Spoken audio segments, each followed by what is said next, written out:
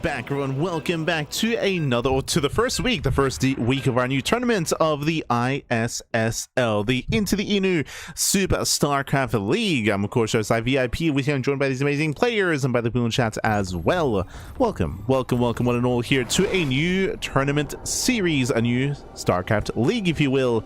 The ISSL. Vamos, baby, vamos. Again, shout out to Inu. Inu, of course, is organizing the event, and of course, he is sponsored by Soup. Soup is also sponsoring the event as well. As you can see, Soup is on the top right corner of the screen, and we are streaming on Soup as well, as we always do, to be fair.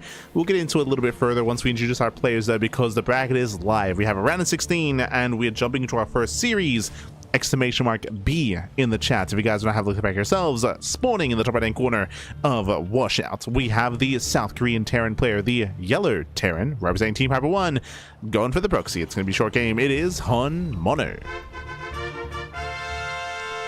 And spawning in the bottom left hand corner, we have his opponents. We have the orange Zerg player, the South Korean Zerg for onside. It is SHIN.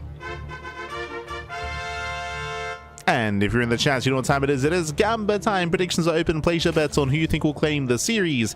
Best of luck in the chat. Best of luck, baby. Best of luck. But here we go. herO, of course, he's not known for his macro play. He's known for his aggression and his cheese, and he's going for a set proxy out here outside of the main base. Meanwhile, pull first out of SHIN, so safe build out of our Zerg player, hyper aggressive out of herO. I believe this should be racks into a 2 racks Reaper, into a bunker rush in between the bases. I believe that is typically what herO does. Yep, there it is. Second racks into mass Reaper into bunkers. So this is a common build here by herO, but if we can read herO, SHIN can read herO as well. Just because herO has a reputation, has a certain style to him, has his own tendencies, has certain builds that people are known for, or he is known for, I should say.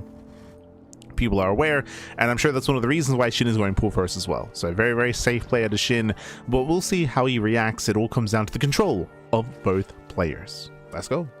Let us go. But going into the event itself, we did post about this on socials not too long ago, like maybe a couple of weeks ago at this point, a month ago it was already announced. But Inu is a Korean caster, he's a Korean content creator. He is collaborating with Soup. Soup, of course, they're behind GSL and the GSL CK and other events that they do sponsor as well, and they are sponsoring this league. Now, this is a weekly tournament, kind of. There's 4 weeks. There's 4 weeks, and that leads into a monthly final, so bear that in mind. It's a pretty hefty prize pool, of course, Korean-centric tournament. It's open to all regions, of course, open to all regions. But it is at a more Korean-friendly time slot and time zone. Ooh, as 2 drones go down. Nice pickups here with the Reaper. herO, not too bad. Not a bad start here to the game, but we'll see if we can get more done. Killing 2 drones is nice. Ideally, though, we do want more than that. Do one more. But again, so we do have 4 weekly tournaments leading into the monthly finals, all going to be covered here on the channel as always. I will emphasize though that we do have there is a prerequisite here. Soup, often when it comes to Soup events, it is only streamed. Oh, Reaper goes down. It is only streamed on Soup. Here for the ISSL, we can stream it on Twitch, at least the weeklies, but the monthly can only be streamed live on Soup. Bear that in mind. So we already have a Soup channel. We've already been casting all of our tournaments on Soup for a long time. GSL CK is something that we do exclusively to Soup as well. We do live stream the rebroadcast, and we'll be doing that as well here for the monthly finals, where the monthly is going to be casted only on Soup and then rebroadcasted afterwards on other platforms after the fact. Otherwise, again, we're going to be opening up. We have link speed on the way. The Reapers are going to be zoned back. Again, they killed 2 drones, but only 2 workers. Only 2 workers. The aggression has subsided behind this herO. No expansion. There's no expansion. There's no follow-up. We're still completely one base all in. And the longer this game goes on, the worse it is for herO. And you can see herO, he finds no ground here. The queens, they rotate over towards the main base. Lings are amassing one after the other. And we do get a queen. Nice snipe. 1 queen does go down, but link speed is almost done. Yeah, with link speed finishing, herO, he has to respect this. He has to back off. Yeah, Lings are trying to come in from behind. And can SHIN catch HOMONO out? Oh, he cannot. Yeah, there's only one queen. Only one queen is going to be surrounded. The queen is going to fall. 2 queen kills. This is nice damage here, but the Lings, they still get on top of the production. They force a lift off as well. And HOMONO, he will lose everything. Every Reaper goes down. There's nothing at home to defend. We're going for a massive counterattack, and there are no fighting units. We have HOMONO double expanding. Let's go. No factory, no third racks, no follow-up here. The production is up in the air, and there is no fighting units except for the SCVs. The boys can be pulled to repair, but that's all they can do. They're being pulled. GG gets called, and SHIN takes game number 1. Whew. GG. GG will play. SHIN, he'll take a lead in the series, and again, we'll see if HOMONO can bounce back and recover. HOMONO, he's known for cheese, he's known for aggression, he's known for all-ins. Unfortunately, that means that people do currently play very safe against HOMONO because they know that some kind of aggression is coming. We'll see if HOMONO can try to subvert those expectations and try to catch him with his pants down. We'll see how he does open up in game number 2. Let's go. Let us go as we are loading into game 2. Going to be loading into At Eternity's Edge. Let's go. Let us go. So jumping into that second game.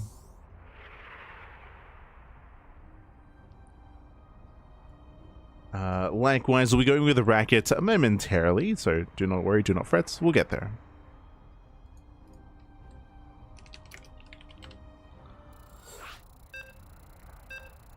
Oh, never mind.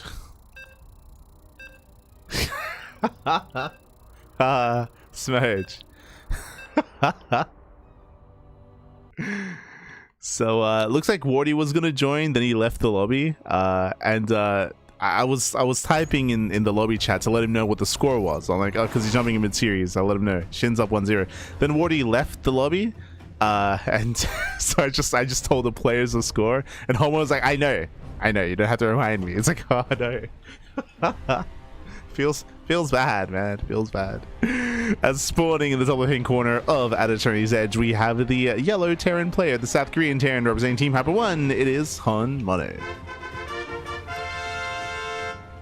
And spawning in the bottom right-hand corner, we have the orange Zerg player. We have the South Korean Zerg. For Team Onside, it is SHIN.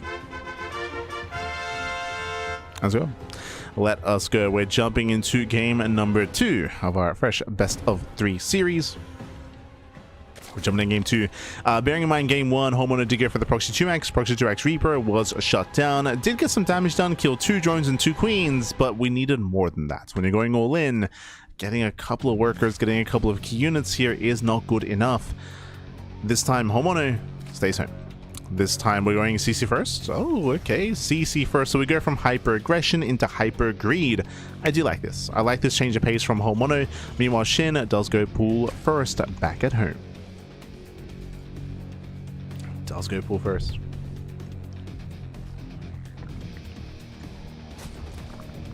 Oh. Once again, we are going to be opening up. Going to be settling in. So SHIN's just playing very safe. HOMONO's cutting corners, and we'll see how many corners he cuts. Do we go for a fast third CC? There's a cheese spray, by the way. But do we go for a fast third CC and go for, like, say, 3 CC, 3 racks? Do we go into a 3 CC 2-on-1? Do we go into a 3 CC mech-based composition follow-up? Like, HOMONO does have options when it comes to how greedy he does want to be, if at all, to be fair. We'll see if he keeps cutting the corners. We shall see.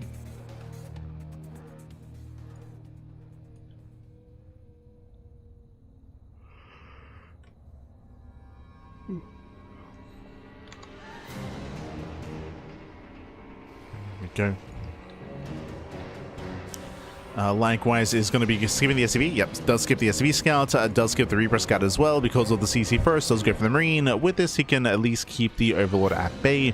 But again, the question becomes what to do afterwards. Gas is being mined, gas is being prioritized, so we're expecting to be a little bit more tech heavy. There we go. The factory is going to be thrown down. We're teching up.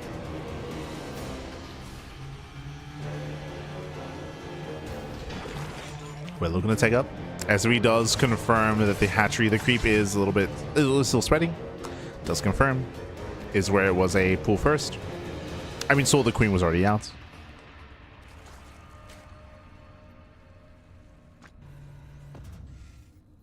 with that, so where are you taking us? For the most part, our eyes are mainly on SHIN. Oh, sorry, on herO. SHIN can be aggressive himself. He does pull out of gas, though. Pulls out of gas. There's no fast Roach Warren, no fast tech, no fast lair. SHIN is known to be hyper aggressive in his own way, of course. That is true. But at least against herO, he's just playing it safe, calming down, saturating, building up. Nothing crazy. Lair is going to be thrown down, so SHIN, he is going to go Lair first. He pulls back in the gas, so never mind. Does pull back in and going for the Lair first, and this feels like 2-base Muta. Technically, this could turn into like a Roach base all-in if we go for a Roach Horn into Roach speed, but I would imagine that gas is going to be taken and we're going to be rushing into a Spire more than anything. SHIN, he likes his Mutas. True. Oh, meanwhile, it's going to be a third TC before Starport, but after the second factory. We're heading into mech. We're going to mech it up. So mech is going to be on the horizon here. Again, for those that have been watching StarCraft over the past week, you would know that this week Clem and Bjorn did play mech, respectively here. They whipped out their mech in RSL and in the online weeklies as well. They did excel, by the way. They did excel. They did win their games with that mech. And we'll see if herO can replicate some of the success of the other Terran players out there. We'll see as we are rushing into Blue Flame. Meanwhile, SHIN is going for the Roach Warren, hidden behind the natural. Oh, so if you recall, my assumption was 2-base Muta. Suddenly, though, it's going to be 2-base Roach. SHIN did not confirm, by the way. SHIN, he has not really scouted. He did see some of the Hellions. Now SHIN will confirm what's going on. SHIN happened to be going Roaches to begin with, and now he'll be feeling good about that decision as he confirms all the factories and the researching tech lab. Is that canceled? Oh, Blue Flame is canceled. Okay. Does cancel Blue Flame, starts up macro accelerators instead. SHIN saw the research. And herO believes that he can no longer catch his opponent with his pants down, so we're going to be skipping that Hellbat or that Hellion timing. Yeah, Roaches are revealed, and herO, he's in a rough position here. These Hellions, they... Oh, can we bypass? No. Yeah, nah. Hellions, they don't quite make it in. SHIN is keeping up.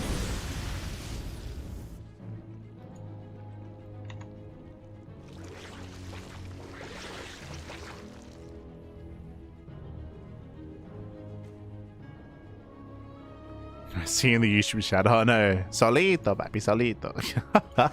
It's fine, it's fine. Enjoy the show. Enjoy the StarCraft back.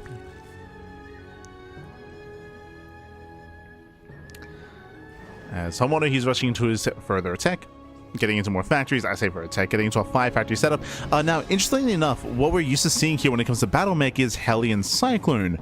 We're switching into Widowmine production. This is interesting here. Widowmines, of course, they're ideal, especially against more Lingbane heavy compositions. We've seen that quite a lot in this patch, especially with the buff. But against Roach Ravager, I'm not too convinced here. Widowmines, of course, can help shut down Ravager piles can help shut down Widowmines as well. I'm curious if the plan here is to go for... if the plan was for a drop, we would have had a Starport already. So, very peculiar. We'll see if this pays off. It's going to be difficult to really gain value. But sure. As yeah, no, we're going into more reactored Widowmines. We have, we have Drilling Claws on the way as well. We're doubling down. You can make an argument that Widowmines, they might trade more efficiently than Hellions. That is true, but Hellions, they're really there to be a buffer, right? They're here to just tank shots for the Cyclones. Because we're going into Widowmines, technically there's going to be a little bit more DPS output here to connect with Roaches, and they'll do more damage than Hellions would, that is true, but the Cyclones themselves will be more exposed. As there'll be less to support them, less to buffer for them. So there is a trade-off. Oh, shout to the turret. Spots the Roaches. Roaches, they get spotted. They get shut down. Very nice trade here by herO. Cleans up every single Roach. Do we borrow? Nah, not quite. Not quite. At the same time, Roaches, they do hit the right side. And they likewise won't get much done here either. Very nice defense here. That's how many? That's 12 Roaches being thrown away for 2 Cyclones. The Roaches, they just keep trickling in and they just keep being thrown away. SHIN, he's being wasteful. Throws away more Roaches. Uh-oh. Yeah, we're throwing away a lot of units here. And sure, SHIN, he has the greater economy, but this is going to catch up to him. Let's get 3 SCV kills. Let's get 1 more Cyclone.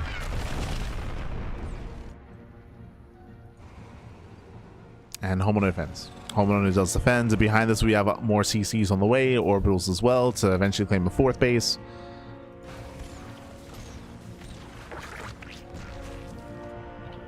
And SHIN's going to be careful here. Now, I guess this is okay if Homono stays home, right? If Homono doesn't counterattack, then SHIN can slowly build up a greater economy. You can see even now joining up to 80. Infestation bit is now done. Mural's on the way. Oof. More roaches get caught.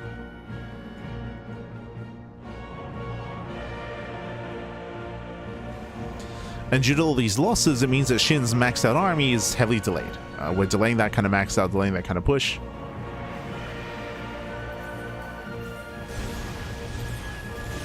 Homono finds more roaches. Cleans them all up.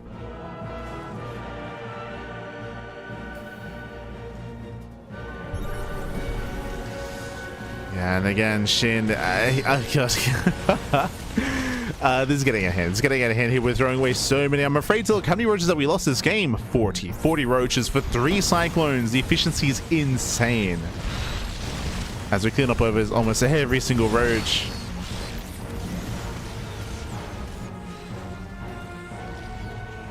And roaches are all cleaned up. SHIN is heavily reliant on these infestors. On the fungals and neurals. And here comes Homono. Here comes the main Cyclone army.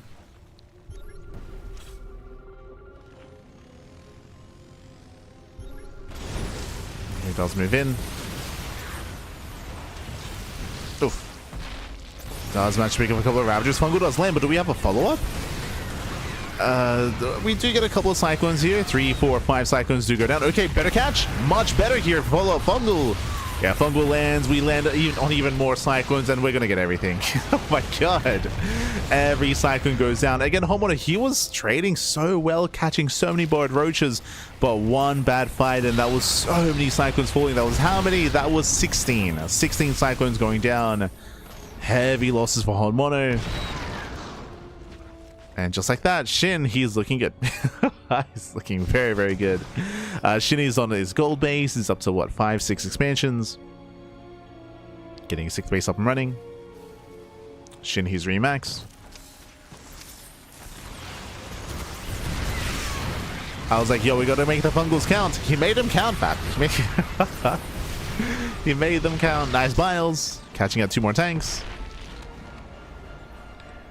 The infestors are not a part of this. Not quite. Another tank falls. The Cyclones are going to be zoned away. Another tank is going to be going down. We're now pushing to the mineral line. And Homono just being overwhelmed. He just cannot keep up. Not after all these losses. Again, losing 16 Cyclones was insane. And now we go for the neural. We go for the mass neural. Yeah, neurals the Cyclones. Turns on the Raven. Turns on the army. And GG well played. SHIN, he will claim the series 2-0, advancing on to the next round. GG. GG, well played. Congratulations. SHIN, he will claim the series. Homono, he will be knocked out of the tournament. Remember, this is single elimination. SHIN will advance on to the quarterfinals. GG. GG, well played. Congratulations to SHIN. Again, Homono, he was doing well for himself. He was catching so many roaches and trading so efficiently initially, but then when he counterattacked, he lost everything. He took some massive fungals to the face. He was clumped up, of course, and those fungals did win SHIN the game. They won in the game, locked down the entire army. GG. GG, well played. With that, SHIN, he will advance on, and let's catch up on the brackets. Un momento. Here we go. Now the bracket site that we're using here is not Challenge, just as a heads up, so it might look a little bit different. There we go. There we go. Okay. So from the top here, again, this is a single elimination bracket open tournament. There are a couple of names here that are in Korean that I'm not familiar with, but we have Byun. Byun is here in the top part of the bracket, facing off against his current opponent, who did take down Nickrak 2-0. That might have been a walkover. Bear that in mind, but Byun, he's currently mid-series. Winner goes up against Cure. That's Cure. Cure, he did take down Silver BV, who's a Korean Terran player, 2-0. So Cure takes down Silver BV, potential Byun versus Cure in that quarterfinals match.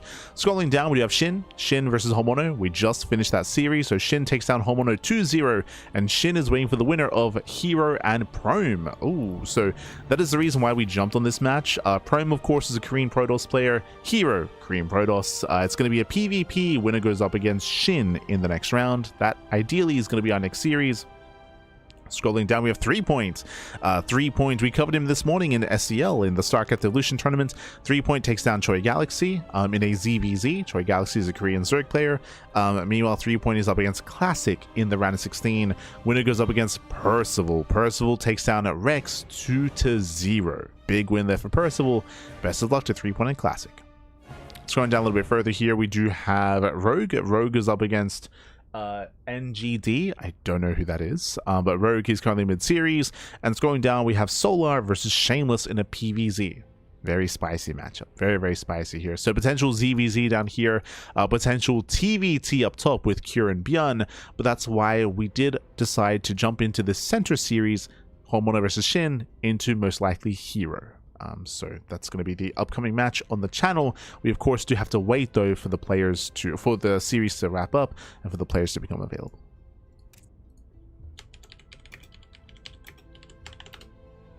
Here we go. That is the plan. Just catching up with the chat. Meanwhile, big shout to SHIN Chrononauts. Thank you so much. Thank you so much for the subscription.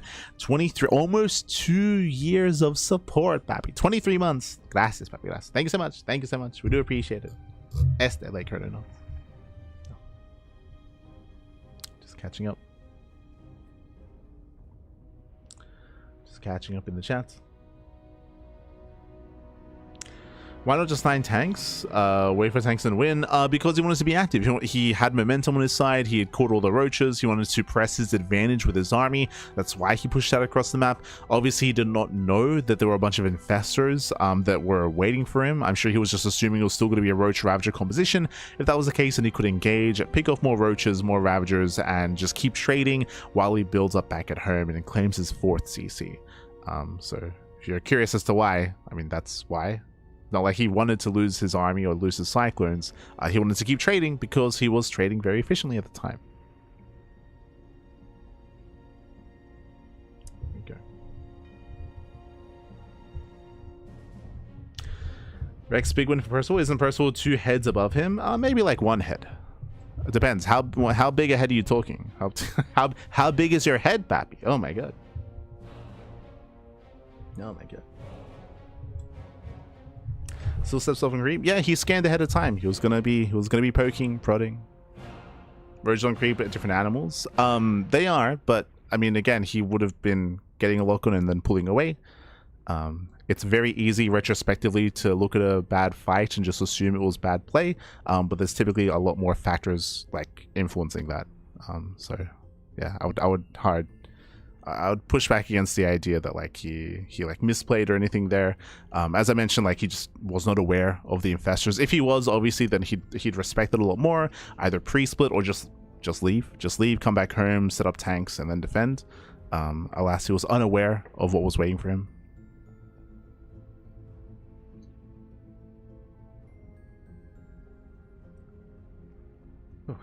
But we are going to be going on a break. As a reminder, again, the goal for us is to wait for the herO series to finish. So we're going to be waiting for herO.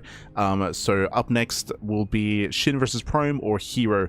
I say that because I don't know if they should be mid-series, but you know, no, they are. Okay, they're 4 minutes into their game. Okay.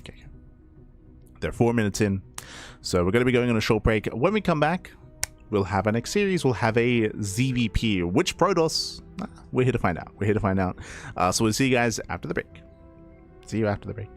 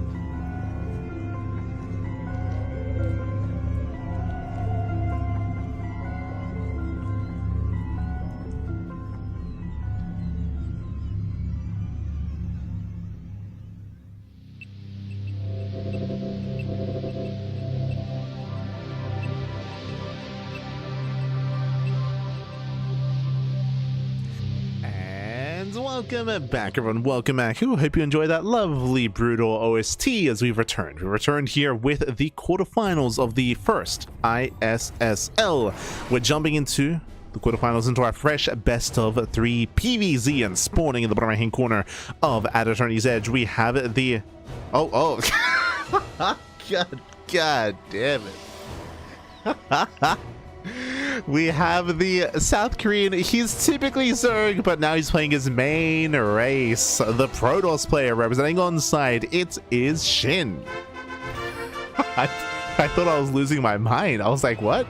And spawning in the top left-hand corner, playing his main race as well, Cap. We have the South Korean Protoss now playing Zerg. Representing T1, it is herO. I'm ready. I'm ready. I'm excited. If you're in the chat, you know what time it is. It is Gamba time. Predictions are open. Place your bets on who you think will claim the series. Best of luck in the chat. Bearing in mind that herO and SHIN have decided to switch races here to mix things up. SHIN playing Protoss, herO playing Zerg instead. Now, if you know anything about these two players, they both do off race on a, I don't want to say regular basis, but herO, this is not the, oh, who is it? Is it me? No! No, what's happening? I'm here.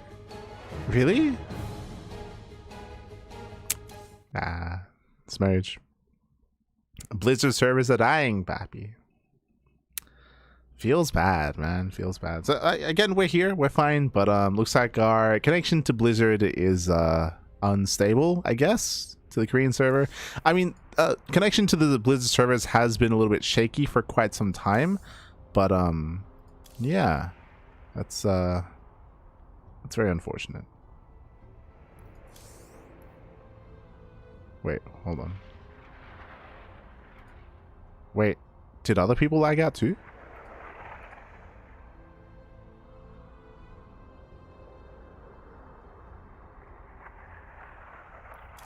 Wait, what?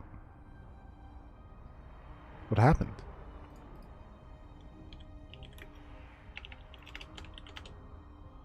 It looks like everyone...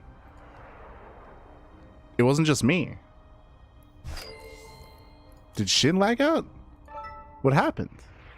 Warriors, oh, so everyone disconnected. So I was about to go on this tirade how the servers have been unstable and maybe I should turn on my VPN. It wasn't just me, it wasn't just Wardy, everyone disconnected. Okay. I was confused because I checked and everyone was out of game. I was like, oh my god. Lovely. So that's concerning. Hopefully everything is okay. Hopefully on the Blizzard side of things, and that doesn't happen again. Hold on.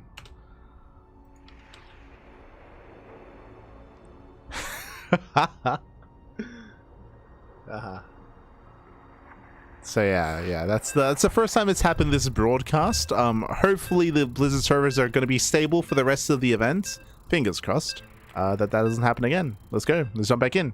We're jumping back into game 1 here of the series. Again, for those who are curious as to what just happened, I thought I lagged out of the Blizzard servers. Apparently everyone did. Everyone just got booted from the Blizzard servers. So now we're all jumping back in. Let's go. And spawning is now top left. Top left hand corner of At Eternity's Edge, we have the South Korean really, Blizzard, they had a knee-jerk reaction. They were like, something is wrong. For SHIN to play Protoss and for herO to play Zerg, like, they pulled the plug, Pappy. They don't want to see this unfold. We do have the South Korean Protoss player for onside. It is SHIN. And spawning in the bottom right hand corner, we have the typically Protoss but now Zerg player representing T1. It is herO. Let's go. Let us go. But we are getting into our fresh series. Jumping into this once again to reiterate what we were about to speak on is that both SHIN and herO, they have both off-raced in the past. It's not a regular thing, but they do off-race from time to time. That when it comes to the level of play from herO Zerg and SHIN's Protoss, it is GM. Think around like 6k. Like maybe 5.5, like 5.5-ish, 5.5k-ish MMR is kind of what you expect from SHIN and herO's off race. I know that herO's Terran is, sorry, herO's Terran is 6k. I know that much, but I believe herO's Terran is greater than his Zerg, but I can't confirm that. I'm not entirely certain as to herO's Zerg play. But they're both, you know, GM level. They're both like up there. And show us what you got. Show us what you got. Right, Shin, before we went into the game, Shin, he was like, I'm going to show you that Protoss can beat Zerg. Show us, papi, show us. Este, Shin. So now it is going to be a hatchet gas pool standard opener out of herO. Meanwhile, Shin, across the map, does go for his own gate expand as well. So everything's looking normal. Everything's looking standard so far. Really, we're waiting to see how we decide to take up. We can see Shin, being as annoying as possible, is trying to force some inefficient mining. herO's keeping up at the same time, and we'll be able to avoid some of that. There we go. Jukes. The Jukes. Oh, Shira does miss. Yeah, Shin does miscontrol. He does miscontrol a little bit here. Now tasing away. Ideally, you don't mind that mineral patch. You don't mind the mineral, and you're able to keep going here. So, did actually mine it a little bit too soon. Taking a bit too hard. And from here, Shin will have to leave soon before the Lings arrive. Can we get a drone kill? Oh my god! Can we get a kill? Crazy. Shin, you're an animal. Get out of here. You're an animal. Zings have arrived and the probe is going to be chased down. Back at home, going for a Stalker first. Interesting, not Adept. This means that Shin won't be able to counterattack, but he will be able to try to deny vision, deny scouting. Is going for a Stargate opener further back in the main, but going straight Stalker first is very abnormal. It's very abnormal, it's very unusual. Usually this means you're not going for a Stargate, otherwise why hide it? So already mind games are occurring. Shin wants herO to believe it's like a Twilight Council opener, for example. Oh. Lings, they don't quite get in. Oh, never mind, they do. Never mind. So Shin, he will hunt down the Overlord and will supply block herO. Big supply block at the same time. herO does slip into the main base and we'll get a full scout. We'll confirm the Stargate. So nice scout here by herO.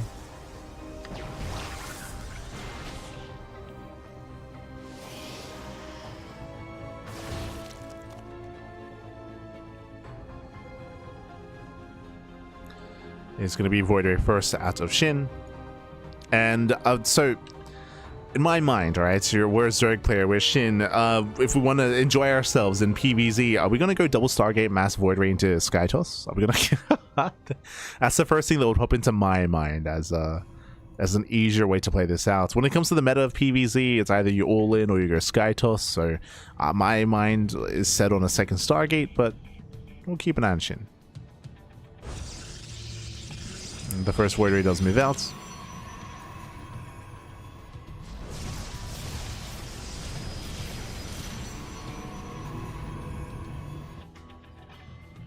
No second Void. We're holding onto our resources, holding onto our tech.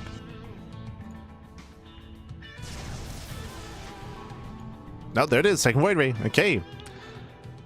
So second Void Ray has begun. Shin moves out. Here the Queens are keeping up, but that's going to be another dead Overlord. Very nice catch. Yeah, second Overlord does fall.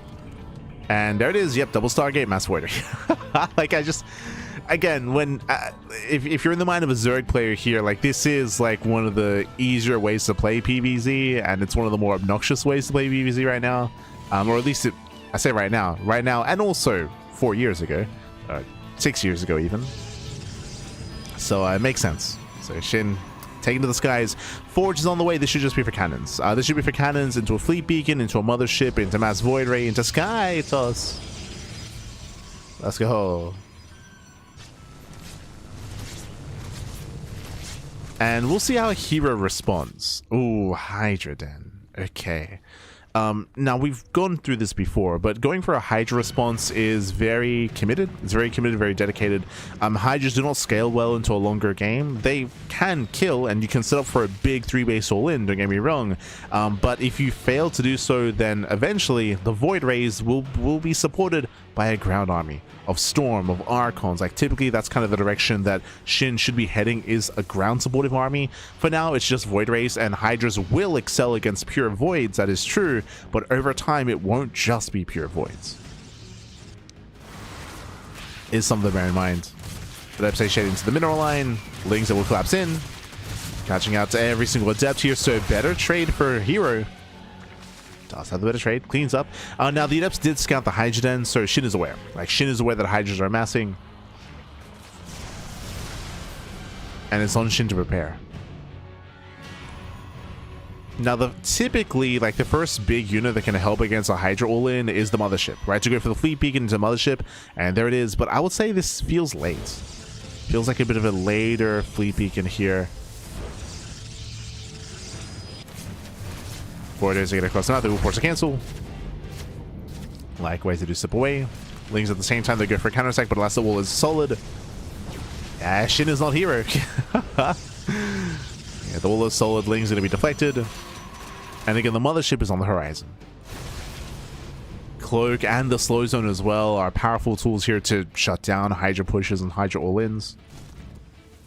They can be very powerful. Lings are being cleaned up. Now, who hits first? Oh, okay. So I saw the Infestation Pit, and my assumption was we were going to take a bit of Hive. No. We are going to commit to the Hydra all-in, but with some Infestor support with Microbial Shroud. Now, I say all-in, herO is droning. I'm getting some mixed signals here. On the one hand, we are prioritizing this main army. At the same time, now we're squeezing out some extra workers, we're double expanding, we're getting a 4th base up and running. So it looks like herO does want to play at a longer game, but if he does miss his window of opportunity, then again, I'm still concerned for herO. For now, it's still fine, but we'll see.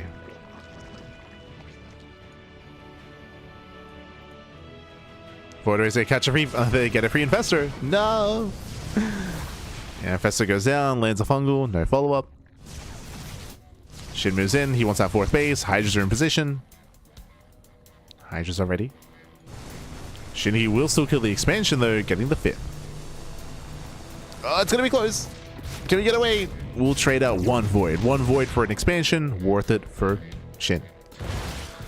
Is worth at the same time. Very nice fungal punishing SHIN. Yeah, getting 1, getting 2 Voids. 2 Voids do go down, heavy losses, and now that will trigger a counterattack. It's go time. It's go time.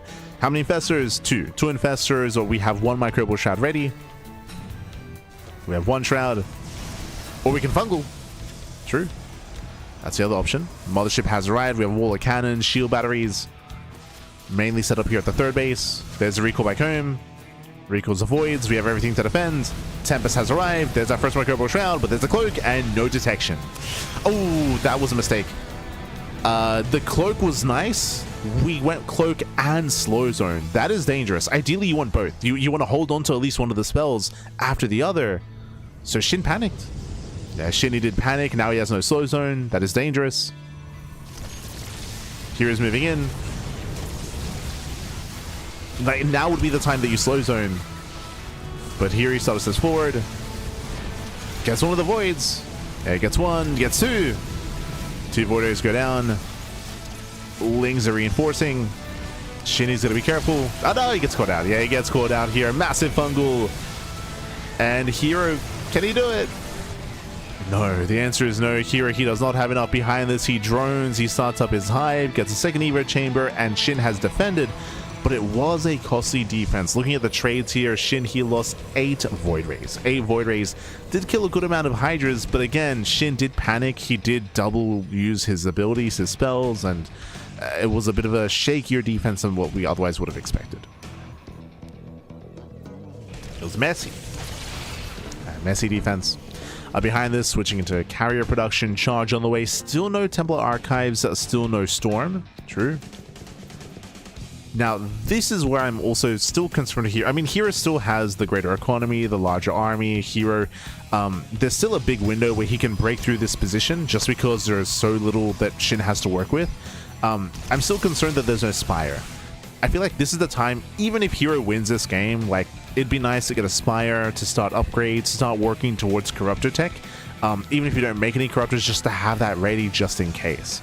It feels like herO's doubling down on a very glass cannon army, and that's what I was worried about, the Temple Archive, Storm. Now, it's a ways away. I believe the fight should occur pre-Storm, so herO can still kill, he can still kill. herO, he can still kill SHIN. If he doesn't know, like that's when that's when I'm gonna get scared for herO. I can't believe the Cybercore survived. That's crazy. 12 HP. The 12 HP Cybercore. herO is maxing out.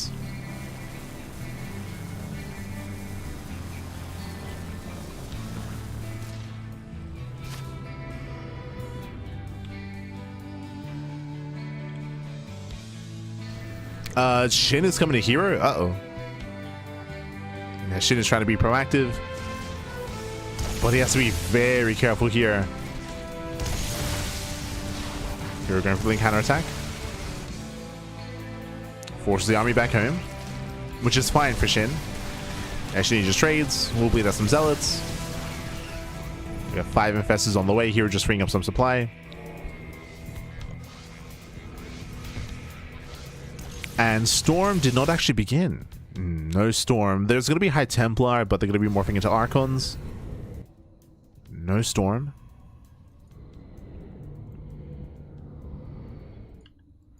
Against Ling Hydra, by the way, which is, again, surprising.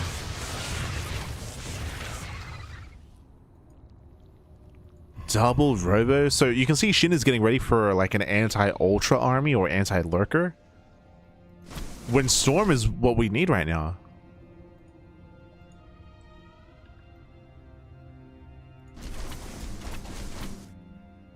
SHIN rotates over. Rotates towards the gold. So Rambai does take down the northern base. Hydra's out of position. Another expansion goes down. I mean, again, these are really good pickoffs. But I'm worried that the army that SHIN has constructed here is still lacking a little bit. We'll find some damage, but we have to respect these infestors. We gotta respect it. Oh no! Jesus. Again, not just High Temple for Storm, but even feedbacks as well would be ideal. There are so many spellcasters for herO. There it is. Finally, 13, almost 14 minutes into the game. SHIN finally realizes, like, oh, you don't have Ultras or Lurkers. Uh-oh. So now Storm begins very late. So again, there's still a window where herO can make use of this army. Otherwise, double Ultra Cavern? Okay.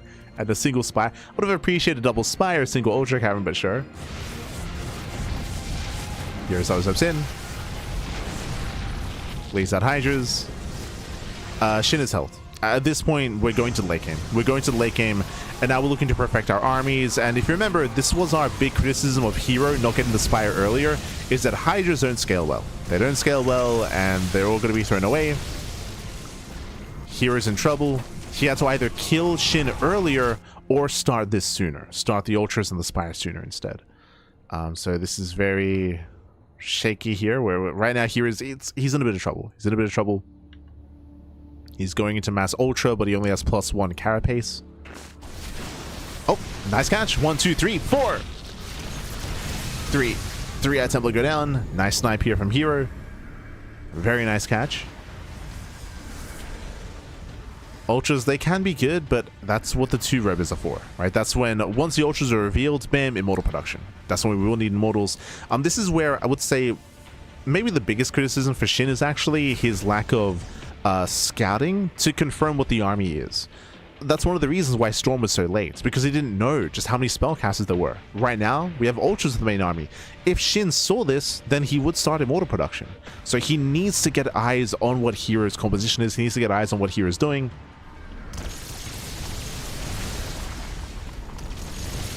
SHIN moving in.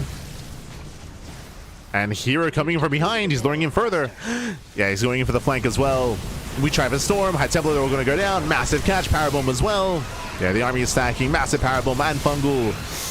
Do we have enough anti-air? Oh my god, the Parabomb. Jesus. Parabomb is good, but no Corruptors? There's no anti-air. It's just spellcasters and ultras. What the hell? In my brain, I just assumed that we were going to be mixing in Corruptors, but no. herO, nothing shoots up. Nothing shoots up, Bappy.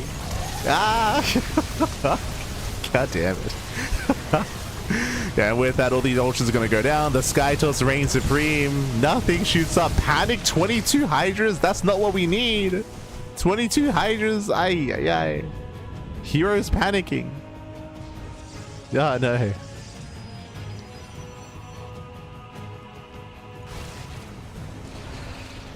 That's going back into Hydra Tech. We did make a couple of corruptors. A couple of corruptors were made. I did notice. As Immortal production has begun. We did catch a couple of Void Rays on their own. True. 1, 2, 3 Void Rays go down. Army's coming in. The Oracles are thrown away. Again, messy. Yeah, very messy here. At the same time, Void Rays get across map. They're going for the tech. And meanwhile, 21 probe kills. And these Tempests are out of position. The Hydras are lunging in through the speed zone. They can get in. Tempests, get out of here. Oh my god. See, the Hydras, they heard me badmouthing them. They're like, nah, we'll make it work. We'll just catch him out of position. True. Every Tempest falls. Massive blunder here for Shin. He was out in the open. His Void Rays abandoned his army as well. Does kill the Hive, kills 1 Ultra Cavern, but you know what? herO, he knew. That's why he has 2. That's why he's got 2 Ultra Caverns back. He foresaw. Big brain, Pappy. Crazy. With that, Shin, who loses main base, who will lose a whole bunch of workers, down to 62 probes, and Shin, it takes so long to rebuild a Skytoss army. You cannot be out here out in the open with no support. With that, after losing all those Tempests, that should be game. That should be game then and there. Shin was in the commanding position, but alas, again, he was caught out of position, was out in the open. He was maybe overconfident considering that he was ahead, and he was. Like, Shin was ahead, maybe some overconfidence, maybe lack of respect to herO Zerg. True. And with that, herO can just snowball out of control. He can just keep on pushing, keep rushing in. Send it, Pappy, send it.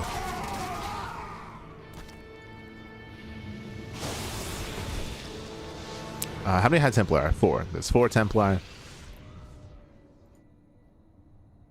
herO pulls back around. Now, there is going to be a bit of a concern here if herO once again gives Shin too much time. Not the first time this game where herO has given Shin too much room, too much breathing room, and has missed his window of opportunity. Another example here is the Zealot run-by. herO responds with everything. The entire army just F2s back home. And this is giving Shin time to rebuild. Now, I will say that this is also on Shin. Right now would be a really good time to start building up Skytoss again, because it's very Hydra focused and not many corruptors. Like, Skytoss would be ideal here to start mixing in Tempest again, but regardless, does get one Infestor. Here come the Storms. Here, has he taken too long? He has. Gee, there's so many Immortals here. Oh my god. Speaking of Skytoss, the Greater Spire has begun. Ready for Broodlords. If Broodlords arrive, there's no answer to that. That's another reason why Tempest would be ideal here.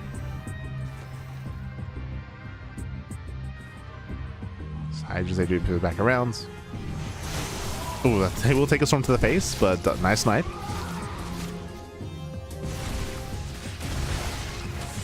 Being run by is going to be dealt with. At the same time, the main Hydra push does break into the natural. We're slipping in. It's 1, 2 cannons. Keeps on pushing. At the same time, lanes, they are going to be cleaned up, but Shin is not quite in position.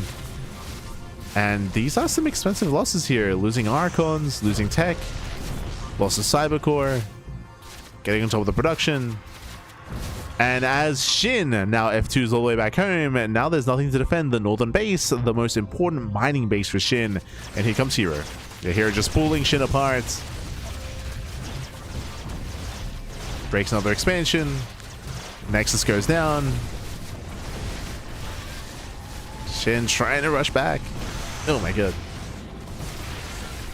And again, cleans himself very efficiently. Didn't need everything to turn around. He did not need all these Immortals and High Templar, clearly. And with that, herO, he's just securing himself. He eventually will be able to double expand, claiming the gold expansion as well, building up his mineral bank. And again, it's been a very messy game. It's been very back and forth. We've had moments for Shin, moments for herO, but here, he should be able to close this out. As here come the Broodlords. And thankfully for herO, there's no Skytoss. No Skytoss. It's going to be a mothership, true. But there's no Tempest, there's no Carriers, there's no Void Rays. We just morph in those Broodlords.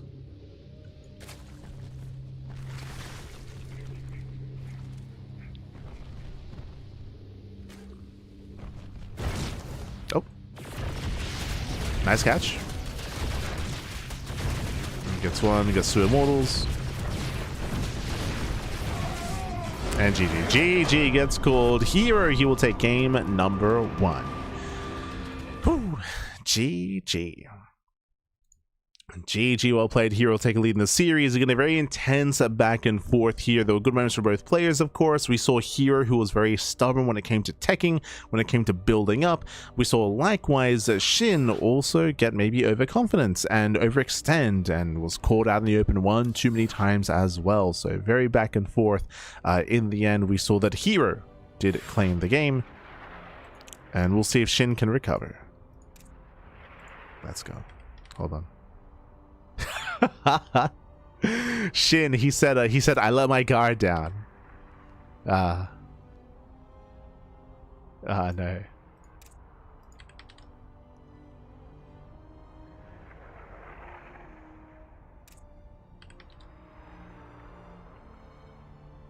He said I thought I could defend even though I went Void Ray. But there are more than I thought. Aye. They're both bantering. He's referring to the Mass Hydra. And I would imagine he's referring to like delaying Storm for as long as he did and getting that support for the Mass Hydra. So that confirms like what we said before, where it felt like SHIN was overconfident here, saying he underestimated, and he was overconfident when it came to his Mass Void. Well, let's go.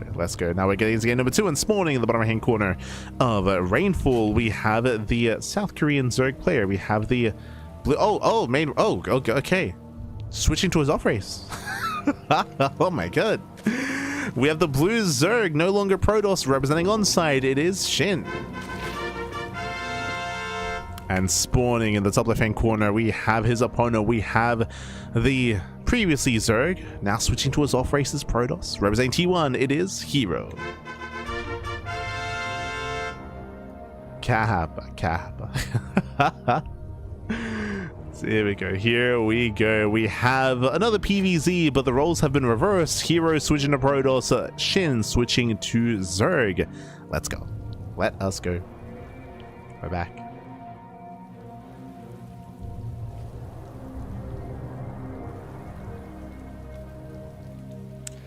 herO claims Protoss can't beat Zerg. SHIN claims we're just creating a narrative in the chat, baby. Oh my god.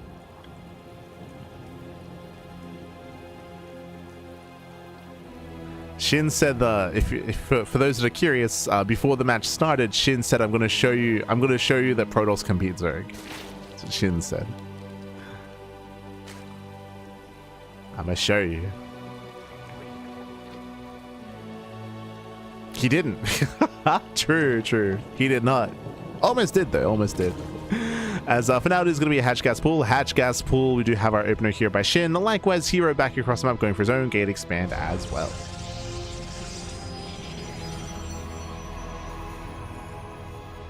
Corruptors is the main unit for Zerg to use in air. Yes. Corruptors, they do outscale Hydras when it comes to anti-air. Hydras are more of like a mid-tier unit. They're typically more of a stepping stone or something that you do rely on for like a crisp timing or an all-in, but you don't want to be relying on that getting into a longer game. You could argue, but it worked last game. That's true, but SHIN was making mistakes. Like, that's all good. From here, though, welcome to Rainfall. Rainfall is a smaller map of the map pool, shorter rush distance by ground. Aggression is favored on Rainfall, and we'll see how aggressive our players plan on being. Now, when it comes to PvZ, we can talk a little bit more about the meta. Sky Toss is very common nowadays to go double Stargate Void Ray into Sky Toss. That is true, but on smaller maps like this, I would say it is ill-advised to go Mass Void Ray just because you are so vulnerable to a Hydra all-in at your third base. The third base here is very open, very exposed. Both third base options on this map are on the low ground. They're very difficult to defend. So the idea of trying to cut corners and rush Sky Toss will get you killed here. So what we expect is herO to go for a faster Twilight Council. If we're not going into Sky Toss, then typically charge base all-ins have been very trendy, or even Mass Oracle. Like Mass Oracle, herO likes to mix in every now and then. We expect herO to be the aggressor this time. And we expect SHIN to build up on 3 bases. And likewise, going to be on SHIN to scout to confirm what's going on. herO does open with the early Stalker. Will pin down the Overlord. It's the Oracle. Oracle's on the way for high ground vision.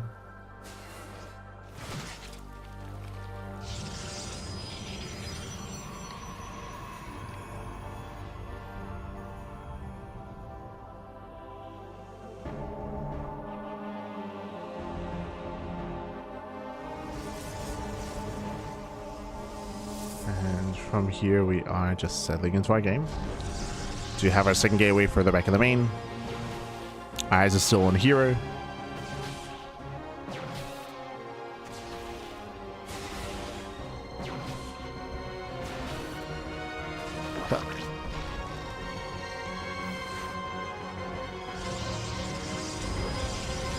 And SHIN is going to be going Evo Chamber first. Okay, we have a tech of choice here. So early Evo Chamber out of SHIN. This typically means +1 melee. I say typically because of the most recent buff to Carapace, we have been seeing some players go Carapace first. But I'll be honest, we only saw that like the first week or two after the patch. Remember Homestray Cup? We saw it around the like when Homestray Cup was ongoing. We haven't really been seeing it too much since then though. So we're still leaning towards +1 melee into a more heavy Ling Hydra composition. Oracles, they move in. They move in. They will get some stasis traps off. Oh. SHIN does pull back. Whew. Does pull away at the same time. Ooh, the Oracle goes down in the main. That should not have happened. Massive pick off there. The Oracle does go down. Stasis trap lands on 2 workers, but not worth losing an Oracle. Ay, ay, ay. As I mentioned, +1 melee. Again, this is the standard. This is the go-to. Typically, +1 melee means that we're skipping roaches. We're skipping roaches, and we can skip banelings, but no, SHIN does go for a safety baneling nest.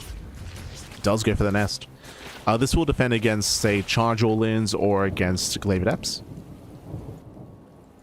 if either one was committed into. We can see that here is just getting his own third base, fully operational, and there's no tech at all. Like, the follow-up here is very late. Very late. Here is just going for non-stop adept production. He's moving out here with vanilla adepts, rushing into the fleet beacon into Skytoss. Okay. I was curious. I was like, what are we taking towards? What are we spending our money on? The Twilight Council is so late. We see why. We see why. Now, this is a unique variation and a unique way of getting into Skytoss. Remember what we said earlier, how Double Stargate Void Ray would just get you killed. This is not Void Ray. Because we're revealing all these adepts as well, this is a really good kind of like way to mask and a really good way to hide rushing into a fleet beacon. Especially off of an Oracle opener. It's the last thing that SHIN would expect. Meanwhile, the base is going to be denied. Ooh, that's a kill! That should not have happened. That's a kill, not a cancel. Ay, ay, ay. At the same time, Lings, they do move out across the map. Going to be deflected. And herO, can he get away with it? This should be for the fast mothership. This forge, I would imagine, is also for cannons, not for upgrades. In my mind here, we're going mothership into forge. No, never mind. Forge into Twilight Council.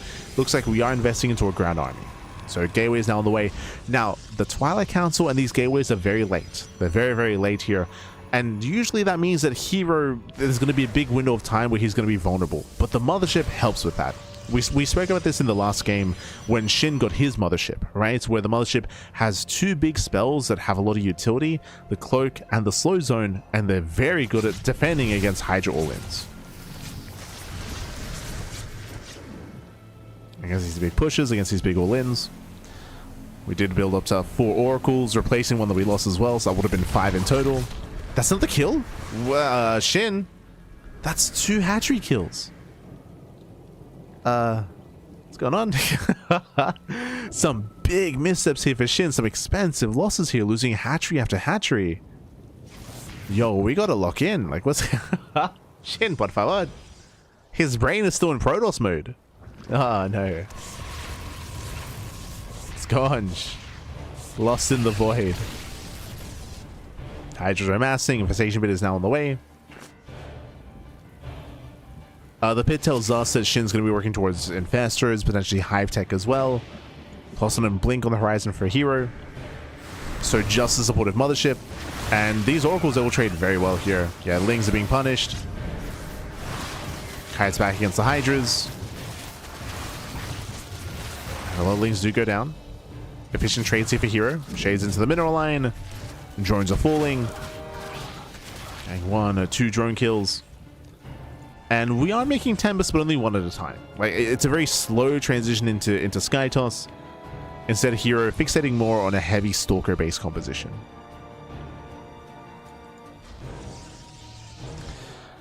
Now, I still feel like this army, potentially herO's done enough damage where he's fine, right? He's killed 2 bases, he's killed a bunch of workers, he's traded well against Lings. I do still feel like a Ling Hydra attack would hit quite hard, especially without splash damage, right? There's no Storm, and there's no Archons, and there's no charge lots either. I do feel like mass Ling Hydra can still trade very nicely against Stalker Tempest. But because Shin's been slowed down so much, it's possible that by the time he builds up his army, it's too late anyway. Yeah, Shin now starts to hive. Shin is still droning, still saturating.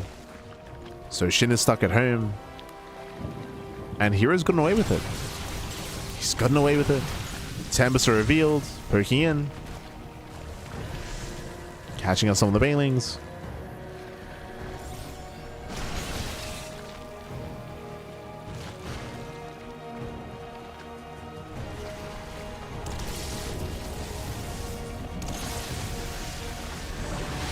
Oof. Yeah, Shin does try to collapse in. Meanwhile, nice force field. Slow zone gets activated. Stasis trap here on the main army. Oh my god.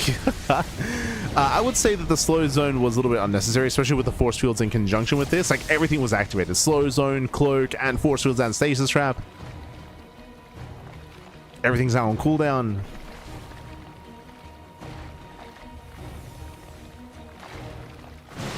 Well, we got some links. I mean, here is he still trades well. But he's got to be careful. Still has more force fields available. Once again, without any Ravagers, force fields, they will dominate these fights. They can slice up the army. And now we're moving in. And Shin's up against the wall. He's up against the wall. He's in trouble. Shows the force fields. Oof. Yeah, not going to be thrown down. They zone away some of the Banelings. Lings, they go for the counterattack instead. Yeah, Lings, they counterattack here. He turns everything back around. He will lose probes. Only 2. Only 2 probe kills. Oh, that was not on hold position. Yeah, not on hold position. Messy.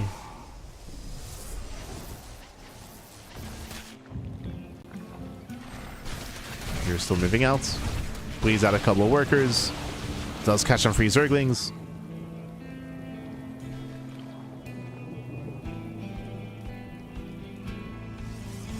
And once again, herO not quite in position.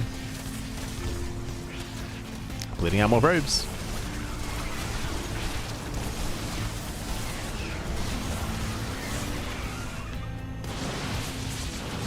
Here he will be able to backstab. Takes on one of the expansions. Can he bleed away? Ooh, not quite. And it bleeds out 5 Stalkers. Nice catch out of Shin. At the same time, 16 probe kills across the map. Baneling Rambai got into the mineral line. herO falling apart of the seams a little bit here. Shin is getting damage done. But the main army is still terrifying. I still feel like Shin, he's still lacking with his main force. He's now working in the Ultra Cavern. Stasis Trap does connect. Catching up more Lings. And Storm is now on the way. Oh god, Lings, they just keep getting in. This time not much damage, thankfully. Yeah, now we have Warp Gates. We have our Warp Gates. Here you can react and respond. Only being active with the Stalkers. Ooh, bleeds out 2 Oracles there. Here it does overextend.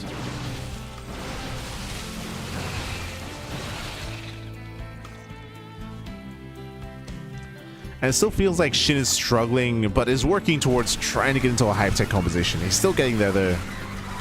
Still working on it. Needs more time. Zing's overwhelmed. So results, I should say, overwhelmed. Break through the Lings. Stalkers, they do move in again. Here he's just trading so well here, taking down more bases. Shaving up more Zerglings. Ultras are about to revive. And herO now throws down 2 robots, but these are going to be a little bit later. So he's not ready for the Ultras yet. He's not ready.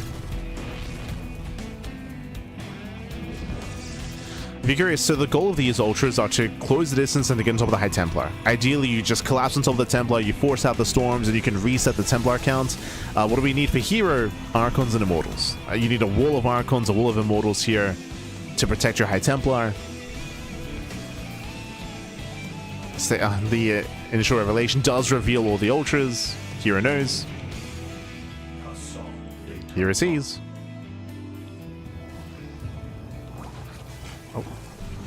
Getting caught once again.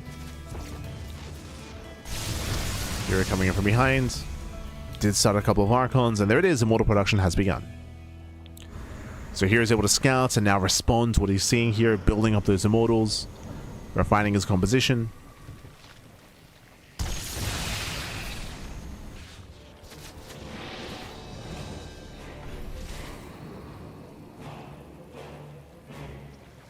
And there's no need for herO to move in. Like, he's done a great job here just punishing some of these fringe expansions. Once again, speaking of, takes down another base, and that's another kill. Another kill, not a cancel. Oh, a bit of a late recall. Yeah, late recall, losing 3, 4 Stalkers. 5. Oh, never mind. 5 Stalkers go down. herO pushing in. The High Templar, they do avoid some of the storms. Nice feedbacks. But the Immortals, they come in. Yeah, the Ultras have arrived. They collapse on top of the High Templar. Getting 1, 2, 3, up to 4. Getting every Templar here. Massive pickups. Ultras, they get the damage done. They pull it off. They chase down the final Templar. Oh my god. Yeah, every Templar falls. The Immortals are out of position. herO here extends. The Ultras, they did it, Pappy. Cleans up all the High Templar. And SHIN is pushing. Yeah, SHIN is coming in. Now there's no storm to worry about. We're running out of anti-air. But it's okay, because as we bleed out Hydras, Corruptor production has begun. We spoke about this earlier, and this is why herO's game was as shaky as it was, because herO, he rarely made any Corruptors. But SHIN is coming into a much more refined composition here of Corruptor, of Ultra, Infestor. He's building up. And again, those are some rough losses here for herO. Losing how many? Losing 7 Templar. Oof.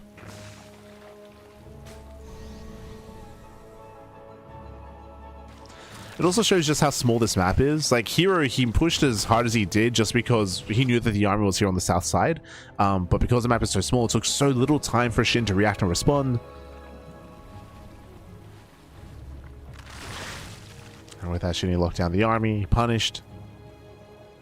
herO's in trouble. Still needs more time to rebuild. herO, he does have a healthy Tempest count, but again, the High Templar count, he's got 5. Ultras, they break through. There's a micro shot. Fungal here on the Tempest. And SHIN, he's snowballs out of control. He snowballs out of control. He will overwhelm. And SHIN, he will break through. Takes down all the Tempests. Forcing out all the storms. The Ultras, they chase down the Templar. Ah. And with that, SHIN has done it. With that, SHIN, he has done it. He has broken herO. Takes down the expansion. Denies the mothership from being built. At the same time, nice run bys. Very nice counterattack. Zeltse busts into the mineral lines. That's going to be 16 drones going down. But herO just lost 23 probes. He just lost 23 workers as well. This is nice damage. If only herO hadn't lost the army and the economy.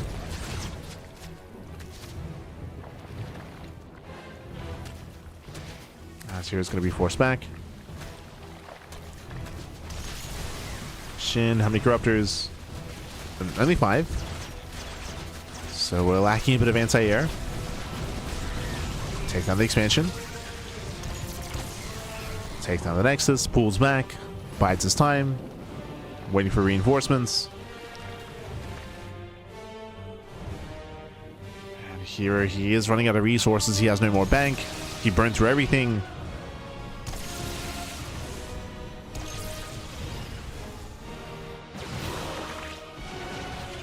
Now, if herO is given time to build his mothership again, then there's a chance that he can take a fight, for sure. There is always a chance. But only if given time. And the issue here is that SHIN's about to max. He's about to max out.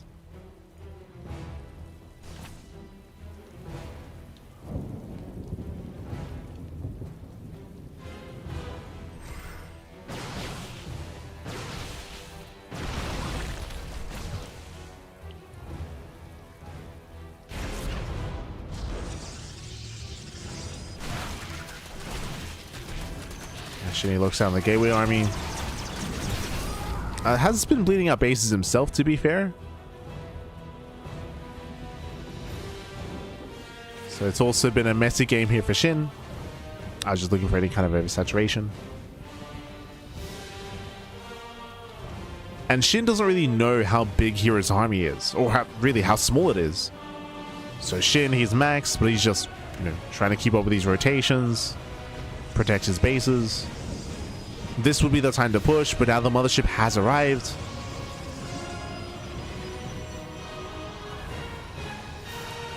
hero's slowly clawing his way back into this. Still needs more time, of course, but he's being given some time.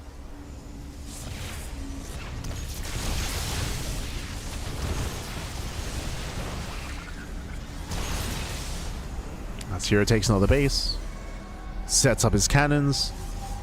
If Hero is able to fight with his stack defense, whether it's at this third expansion, whether it's at the northern base,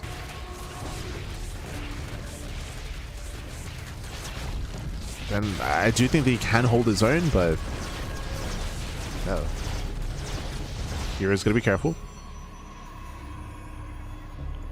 He's gotta be careful here. Banelings, they roll in. They break down a couple of cannons. Hero splits up his army. Hey, gets an ultra. Does catch an ultralisk.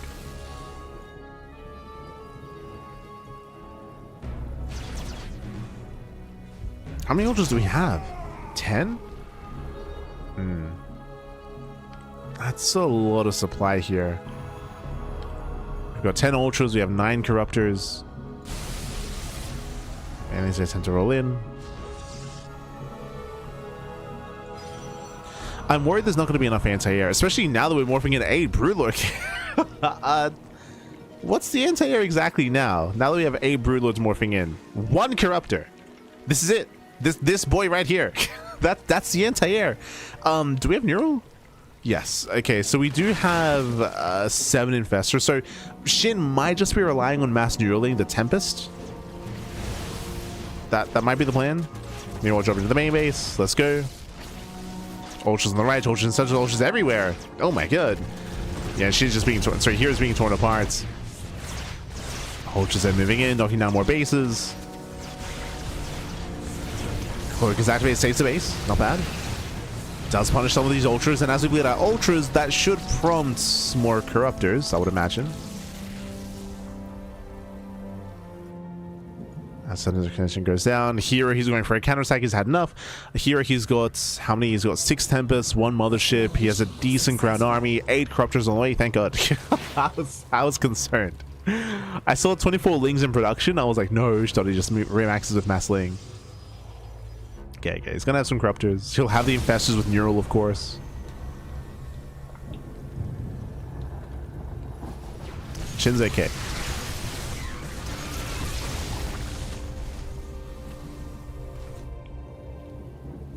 I'll be honest though, I feel like when you have 10 ultras, you don't need that many Broodlords, but still making more, by the way.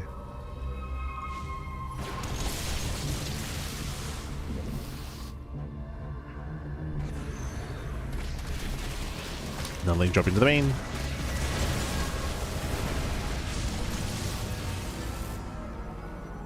Ultras A move in.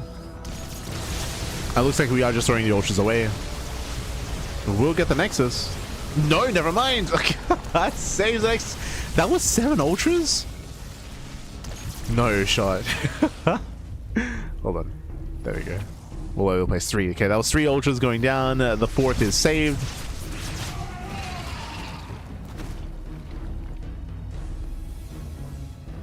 You can see Hero slowly catching up in supply bit by bit.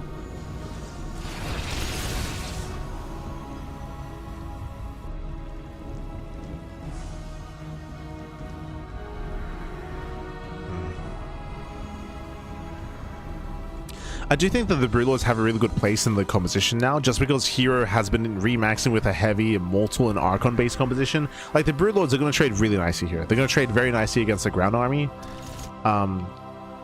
The lower corruptor count is still a bit of a concern in my mind.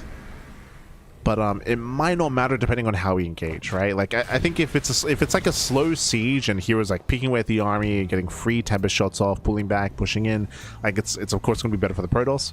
But if we pounce, if Shin just dives, then he might just close that distance, get on top of the tempest, and overwhelm anyway. Speaking of, he's going for it. Fungals does like the fungal, does go for the dive. We're trying to neural. Now we get one, we get two, we're gonna get all the tempest. Ultras, they will try to overwhelm, and they do. Yeah, the Ultras, they do overwhelm, and with that, the Ultras, they do break through. Corruptors as well, and herO will lose everything. The mothership survives, tries to at least. Get out of here. Yeah, takes on the mothership towards the end. And Brood Lords, they're all that remain. But there's only one Tempest, and that's all that matters. There's only one Tempest. Whew. And with that, Shin, he will type the series, and we're going to the ace match. We're going to game 3. If you recall, like we called it earlier for Shin when he took that big fight. When he took that big fight, then we just lasted like another 7 minutes. Like it was, the game just kept going.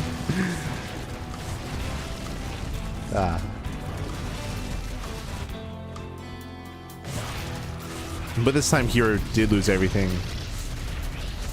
He's lacking much of a bank. Does go for the dive, and we'll catch a couple of Broodlords. 1, 2 Broodlords go down. Yo, let's go the Void Ray. The one, yeah.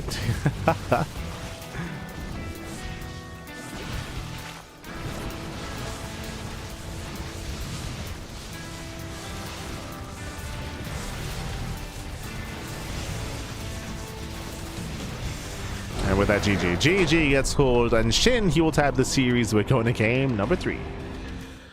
Whew. GG. Get a very intense back and forth here. There were some strong moments for herO, don't get me wrong, but we saw some better engagements here out of Shin. If you recall, it was twice that it occurred this game where herO could take, where he was dominating the ground, where he was able to counterattack, knock down expansions, knock down a lot of hatcheries from Shin, but he had to play it slow with his army. We saw that he was caught out. He was caught out in the open. There was that first big moment where he lost all of his Tempest, where he got his Skytoss army caught out, and Shin just snowballed out of control. GG, well played. If you remember, that was when herO, he went for like a stalker backstab on the south side. The army reacted, then herO moved in, and then Shin was able to rotate in time and clean everything up. That was the moment where he reset the High Templar count, if you remember. He was able to dive on all the Templar, he was able to reset the Skytoss. It was a big loss there for herO, and that's when he lost a lot of the lead that herO had accumulated up until that point. When he lost that lead. And here we go, we're getting to our next game, and spawning in the top right hand corner of Sanctuary 3, we have the South Korean Zerg player. We have the blue Zerg representing onside, fighting back and forcing the ace match. It is Shin. And spawning in the bottom left hand corner, we have the red Protoss player. We have the South Korean Protoss representing T1. It is herO. Let's go. Let us go.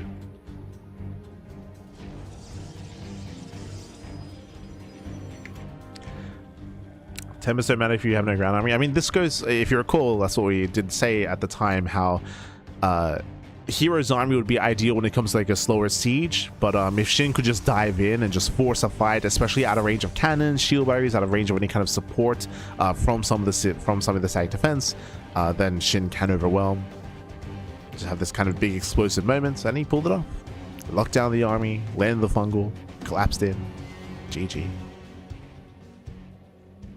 GG. But now we're loading into Sanctuary 3. This is a larger map of the map compared to Rainfall. Larger map, much more comfortable. The idea of herO building up in towards a longer macro game, it's going to be easier. It's going to be easier to establish your 1, 2, 3, and 4 bases. The 6th expansion is much more exposed. That is true. Like, getting a 6th base can be a lot more awkward, but otherwise your 5 base setup is very centralized. It's very, very centralized. So we can see herO attempt to get there. I would assume, though, that Shin should be more aggressive here to stop that from happening. We'll keep an eye on him. Going into, say, like fast spiring to mutaplay, for example, is not unheard of. herO, likewise, can also be aggressive himself. We got a scouts. Got to react. Again, I do think that herO had the better early game. The better, even mid game actually. Like the early to mid game was much more in favor of herO. Remember herO, he killed like 3 hatcheries. Like he was killing bases, killing workers. He was harassing very nicely, building up as well. We just saw some really rough engagements from herO afterwards, where he would overextend. And again, Protoss armies are expensive. Like they take a long time to rebuild, referring to Skytoss units, referring to robo-based units as well. So for herO to lose some of those key fights, like that was brutal.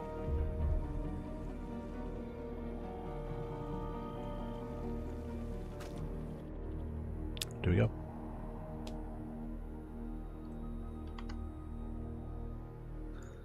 Here we go. For now, we're just settling in. We're settling in. Nothing crazy, nothing wild yet. Oh, I say that. Sorry, we have a sentry follow-up? That's not normal. Stalker into sentry is very abnormal here.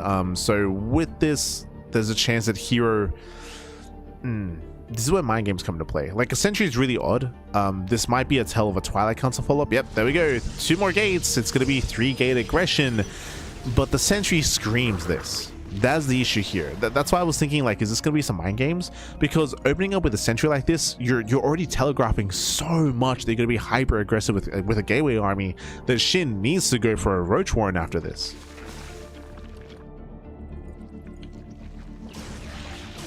So the initial sentry is revealed, the hallucination as well. We'll see if SHIN does play roaches. As here's getting ready for an early gateway push. No Twilight Council. There's going to be no blink, no charge. It's going to be a vanilla gateway army with mass sentry. Remember, because the changes of the sentry, force fields are stronger. As biles no longer break them, they only reduce the duration. So sentry base all-ins are stronger. That is true. And there it is. There's that Roach Warren. As I mentioned, like to see the early sentry screams shenanigans. So SHIN playing it safe, goes roaches. Is it too late? We already have a proxy. Oh my god. Proxy is set up. Army is revealed. SHIN, he will lose the Overlord. Supply blocked even as well. Oh, that's a big supply block. Yeah, we have some static defense. Spine Core is going to be thrown down. SHIN is in trouble. SHIN is in trouble. He's still supply blocked. Oh my god. Yeah, force fields. Do they catch a queen? No, not quite. Doesn't quite catch a queen. +1 is on the way. Robo as well.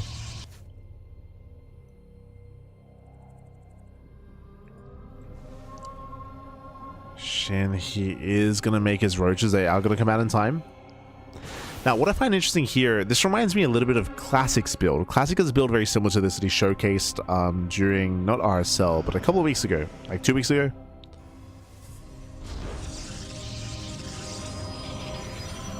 It was during, oh god. Was it GSLCK? I think it was GSLCK, because I think Zan was doing it as well. Yeah. Going for these quirky sentry all-ins. Model production has begun. Twilight Council's now on the way. It's very late tech.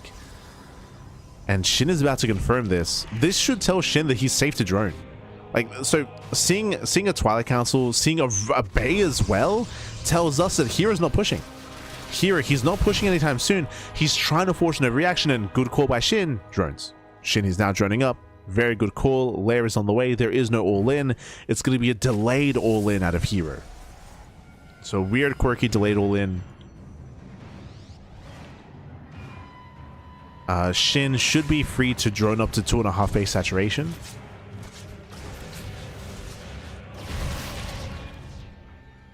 And the quirky nature of this build, it's forcing inefficiencies out of SHIN. As I mentioned, SHIN should be droning. He should drone up more than this. But he doesn't know that whether or not hero's coming.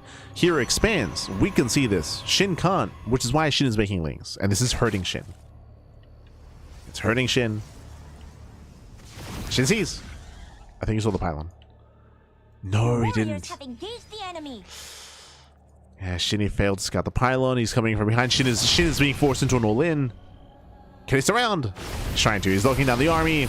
Comes from behind the Biles. They connect. Massive connections. Biles, they break down the army. Takes down one, takes down 2 Immortals. And Shin, he's done it. Wow, he's done it. He does catch the entire army. He gets a full surround, and with that, Shin, he snowballs out of control. He breaks the expansion. Whew, I was concerned that Shin was going to be stuck at home, but no, he makes use of this army in the end. And in the end, Shin, he all-ins herO. He does break through. Takes down the main army, takes down the third base. herO stuck on 2 bases, stuck in the main. He does have a Colossus. And he has a wall of batteries on the way. Oof. He's got the batteries. Shin trading as best he can. Takes down a couple of pylons. Things that do trickle in. Boys are being pulled. Oh, depowers the robot just barely. Yeah, depowers. There's no more force fields. Heavy losses for herO. The piles they land. They catch out the zealots. Corrupted starts step forward, and with that, Shin will snowball out of control. He will claim the series. Couldn't do it with his own Protoss, but with his own GG gets called, and Shin takes down herO 2-1. GG. Whew. GG, well played. Shin, he will claim the series. They get a very quirky build here by herO. herO, he was trying to force some inefficiencies out of Shin. He was trying to force some overreactions, over responses. Shin did overreact, did over-respond, but he made use of his army. He made use of his army. He was able to move out across the map and able to break herO in time. Was able to break him, was able to overwhelm, and was able to make use of his army. If he failed to surround those immortals and the sentries, different game, different story, but he did come in from behind to get this round going. GG. GG, well played with that. Congratulations. Oh.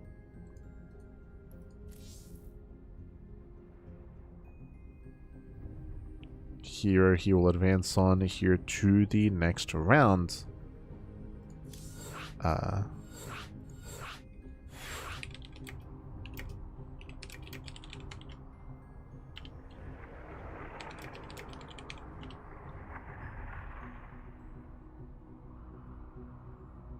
Just trying to figure things out.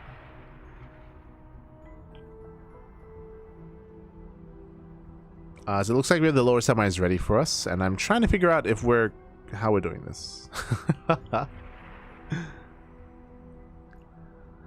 So Shin, he will advance on to the semifinals. It's going to be Beyond versus Shin in the upper semis. Meanwhile, we have Solar versus Percival in the lower semis. Looks like Percival did take down Classic 2-1. Solar took down Rogue 2-1. And so we have Percival versus Solar in a best of 3. Okay. But it looks like it's going to be both semis one after the other. Okay. So 3 series left.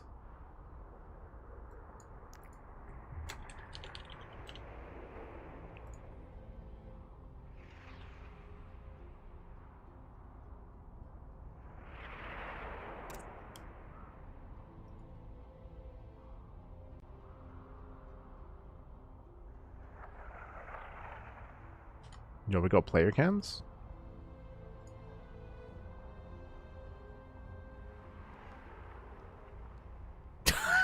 God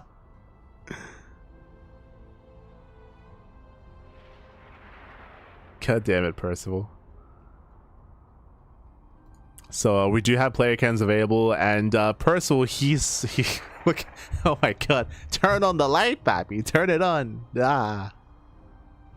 We're in the darkness. Let's go. Este Percival. I think we're trying to get Solar's cam to work. Trying to get his cam. As I should very quickly set this up. Percival versus Solar. As again, Percival versus Solar is going to be a next series. It's going to be a next matchup.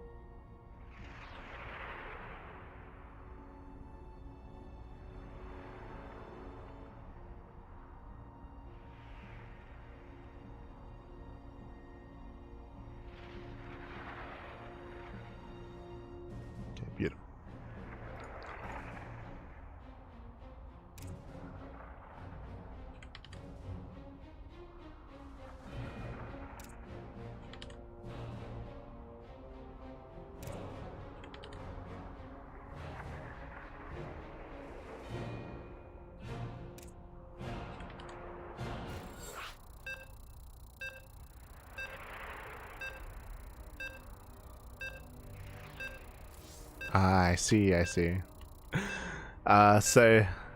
So when unfortunately we won't have Solar Cam. Solar, he said, funnily enough, I said that Percival was smudging earlier. Solar, he said that he's sulking, like he's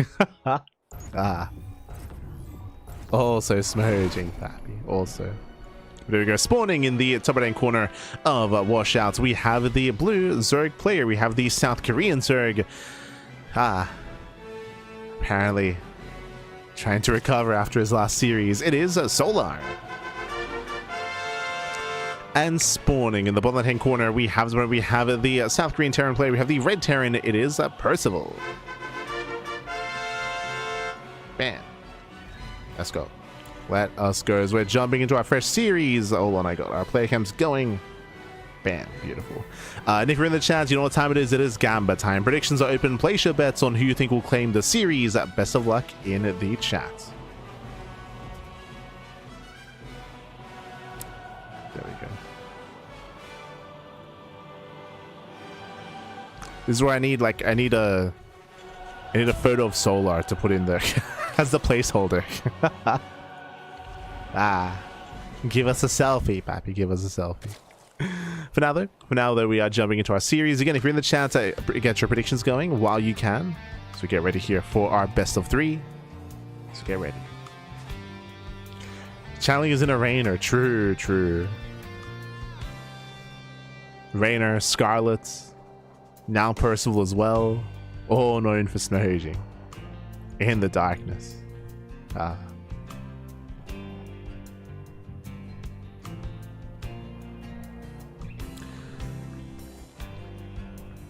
So might be a time to call it a timing attack. If you're referring to Hero's builds, I don't know what to call it. It was Hero's build was a fake out. Like he was basically faking an all in and trying to force an overreaction and trying to get away with greed behind it, which was really cool. It didn't work, but but it was cool. It was definitely something different. I appreciate it for what it was, even though it didn't quite work out, and SHIN was able to punish. Appreciate it. As for now, we're settling into our ZVT so far. We have a standard opener here by Percival, likewise Hatch Gas Pool out of Solar as well. Nothing crazy, nothing wild, we're just building up into our early game. Now when it comes to Percival's play, if you have not been watching Percival as of late, he has been looking dominant over Solar, specifically in GSL. Of course, he beat Solar in GSL. He actually defeated Solar earlier this week as well in some of the Open Cups. So Percival's TVZ has been looking very strong. It's been improving quite heavily. He has still been struggling against some of the other Zerg players like SHIN and like Rogue, but even then he beat SHIN like 2 weeks ago, right? If you recall, in Sparkling Tunic Cup. So again, his TVZ has been improving, and the current meta I feel like does kind of benefit Percival a little bit more. The current meta, of course, is hyper aggression. It's high octane, a lot of drop play, a lot of counterattacks. Percival, that is what he is best at. He has some insane micro control. Like if he does put himself thin at times, of course, and sometimes he does break as a result of that, but he's a very, very fast player, known for his multitasking, and we'll see if he's able to flex that here against Solar once again. We're now going for a third CC before Starport, so an economic build out of Percival. Solar claiming his third. Just going for his third base. We're settling in.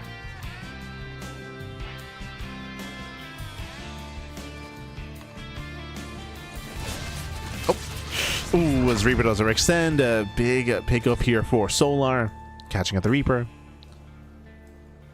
Percival did slip up. Behind this, Solar going for a Positiva Chamber and a +1 Carapace. Into an early upgrade. This will help, especially against a bio-heavy composition. Will help. And we can see this, not a 2-1-1. It is going to be a Hellion Banshee. And the Hellions are revealed.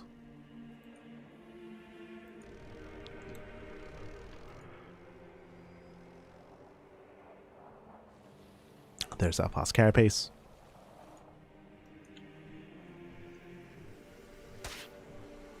And we'll see what Percival can get done. Now scouting is going to be deflected.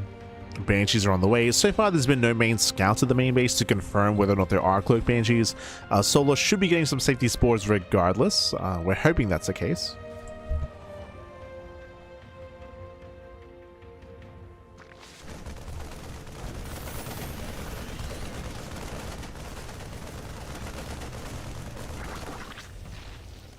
We'll just go down. We have 2 more axes being thrown down as well, going to our own 3-1-1 setup. Again, very standard. Hellions epic in, but so far the queens are keeping up. The Hellions have potential to maybe catch Solar out of position and bust into a mineral line, but for the most part this is a skill check. Like, Solar should be keeping up with these rotations and should be deflecting the Hellions at every turn. It should be.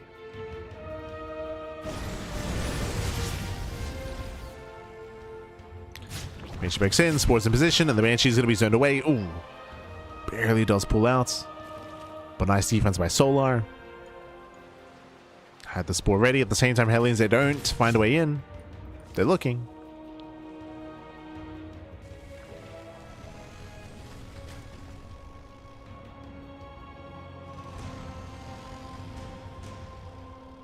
But again, they do not get in.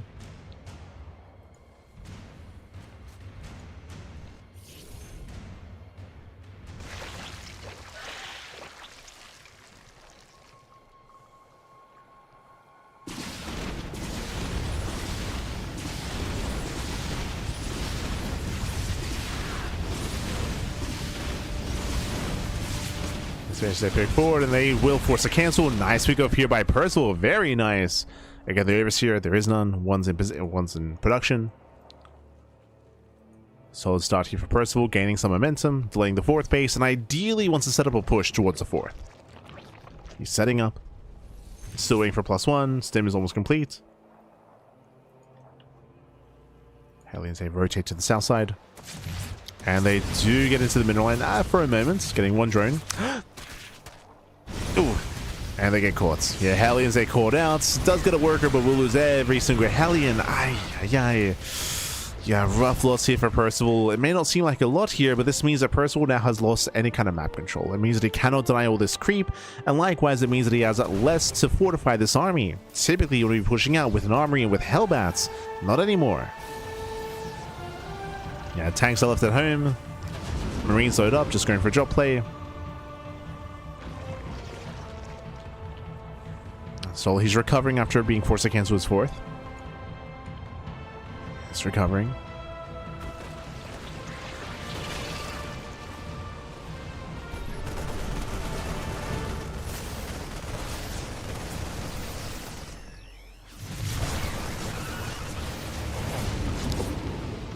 Birds will force to pick up.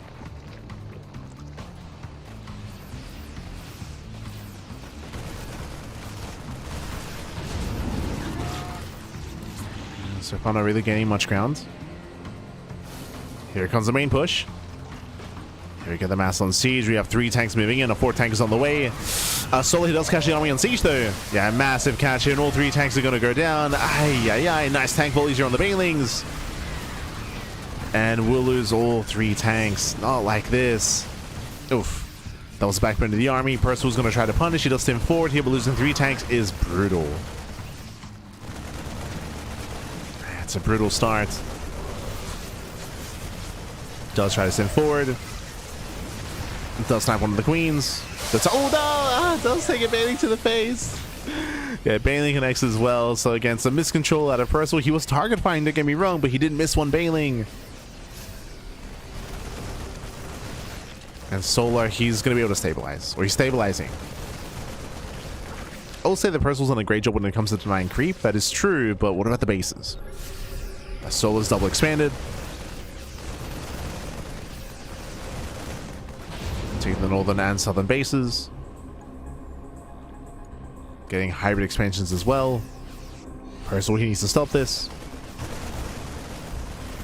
And looks like he will take down this base at least. Yeah, the southern hatchery is going to go down. Once again, stepping forward. And even though Percival lost the main fight and lost all of his tanks, you can see at least with this drop play, he's being very active. He's still keeping up the pace.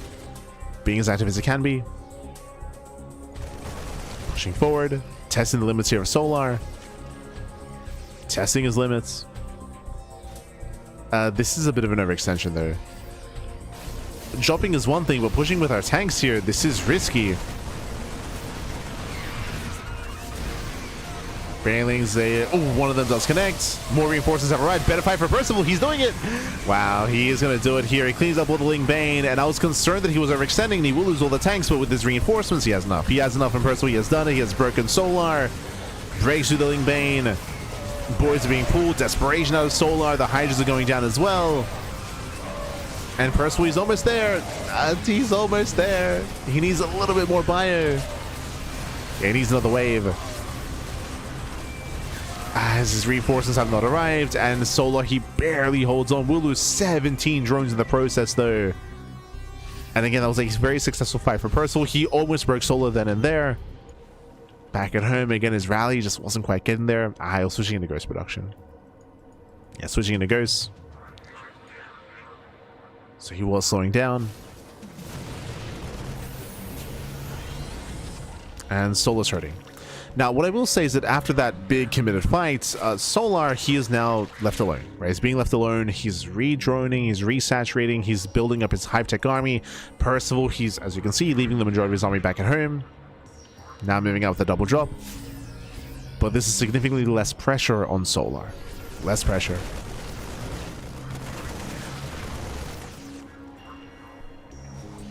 I'm loving these denying creep, though. Against Solar, he's got what? 2 active tumors? 3? Yeah, 3. Wow, that's crazy. 2 down here on the south side. He's got 1 up here, which is about to go down. Never mind. Doesn't this fall here? Yeah, I was about to say, be careful. Save some Marauder.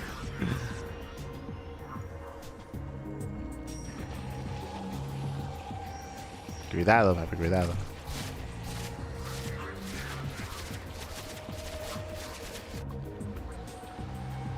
Arms are being cleaned up. Both armies are maxing out.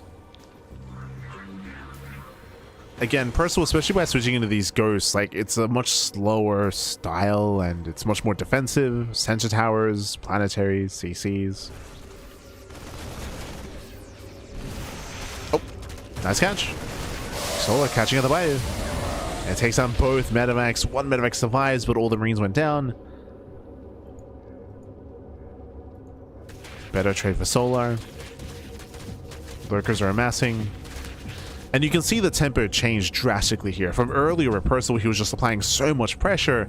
Now he's slowly expanding. He's turtling up tanks, sensor towers, as I mentioned, planetaries as well. Solar, he's allowed to max out, rebuild his economy, get into lurker tech.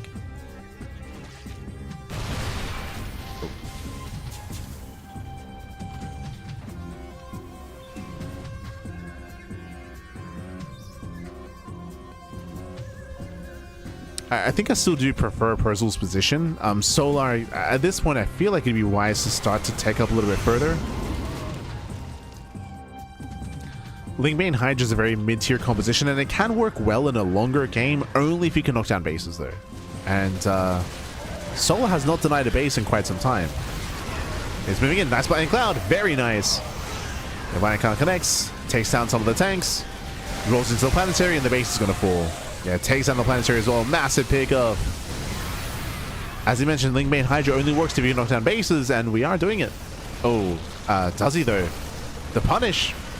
Yeah, Marines, they race back home, they punish the Hydras. At the same time, Lurkers are deflected.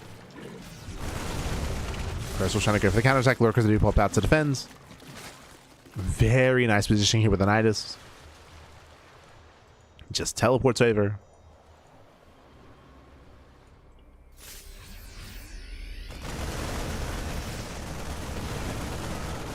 Oh, that's a kill. Yo, was Solar watching Shin? I was like... Solar, por favor. And we're gonna run it back. Oh, gets 1, gets 2, 3. He's gonna hit all these lurkers. Oh my god! Yeah, it takes on every single lurker. Heavy losses for Solar. As he did misjudge the positioning. Percival coming in from behind as well. These Hydras, they're boxed in. They can't escape. Yada. And Solar, he just threw away everything. He threw away, what, 6 lurkers, 10 hydras, a viper just went down as well, got sniped by the ghost. Yeah, Solar, he plummets in supply. Back at home, he has how many lurkers to defend? 2. Only 2 lurkers. This is Percival's moment. This is it. This is his time. Oh, the Bailings. Oh, some of them do connect, but it's fine. Yeah, Percival, we can just tank. He can tank the Bailings. Moves further in. 2 lurkers are in position. Only 2.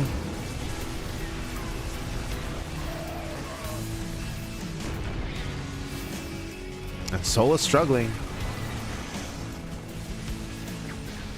Oof. Yeah, down go the final lurkers as well. Justling Hydra. We got 1 Paling in the mix. Let's go. Oof. That's targeting that of Percival. Do more Bailings. They just finished. Percival, watch out! Oh my god. There's some massive Bailing connections. Better fight for Solar towards the end, but Percival still has momentum. He's still moving in. He wants his Vipers. Gets 1. Oh my god, he just mass snipes the Hydras. The mass snipes are crazy. Takes down the Hydras. No Link supports. More bases are falling.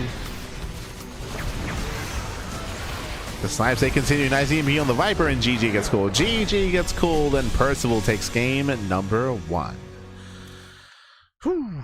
GG. Este Percival. GG, well played. Does claim a lead in the series, and we'll see if we can close it out. We'll see if we can close it out here and now. Again, as we mentioned before, Percival has been beating Solo on a regular basis, and so far that trend continues. We'll see if we can close it out. We'll see if we can close it out. We'll see if Solar can bounce back and make a series out of this. The pressure is very much so on Solar. Pressure is on. Where are we dropping?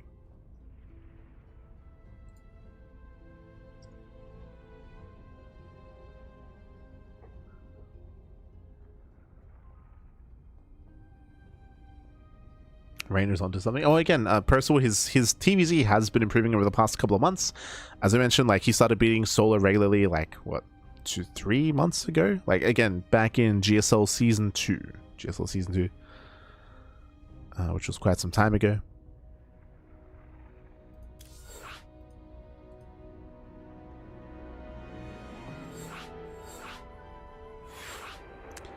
But he's done a great job when it comes to closing that gap between himself and some of the top players out there. But we don't want to get ahead of ourselves, of course. Like Solar, he can still fight back, but the pressure is on, and we're going to be loading into Rainfall. Ooh, this is going to be an interesting one. So typically, larger maps favor Zerg, smaller maps favor Terran. This is one of the smallest maps in the map pool. This is up there alongside Rorschach. So this is where I'm a little bit more concerned for Solar. Let's go. As spawning in the top left-hand corner of Rainfall, we have the blue Zerg player, the blue Zerg player himself, down in the series. Can I bounce back and make a series out of this? It is a Solar. Oh, that's right. And spawning in the bottom right-hand corner, we have the red Terran player, the red Terran himself, leading the series 1-0. It is Percival. Let's go. Let us go. Now, when it comes to Rainfall specifically, I say vaguely, like, favors Terran, Zerg struggle. What is favored specifically on this map is aggression. Aggression is favored. And if you imagine that last game on this map, you saw that Solar, he was like the punching bag. Like Solar, he was just stuck defending back at home, and Percival, he was applying so much pressure on him, pushing into the 3rd base, the 4th base, the 5th base, doing a great job denying creep, taking better fights, and very in the face of Solar. The game did eventually slow down a little bit. That was when Percival was going for the Ghost transition, if you remember. That's when the game slowed down, but that kind of same tempo, that same pace is going to be strengthened even further on a smaller map. That's where Solar has less time to react, less time to respond, less time to reinforce, and things get very chaotic. At the same time, I also want to emphasize that because this map favors aggression, likewise, if Solar were to go for, say, a Roach-based play or Roach-based all-in, or go for Ling run-bys and Ling counterattacks and try to apply pressure to Percival instead, it would also be difficult for the Terran to defend. So we'll see. We'll see who's going to be aggressive. We'll see who's going to gain map control. We'll see who can make use of this map to their advantage.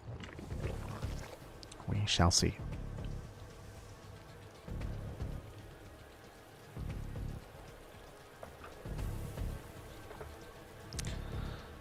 Players are going to be opening up.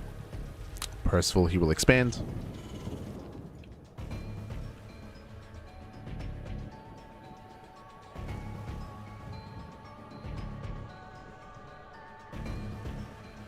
And again, we'll see if Solar can in some way punish or in some way try to take that momentum away from Percival. We'll see. For now, we're just getting into our openers. Just settling in.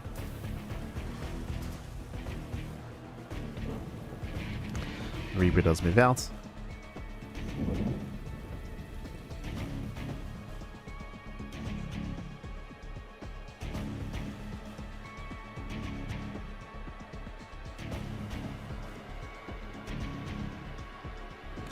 But the real mass merging is you go one step further. Oh no, no! Do it, Jesus.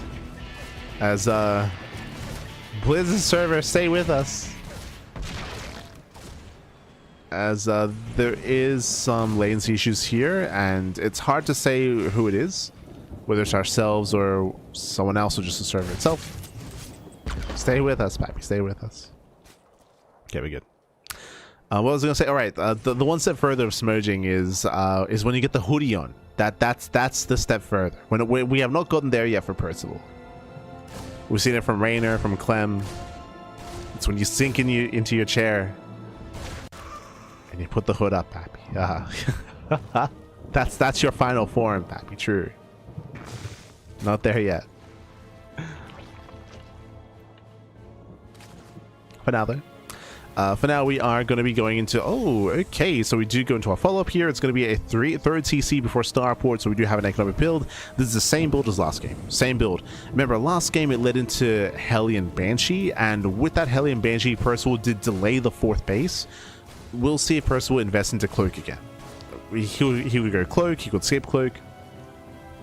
Does have options. But going for a very similar style.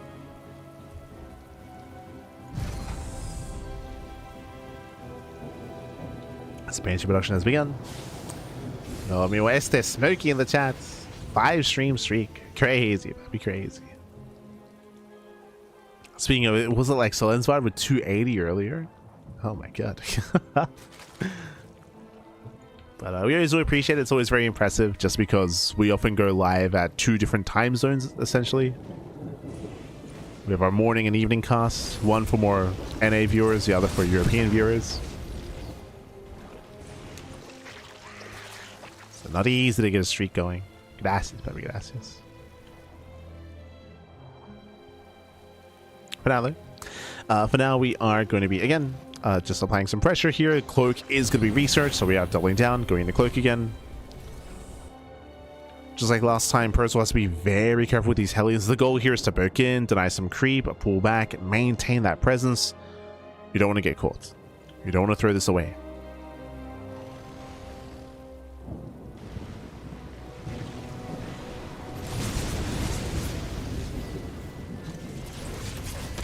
They poke in. You can see trying to catch a tumor. Tumor now going to be thrown down. Branch is setting up here outside of the natural. There's a Queen in position. Spore as well. And so far, Soul is keeping up. Now, last game, Solo went for an early Eva chamber. This time, it's going to be a faster lair. So, lair first, into Baneliness, into later Eva chambers, later upgrades. This is a very safe way to play. It means that Solo has faster Overseers and faster Baneling speed as well. Do we force a cancel? Speaking of faster Lair and faster Overseers than already yet. Hellions go for the dive! Yeah, they go for the dive. Drones are getting locked in. Oh my god, they line up. Yeah, 5 drones. 5 drones going to be going down at the same time. Solo does go for the counterattack. He's going to be finding not much damage here, and that is going to be a cancel on the 4th. Massive pickoff. Does deny the expansion. Solo does force a lift. Hellions, they're not quite done though. 6 drones do go down. And a better trade for Percival. Percival gets 6 drone kills and he does force a cancel. Lings, they don't catch the Hellions. They try. Gets 1. Ooh, not even the Reaper. Oh god. Yeah, not even the Reaper does survive. Hellions as well. Percival goes back in. Catching at the active tumor. Shaving off more Zerglings. Banshees are caught. Nice catch. So he's holding on. He's holding on back. But again, that's... Oh, wait, did we force the second cancel? We did. Yeah, another cancellation, another denial. Ay. Yeah, shaky start here for Solar. He will finally clean this up, but this has been worth it. Like, the Hellions they paid for themselves. It has been worth it. Now we have the follow-up here. Stim is done. 1-1 is finishing up as well. Did we forget? Plus... No, okay. 1-1 still on the way here for Solar. There's going to be a slim window in time here where Percival, he has 2 upgrades over his opponent. That's a lot of Banelings, though. Tanks do siege. And we collapse in. Oh, we tried to. Yeah, second tank has arrived. Solo goes to the counterattack. Trying to distract. Oh my god, massive tank shots and the Banelings. No, they connect! No lift, no lift. Miscontrol of Percival. He was distracted. Ay. Yeah, massive miscontrol here as he just took all the Banelings to the face and Solar is barely holding on. If Percival had lifted there instead, if the tanks had tanked, he'd just keep going. He could keep going, reinforce, and maybe even break this position. Like, even though Percival took a really bad fight there, Solar is still struggling to hold on. Like, it's still a tough hold. As that tank is still alive. Percival gets a queen. He gets one. Just the one. It's double spawn the main. Oh my god, the bait. Oh no! Yeah, it takes down a full medevac. Massive pickup. Percival throwing away a lot here. There's away 8 Marines. Medevac as well. Link runway does distract. Percival's got to look in. He's got a lot of. Oh my god, another baiting to the face. Percival slipping up. Yeah, you can see Solar now take a supply lead. If you recall, last game it was neck and neck the entire time. But Solar's recovering.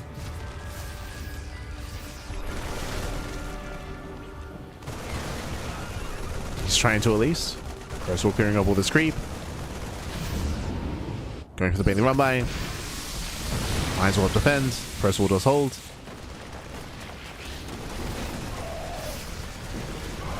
Better defensive by Percival. Nice target firing as well. We'll lose an empty medevac this time.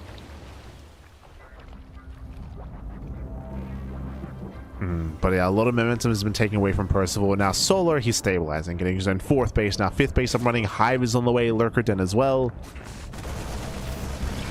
Solar's been given a lot of time. And Percival looks like he's already making that transition into mass tank, into eventually ghost play. And Percival is backing off. He's looking better and better for Solar. We spoke earlier that Percival's biggest strengths are when he's applying all this pressure and counterattacking and dropping. And when he has momentum on his side, not so much anymore. He's actually going for the main push. Okay. Oh. And Marines get surrounded.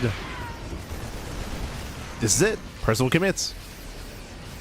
He's moving out with everything. He's got his 5 tanks.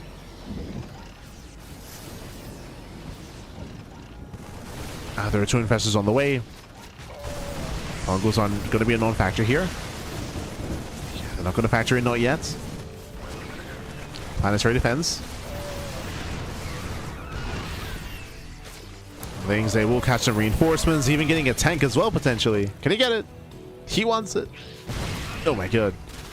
Yeah, the tank will go down. A very nice pickup here with the Zerglings. Can we get a second tank? Oh god. He's going for a second tank. But no, he's not looking. Oh, Percival, once again, he's distracted. Yeah, I was paying attention elsewhere, and with that, the tanks are going to go down. Heavy losses for Percival. He will lose everything here. I want to say there were 2, maybe 3 key moments this game where he would look away to a run-by. There'd be a run-by, a counterattack. It would distract Percival just at the wrong moment, or right moment for Solar, to be fair.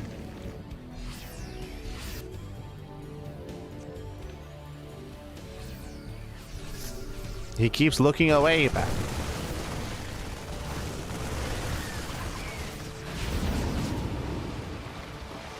And you can see the supply disparity here. See that disparity. And this goes into what we mentioned at the start of this game, how this map favors aggression, and we were discussing either roach heavy play or a lot of counterattacks. That's what we've been seeing. A lot of Ling run-bys, a lot of Baneling run-bys as well, a lot of counterattacks have been distracting Percival at these key moments. And Solo's maxed. Solo's coming. Yeah, he's coming in. Oh my god. Yeah, massive tank shots despite that Solo. He's trying to break through. Yeah, takes down the tank, gets into the mineral line. Not quite. Solo bleeding out a lot of the lurkers here. Yeah, bleeds out lurkers, but he should still get through into that mineral line. Not quite. No, never mind. Not enough Ling Bane. That's what they are. So Solo, he rallied his reinforcements to the center expansion. The planetary cleans up everything. So now it's Solo's turn to overextend and to miscontrol his army. I was curious where the reinforcements were, but again, he was just rallying into the planetary. Planetary holds. Percival defends. Catching out the lurker.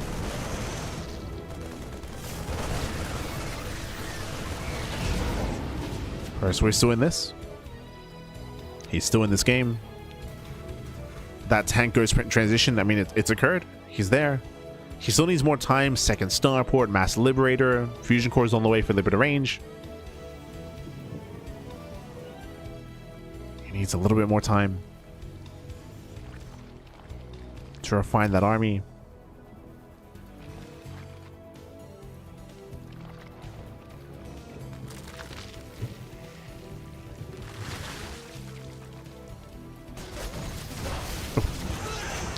Bigger extension, the fungal. Oh my god, the fungal does land, catching up most of the ghosts.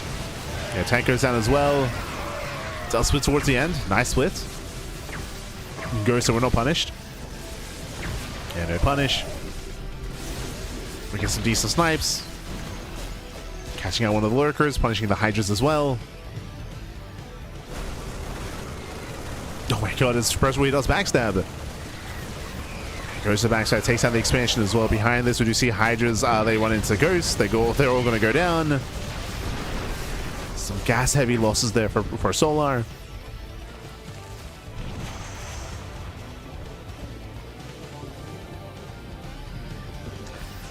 Again, we were praising Solar's run-bys initially, but in recent times, when it came to the Ling run-bys to the planetary with this Hydra counterattack as well, it hasn't been worth it.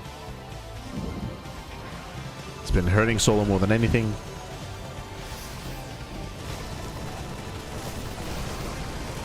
Percival is moving in. Denies another base. I think there's one. Yeah, there's one Infestor. 3 Vipers. I need time to gather energy. Oh. Once again, very nice target firing at a Percival.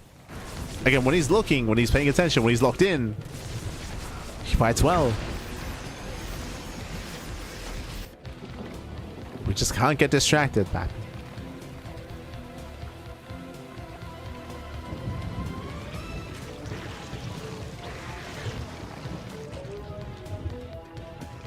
As Percival, he's building up a superior army, right? With tanks, with liberators, with ghosts. Like, he is outscaling Solar.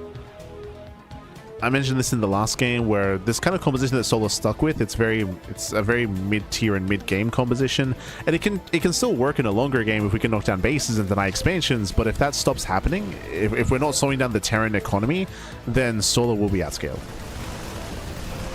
Oh, nice catch. Speaking of not paying attention, Percival throwing away some Marines, throwing away some Bio. It's gotta be careful. Solo setting up for a dive.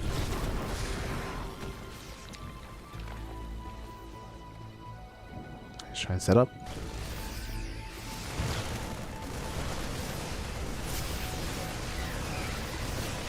So he trades well here. He won't get the expansion, but then he shaves off some Lings.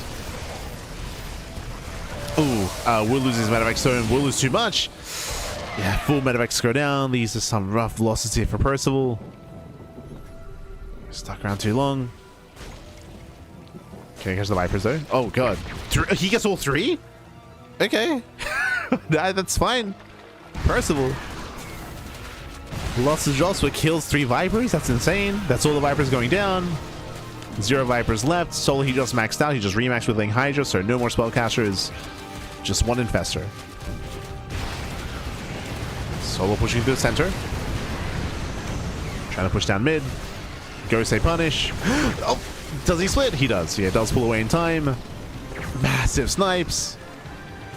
The mass snipe at the same time. Not as long as they're finishing. They're trying to get up. Ooh, not a lot of medevacs. Wow, not a lot of medevacs here. Oh my god, mass surround. Some brutal connection. The Gosei still survive. Percival keeps on pushing. Nidus does finish. Gets 1, 2, 3, 4, 5 lurkers. Yeah, they barely do on Borrow, but we get caught out. Yeah, he gets caught out. Gonna lose everything. 5 lurkers fall. Heavy losses for Solar, and Percival's done it. He's done it. Cleans up the main army. Took down all the spellcasters. Knocks down the main mining base. And Percival's maxed. He's maxed out. And Solar's run out of steam. He's run out of steam. Cannot keep up. Not like this. As I mentioned earlier, like this army, it's just so inefficient, and it only works if you can deny bases, but these bases have been standing strong the entire time. These planetaries have been left alone. Percival's economy, his economy is booming. It's booming.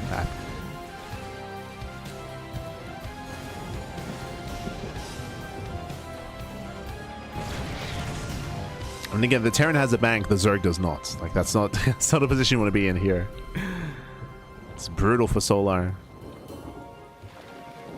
He's got 1 good fight in him. Where he has 1 Viper, 1 Infestor, 1 Lurker? Yo, the 1-1-1. It's going to everything. Except for Ling Hydra. Nice Parabomb. The problem was decent. The army does flank, catching out the Infestor. Yeah, Infestor gets caught. That 1 Lurker as well.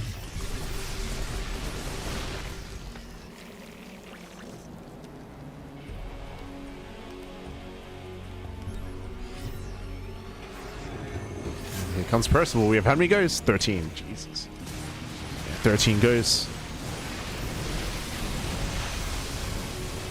Solo tries to break out. Oh my god, mass snipes on the Hydras. Jesus. And yeah, the Ghosts, they trade well. They trade well here. They mass cloak, no detection, cleans up the Lings.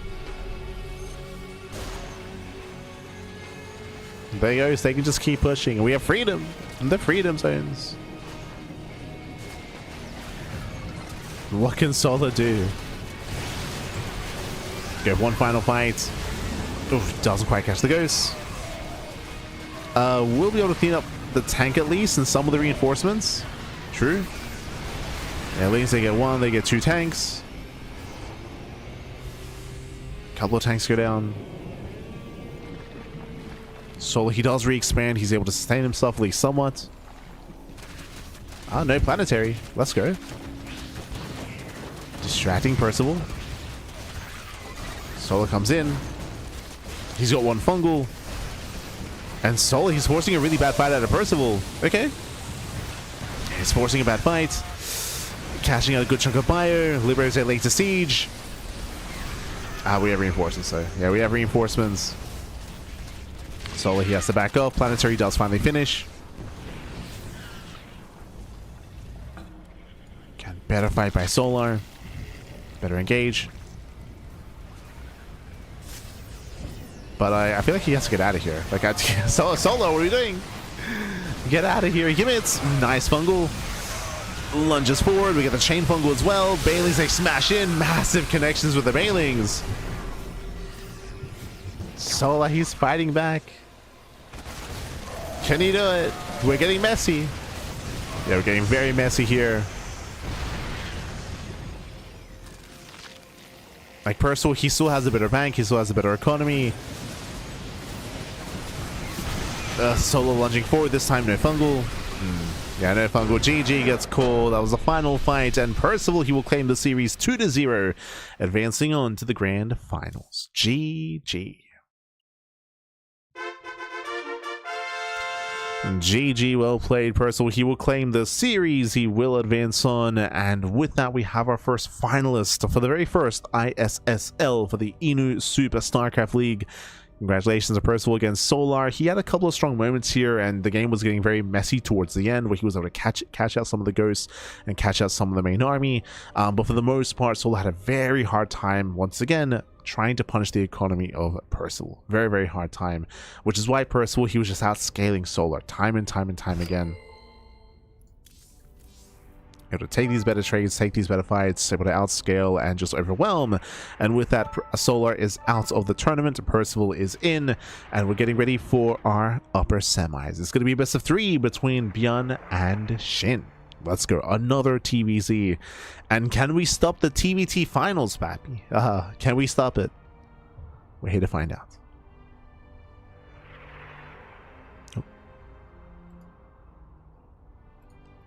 Here we go. As I believe our players are getting their cameras ready, not mistaken. Yeah, so we're going to be going on a short break. Here. When we come back, we'll have a next series, we'll have a next matchup. We'll see you very shortly after this break. Oh. See you soon.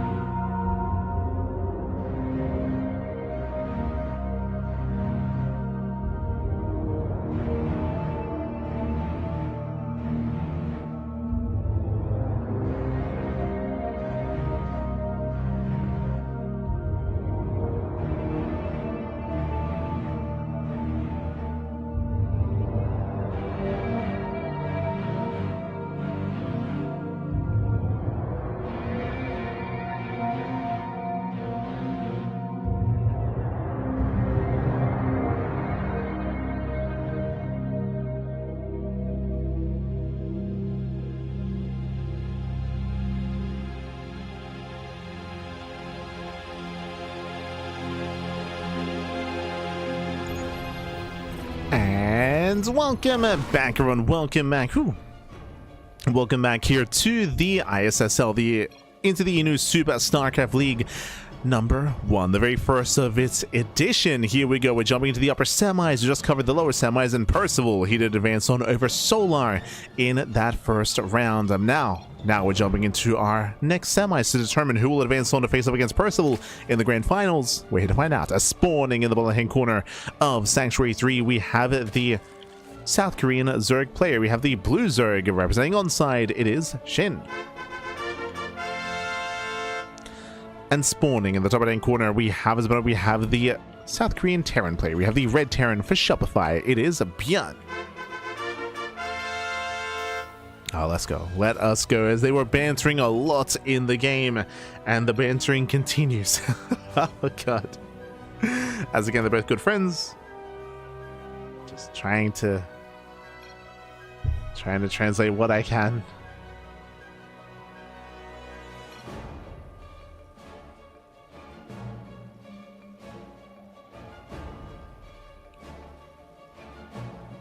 Oh no.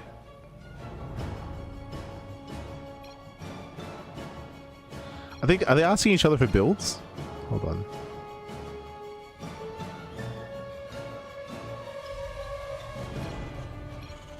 Is it someone's birthday? I think that is Bjorn asking for a gift, and she's like, no, don't get anything. Ah. Saying because you're asking for a gift, I'm not going to give it to you. Ah, no.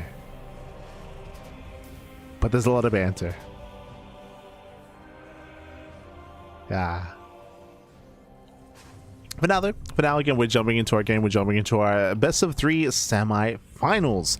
And shout out to Bjorn, of course. Bjorn, we do have our Bjorn cam, rocking that Shopify jersey. Let's go. Unfortunately, we have no SHIN cam. If you're curious as to why, SHIN did say, is like, hey, if Solar didn't need to show his cam, like, why do I? so no SHIN cam. Smurge, baby, smurge. As from here, we're going to be opening up. We do have our racks expand out of Bjorn. Likewise, we have our own hatch gas pool out of SHIN. Sorry, I say hatch gas pool. It was a delayed hatchery early. Oh, that's an early gas. And we're staying in gas. We're staying in gas. Are we going for a Bane Bust? We're leaning towards the Bane Bust here, so Link Speed is on the way. We're still mining gas, and we're looking for a Baneling Nest for the bust. Let's go. So SHIN, there we go. He's going for an all-in, going for the early all-in here, trying to catch out Bjorn. Bjorn does go for a standard follow-up, thankfully, going for a racks in the factory. But remember, because of Bjorn's CC first, and it was a CC first, he doesn't see what's going on. No SCV scout, no Reaper scout. Zero vision, zero scouting. Bjorn has no idea what's going on, and SHIN will punish him with the bust. Oh boy. Before I get ahead of myself, if you're in the chat, so Gamba time. Predictions are open. Predictions are open. Place your bets on who you think will claim the series. Best of luck in the chat. Best of luck with the Gamba. As here we go. We can see SHIN skirting around the edge of the map. 14 more Lings on the way. Again, it is going to be that Bane Bust. Is going to be that all-in. And currently, Bjorn has no idea. He's playing blind, Pat. Playing blind. Show us the Banes. Here we go. Six Banelings are now morphing in. We're ready to bust. There's going to be one Hellion to defend. A second Hellion's on the way. Marines are staying on the high ground. So good setup here by Bjorn. He can always lift that rack. Sorry, lift the depot. Can lift and close up the wall. Here comes a flood. Hellion's out of position. Yeah, Hellion's on him to defend. Banelings are waddling in, and they're going to bust down that front door. Ooh, they take down both depots. Heavy supply block. Boys are being pulled. The Banelings, they won't connect. Wow, no connections. Nice supply, nice stepping here. Nice focus firing out of Bjorn. Does focus fire. Hellion races back, and Bjorn holds. Wow, Bjorn is holding. We need more damage here. Oh, gets us around. The Baneling. Oh my god, Baneling connects. One Baneling connects. Both Hellions get surrounded. We have a third Hellion now popping out. So only one Hellion got surrounded, and with that, Bjorn holds. Yeah, Bjorn is holding. He defends. He shuts down the all-in. He just had to make sure the Marines survived. Hellions didn't get surrounded. Only one went down. Lings will wreak havoc in the low ground. Oh my god, that's a lot of SCV kills. But Bjorn is still ahead. Yeah, Bjorn is miles ahead. He's on 2 bases, double orbital, double mules, I should say, as well. Up in SCVs, and SHIN now is droning. SHIN is behind. SHIN, he is behind. This was supposed to kill. Fails to kill Bjorn. Going for a second flood. But last Beyond is ready. Elise is being denied mining. So SHIN, he's going to try to play catch up here. He's joining up as best he can. Delaying mining. Third TC has now begun for Beyond. And this is looking rough. This is looking very, very rough.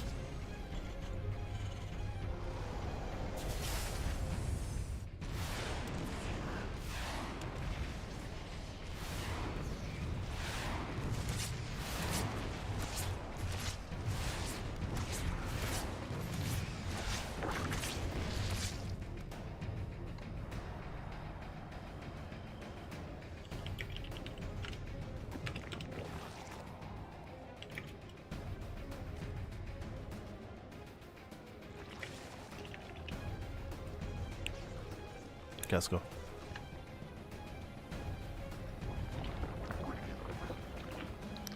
Yo, we're gonna get our CranKy translator on? Are we?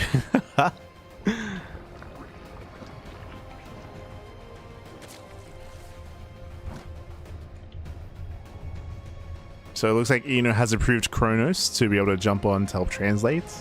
Este Kronos. Let's go.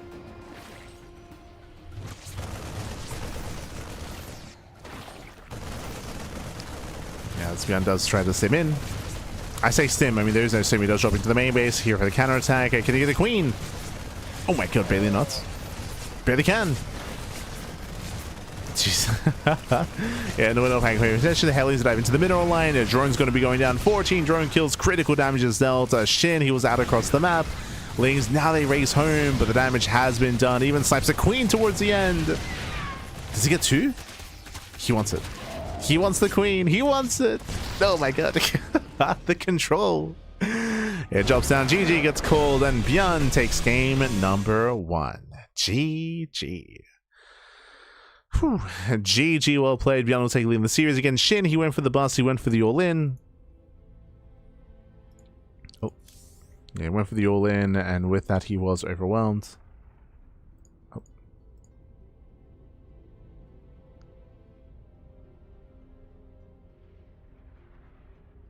Hold on.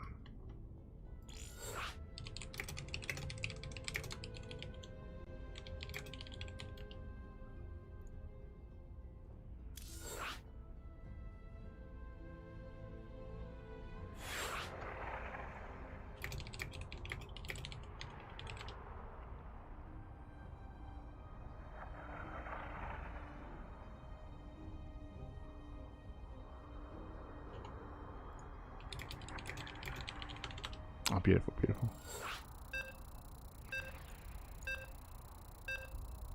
Beautiful. We have a translator. Ah, Este Kronos. But here we go. Here we go. We're jumping to game number 2 here. Going to be loading into Attorney's Edge. And hopefully, if we do have some banter between our players, this time we're going to be actually getting some translations for the banter. Ah, let's go. As spawning in the bottom hand corner of Attorney's Edge, we have the South Korean Zerg player. We have the blue Zerg representing on side. It is SHIN.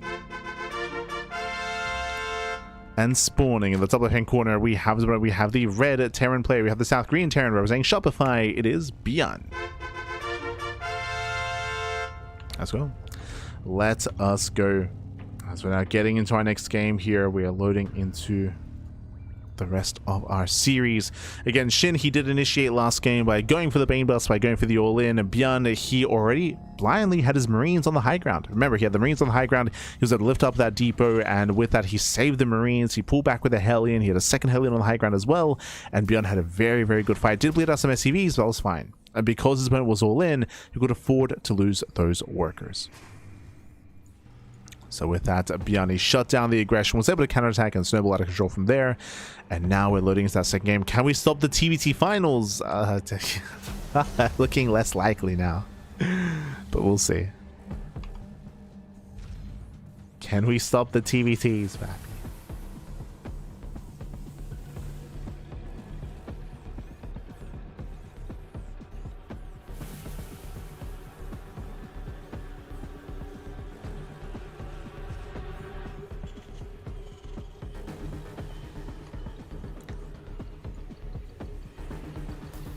As again, from here, we are going to be calming things down. Once again, we do have Bjorn going CC first. CC first out of Bjorn, 2 games in a row. Last game, he got away with it. We'll see if he gets away with it this time. Again, the biggest downside of going CC first is your lack of SCV scouting and your lack of Reaper scouting. But I mean, hey, Bjorn, he defended regardless back at home. He was able to shut down the attempted all-in anyway. So I'm sure that SHIN is going to be dissuaded from going for an all-in. I'm sure that he'll now just drone, saturate, and build up into a standard game, I would imagine. I would imagine.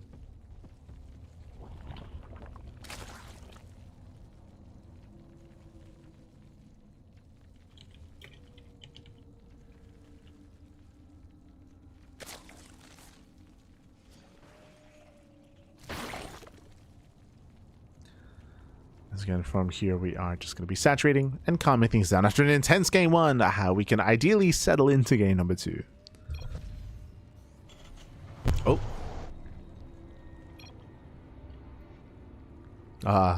This is it.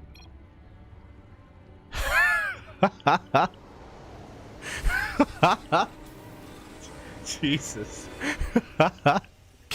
God damn it. God damn it, SHIN. God damn it, Bjorn. I think that's in reference to the all-in that we saw last game. I think that's in reference. Ah, no. But thank you for the translations, Kronos. Thank you.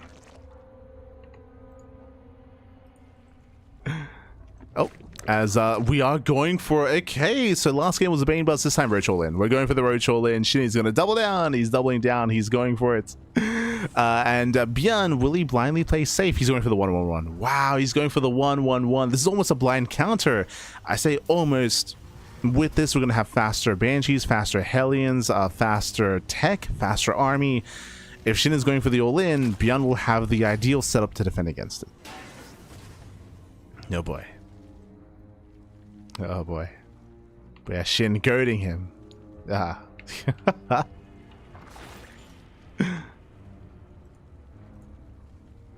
As here we go. Roaches are amassing.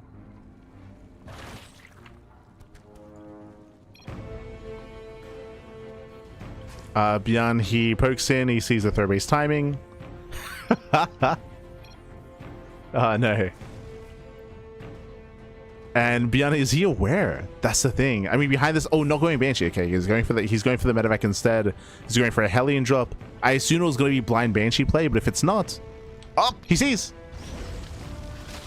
Does poke in. Yeah, it does poke in. SHIN commits. He's going across the map. And Bjorn, he will catch the Overlord just barely. Oh, he's trying to. Overlord gets caught. Ooh, the Hellions take 2 rally into the army. No, he didn't notice. Bjorn didn't notice. No. He didn't notice the all-in coming his way. He's not prepared. No bunkers. Yeah, no bunkers back at home. Roaches, they break down the front door. Can he keep going?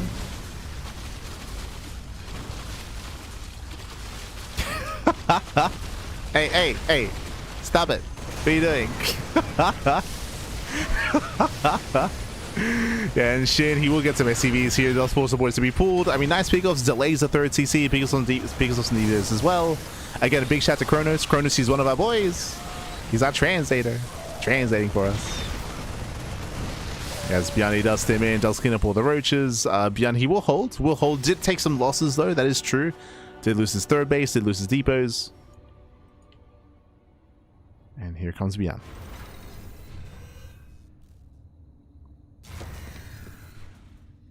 Again, does rally across.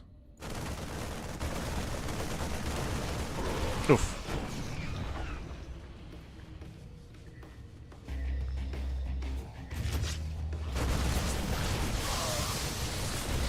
Does rally in. Catching out a couple of roaches. Again, SHIN, he will deflect, he will defend. Behind this, SHIN is trying to redrone, resaturate, trying to get into the mid game. But it's a very messy game right now. It's just very messy for everyone involved. Like, Bjorn's expansions and his follow-up has been delayed. At the same time, SHIN was committed, but now has forced into a longer game. A very messy game state. But we are slowing things down. And so far, Shin is in a decent position as long as he can get his fourth base. If he can get his fourth base up and running, then he can start to build up into the mid game, into his own Roach Ravager. Behind this, I would imagine that he would want to take up into Ling Bane. Yep, there it is. Ling Speed has now begun. We are switching into Ling Bane Roach Ravager. At least we're trying to. We're trying.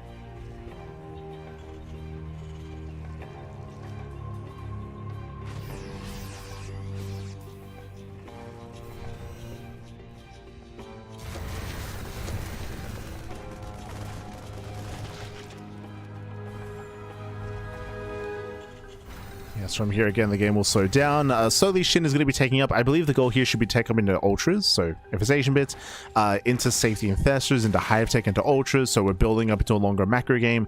Meanwhile, beyond, it's going to be on him to try to trade early and apply some pressure and maybe even break Shin early on, even force out more Roaches. But now though, Shin does fight for map control, does force Beyond back. Again, Beyond wants to be active, he wants to be aggressive, but now they're stuck back at home. He's able to get some harass going. Let's go. Gets a queen. And Shin does catch a queen. Sorry, Beyond. Does catch a queen. The fourth base though now fully saturated. This is what I was worried about. Shin, he's reaching peak economy, and Shin is snowballing out of control. Like, he's looking very, very comfortable here. Beyond is stuck at home. Beyond is going to try to turtle up. And Beyond is going to be fine on 3 bases, but the moment that Beyond tries to get a 4th base, that will create an opening for Shin, as Shin is even going for the gold. Ay, ay, ay.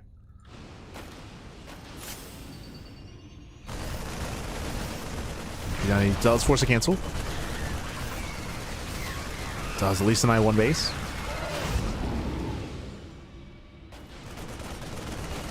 Denies the expansion. Pushing through the center. Gets an overseer as well. Very nice. But can he stop the gold base? That's the big question.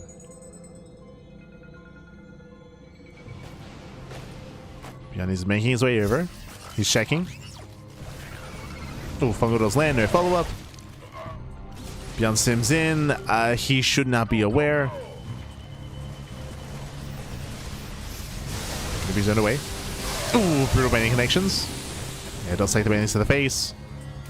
I don't think he knows about the gold yet, though. That is a kill. Yeah, kill, not a cancel. Massive pickup. Check the gold, papi. Por favor. You can do it. Again, if he was aware of it, then he would have denied it. But, that's still just reinforcing in the center. Switching into Widow Mines, which is more ideal against Ling Bane.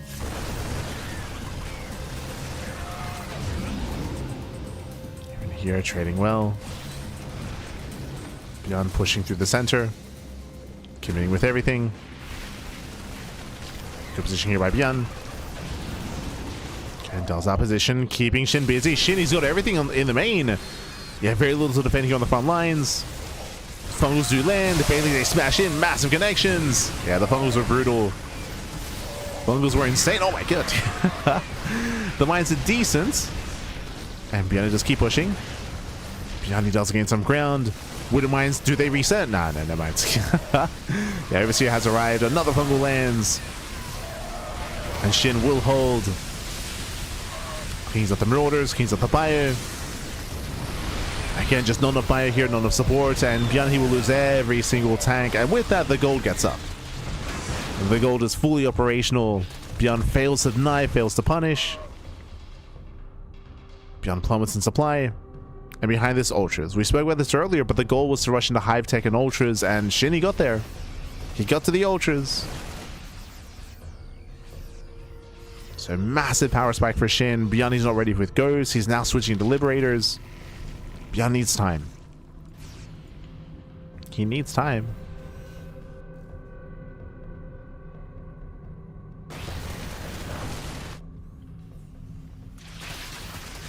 SHIN advances forward.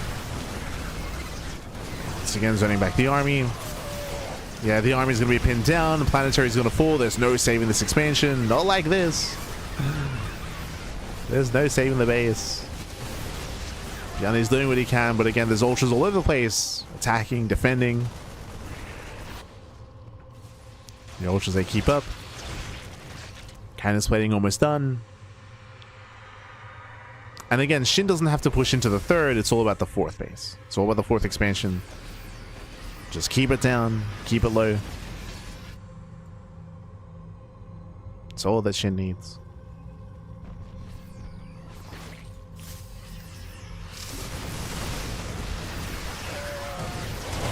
Oof. I mean, better engage here for Beyond. We're fighting without kind of splating. Yeah, just before kind of splating. Anti-timing out of SHIN. Best fight that Beyond could have hoped for, but he's still going to be overwhelmed. Yeah, there's still too much Zerg. SHIN still overwhelms. Cleans up the army, pushing further out. Collapsing on top of the fourth. And Beyond just can't expand. He cannot expand. Oh my god. Not like this.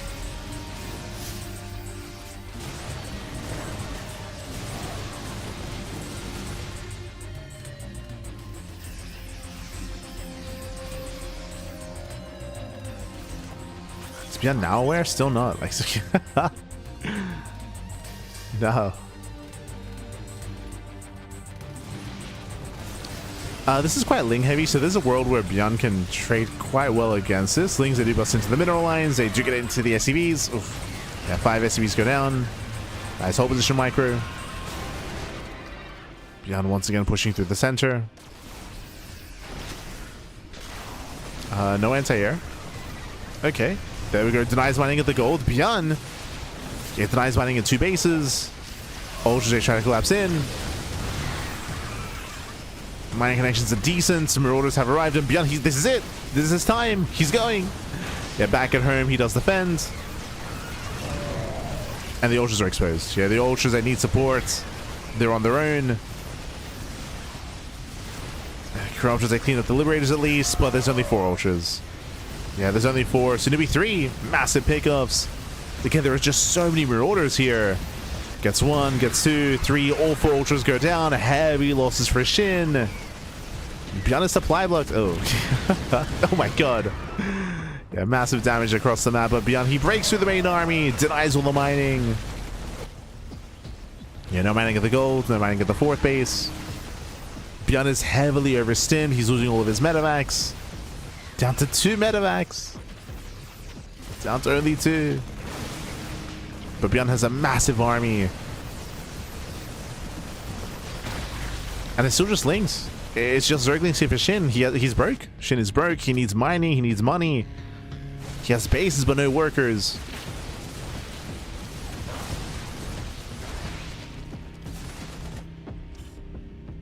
And GG gets called. Beyond overwhelms, and Beyond, he will claim the series 2-0, advancing on to the grand finals. GG. Whew. Not an easy one. GG, well played. Beyond, he will claim the series. He will claim the semis. He will advance on to the grand finals. Again, SHIN, we did have a back and forth. SHIN began with a roach rush. It was a shaky defense there by Beyond. Beyond, he counterattacked, knocked down some bases. We had that back and forth. Here we saw that SHIN was doing a great job denying the 4th expansion of Beyond. True, he was doing an amazing job knocking it down time and time again. But we saw that SHIN, he took some really rough fights after he threw away his Lings. What happened was that SHIN went for a massive Ling run by, if you remember. He threw away all his Lings at the 3rd base of Beyond, which meant that he had no support for the Ultras. Ultras are quite flimsy. Like, they're very, very vulnerable. They need supportive units to tank for them. But because we threw all the Lings away, the Ultras were on their own, and then we started seeing Ultras go down, and these were expensive losses there for SHIN. Ultras, they take a lot of gas. They take a lot of gas. GG, well played. GG, well played.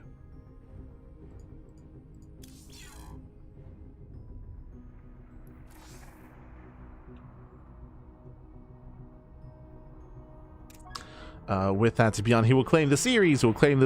He will advance on into the finals, and we have our finals ready. It's going to be a best of five between Beyond and Percival. Oh boy. We could not stop the TBT finals. No. Could not stop it.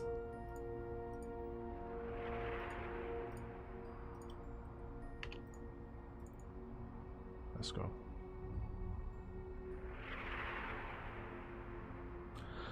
Which means we actually have both player cams as well. True. Really, that's what it came down to.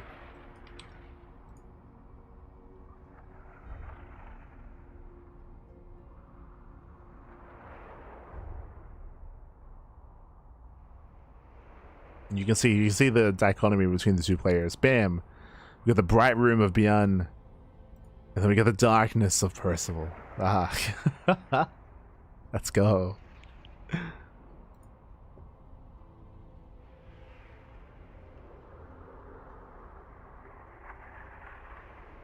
As again, readers are currently underway, and once they are done, we can jump into that final series, that TBT.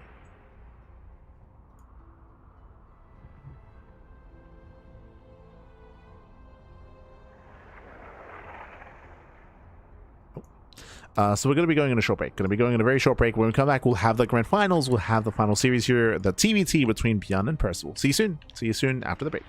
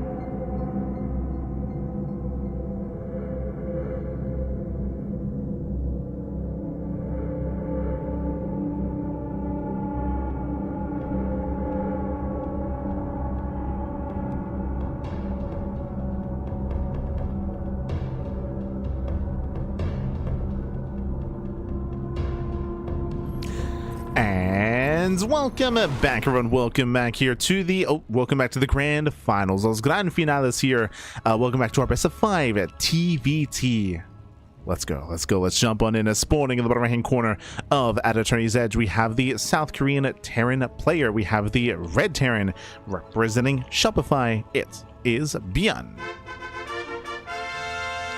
And spawning in the top left hand corner, we have the South Korean Terran player. We have the other South Korean Terran. We have the blue Terran. It is Percival. And if you're in the chat, you know what time it is. It is Gamba time. Predictions are open. Place your bets on who you think will claim the series. Will it go the way of one Terran or the other? Best of luck. Best of luck in the chat to get into our TBT. Unfortunately, it looks like we do not have player cams here for the final series. We had them available, but looks like, you know, he let him know that it's like, it's okay. You can turn them off for the finals. Like, okay. just so they can focus, just so they can lock in. Otherwise, again, best of luck with your predictions. Now, for those of you that are maybe a little bit unfamiliar with our two players here, Percival has been looking like a beast in TVT. Percival, he has had a recent winning record against Bjorn.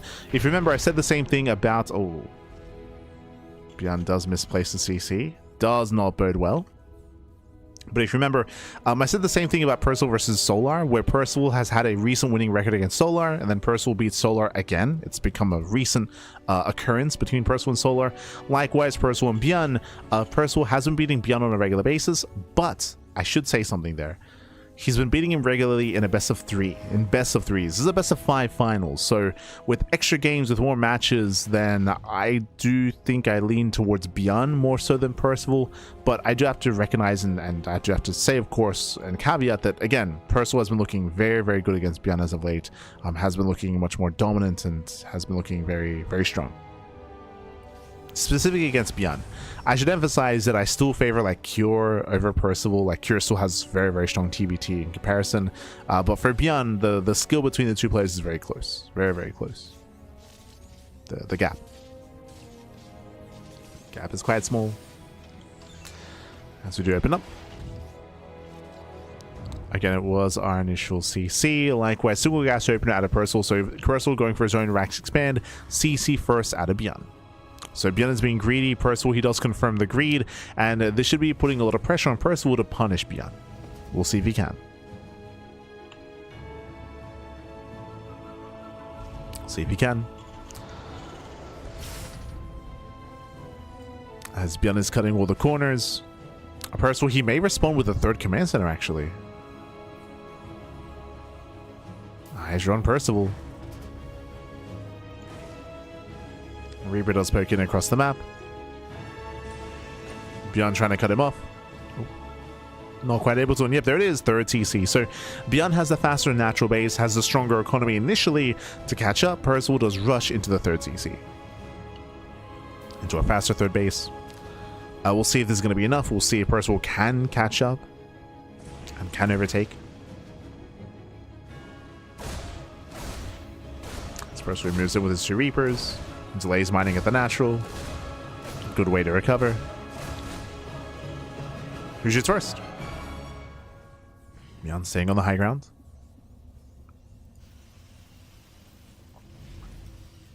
Going for his own 1-1-1. Now, when it comes to the meta of TBT, we have been seeing a lot of aggression in the early to mid game. A lot of 2-port, 2-base all-ins. It's been very trendy. I do expect to see that at some point in the series. Oh, Hellion does get the first shot off. Yeah, better shot here from Bjorn. And Bjorn, he will overwhelm and he will catch up both Hellion, sorry, both Reapers.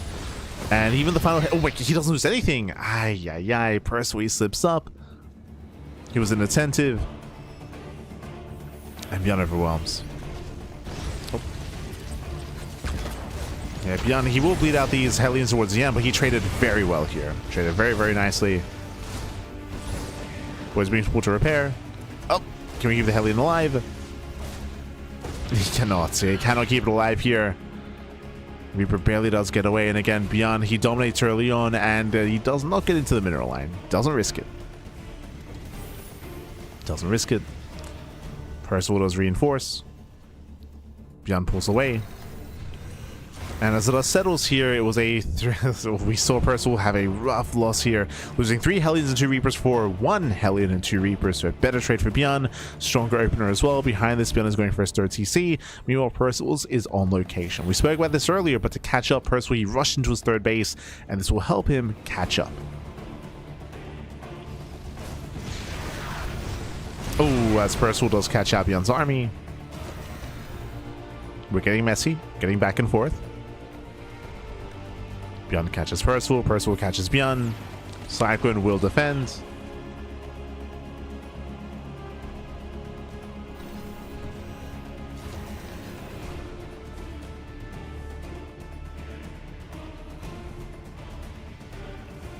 From here, we're settling in.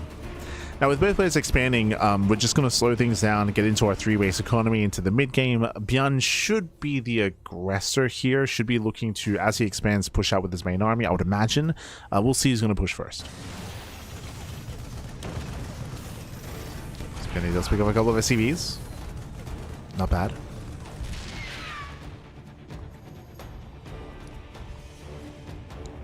Gets one, gets two workers.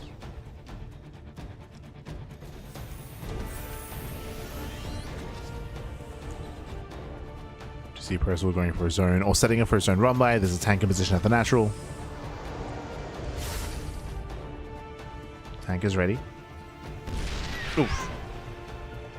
And Percival does check with the face.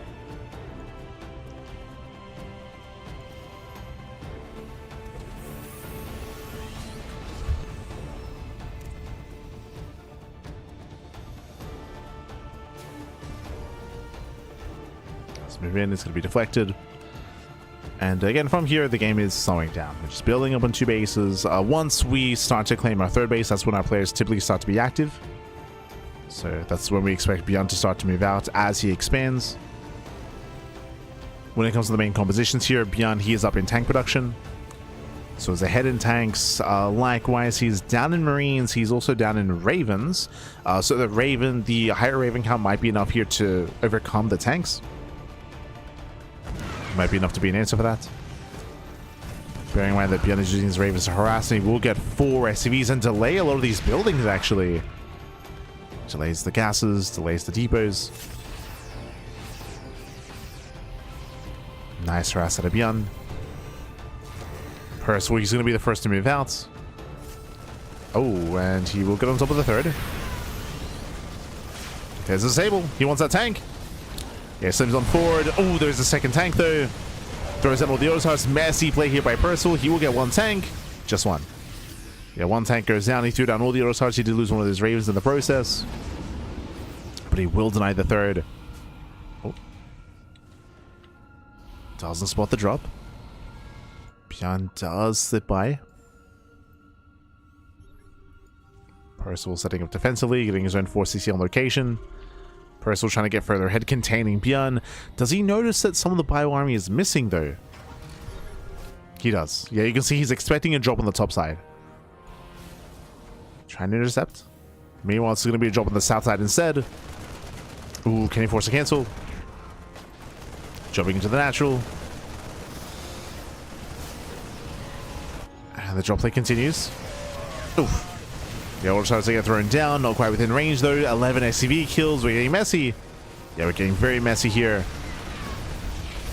Losing 11 SCVs and 2 gas gouges as well. This one double drop here is getting out of hand. Beyond taking a massive lead. Oh, almost gets a Raven. And Beyond's not done. Yeah, massive damage, 14 SCVs. Percival, he had a massive advantage. Not anymore. He's losing that lead. Beyond now expanding, so there's no double drop here on the top side. With tanks.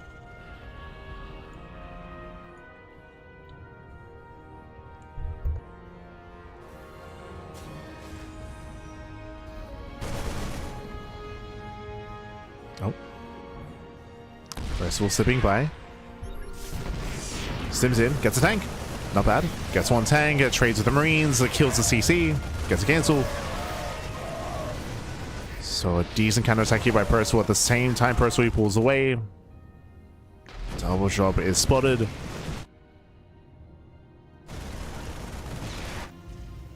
Percival keeps going. Can he get the tanks? He gets one. Yeah, he gets one tank. Only one though. Oof. Does pull away. His own tanks are exposed. Yeah, overextension. Big overextension here. He will lose both of his tanks and the medevacs. Oh my god. Yeah, Percival does bleed out a lot of supply here. Does snipe some of the Ravens, but a brutal trade. Percival has been throwing away a lot. Even here as well. Percival bleeding out a lot of supply.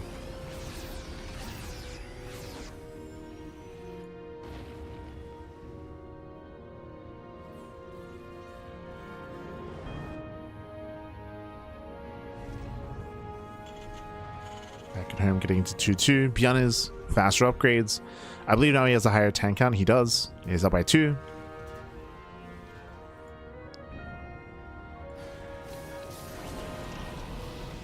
And the pressure's on Percival. Pressure's on.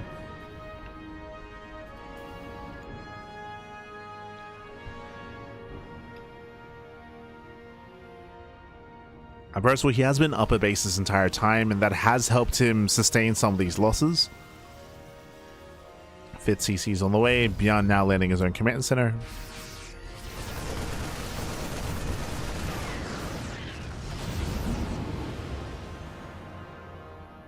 He does land. Double jump into the main. Oh, nice cancellations by Percival. Okay. Yeah, Beyond's not ready for this. Better fight for Percival. Stims in, but the tank, no! Oh my god. Yeah, there was a tank behind this. Better trade for Beyond. Tank fully goes off. And Beyond's about to max. He's about to max out. Does spot the main army. Does spot the main push.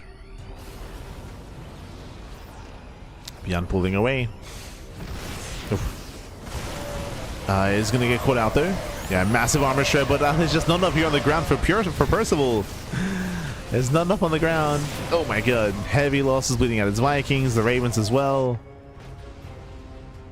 Percival bleeding out too much. And Beyond is snowballing out of control. He's winning with the main force. Behind this, he has another double drop here on the south side. Triple drop even. That's a lot of Marines. Percival does catch a couple of tanks here. Slightly better trade for Percival. Switching to Vikings. Trying to fight for air control. Okay, better tank shots, better positioning for Percival. Okay. Does take some slightly better trades. Once again, trying to bait the army in. Tank boys, they go off. Johnny Sims, he's crazy. Yeah, Sims in, and he does get all 3 tanks, not enough Marines. Yeah, there's not enough fire, not enough Marines. Ay, ay, ay. Percival, he just was not in position. And Bjorny Sims, and he wins. Breaks to the main army, pushing right through the center. Headed for the natural. With reinforcements, Percival, he may barely hold on here. He is. Yeah, he is holding.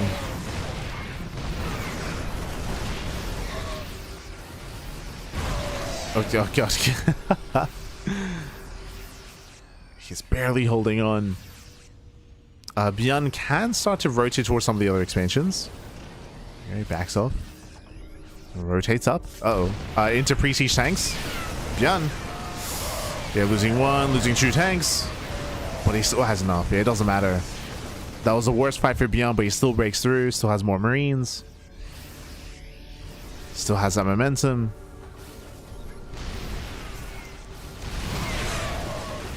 And even here as well.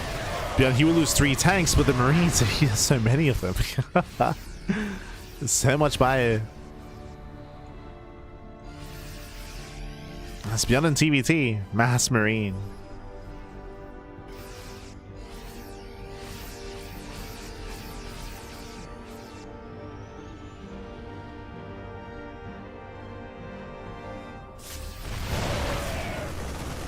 Does that position Percival, catching out 1, 2 free tanks. Yeah, takes out the tank, rotates towards the top side as well. Behind this, there is a planetary. Again, Percival just cannot engage on like this. Does have the Liberator though. Liberation has arrived. This is the way back into this.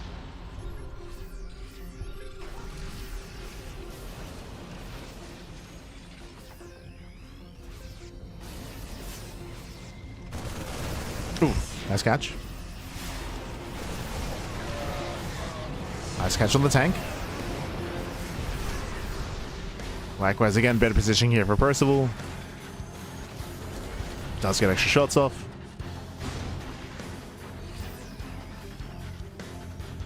Percival, can he recover? Even here, I mean, hey, gets a tank, gets 2. Yeah, Medevac goes down, gets 1, tries to get the other tank as well, not quite. Nice armor shred. Better couple of moments here for Percival. And Beyond, he does engage with the shredded armor. Oh my god. Beyond overconfident there. Beyond is losing his lead. He's taking a couple of bad fights. Oh, there we go. Does overwhelm. Johnny picks up the tank, takes down some Marines. Beyond recovering. What's important here is that behind this, Beyond is going for the gold. He's going for the gold breaks, his mass expanding. Beyond, he still has map control. He's at least keeping Percival on the defensive. So Beyond, he might have taken some bad fights recently, but he still has a better economy to sustain this. At least currently. What's also important is that Percival is building up a more efficient army. He's going into Mass Viking Raven. So technically more efficient. Beyond sims in. That's a lot of tanks though. Again, Percival's army scales better into a longer game. Just tank, Viking, Raven, instead of Beyond, who's mainly tank Marine. It's heavy Marine.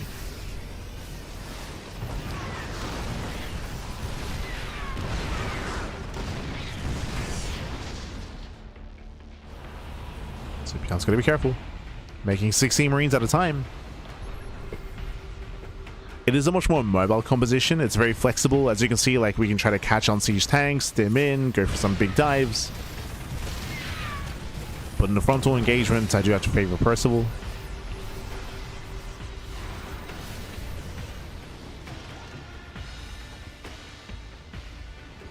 This Percival cannot punish the planetary.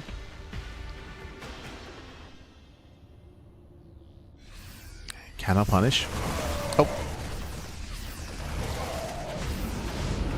This zoned away. Jump into the bases. Hey, Beyond does find some tanks. Even gets a Viking. It takes out a couple of tanks, takes out a couple of Vikings. Beyond stims in, gets a second tank. Percival's out of position. He's being forced out of position here. Some rough trades for Percival. Meanwhile, Beyond is misrallying his army. Oh. It's misrally. Percival dropping into the main base. Headed for the third. Looking to distract Beyond. Oh, the boys are being pulled. That's a lot of SCV losses. Yeah, losing so many SCVs. 17, 18, 20 SCVs going down. Beyond leading a lot of workers. At the same time, he will kill a planetary. Mass disable. Percival's trying to stim in, but he needs more Marines. Yeah, the Marine count isn't there. It's just not enough fire, not enough Marines. In the end, Beyond overwhelms. Percival just does not have enough. Barely not. Oof.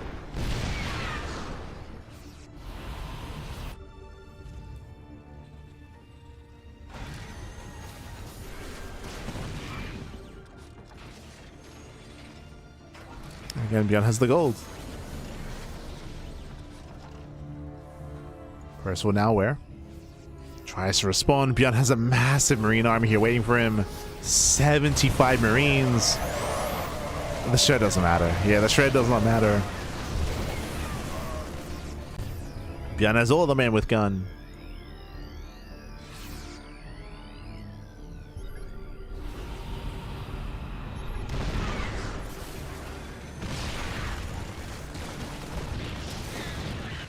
Beyond rotates to the top side. This does create an opening, so Percival can deny the gold. Okay, Beyond's out of position. He's now racing over. No major damage though. That's Percival, he's holding back. Setting up a siege line again. He does need to at least get that armor shred going. Mass disable as well. Okay. Better fight. Very nice engage. Percival cleans up all 4 tanks. Massive connection here with the bio army. The Dorito does that. Again, Percival's army is a lot more complex, and it has a lot of moving parts as well. But has a higher ceiling. Has a lot more potential. We can disable the tanks, land the armor shred, have enough Marines to hold its own. And again, Percival will win these fights. Kills the planetary.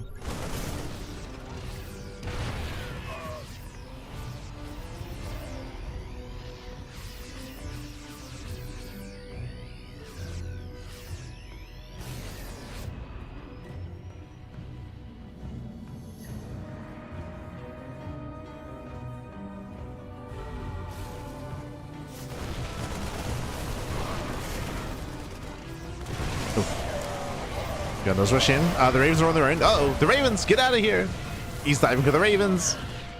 They will barely pull away.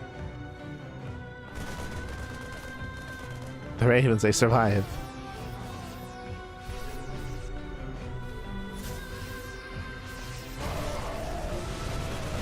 Ooh, that's too soon. They're catching 1, 2, 3, 4 Ravens. Yeah, some extensive losses there for Percival, losing all the Ravens. Sorry, losing 4 Ravens in a tank.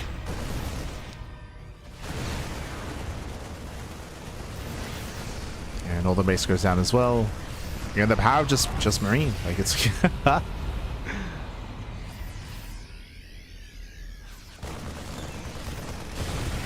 just make Marine back.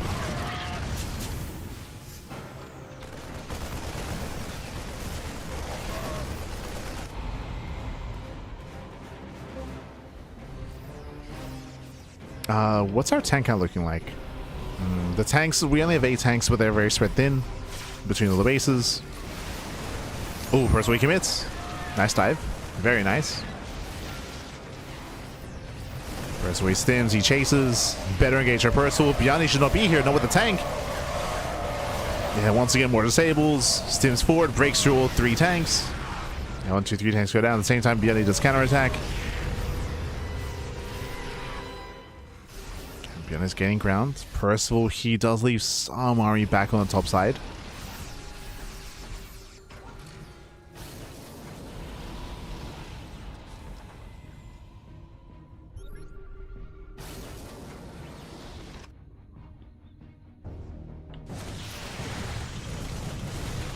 Does get a tank.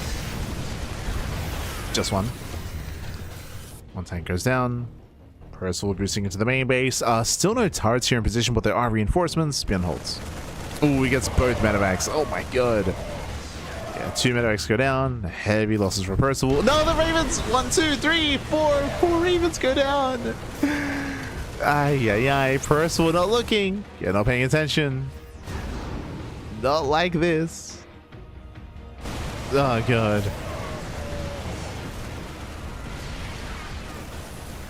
Yeah, beyond he's just pulling Percival apart. As I mentioned, like if everything's all together in like a one head-on engagement, like Percival, he is favored with his army, but in these little skirmishes, in these little moves, beyond finding value. Oh, Percival does move in. Catching 2 tanks. Oh, Biani wants one of the tanks himself. He will get it. Yeah, cleans up all the Marines, takes on one of the tanks. Going for the other as well, does get it. Oof. And Biani's rallying. There he does rally. He knows he's close.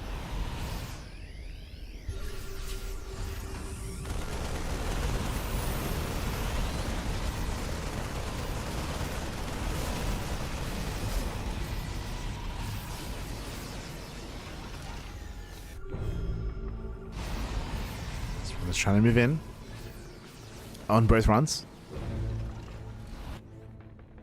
On the south side and on the top side. Gets a Liberator. Baiting the army into tanks. Ooh. Okay. Percival does maintain his planetary. Nice armor shred, nice disables. Do we have enough Marines? That I'm not so certain about. Yeah, there's not enough bio here, not for Percival. Oof. Percival overextends. Losing more Ravens. Yeah, Percival, he just misjudged. He misjudged, like, what there was. How much he had.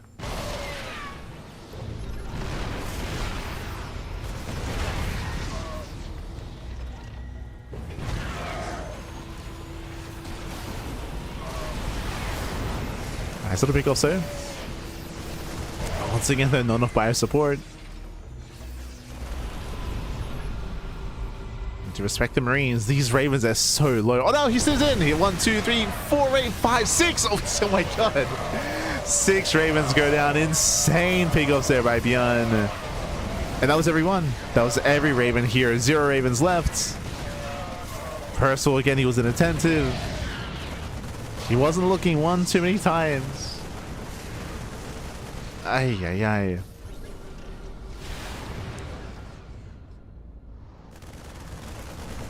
Beyond's moving in.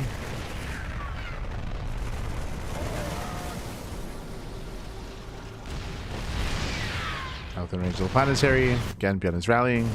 Oh, he gets onto the army once again. herO inattentive.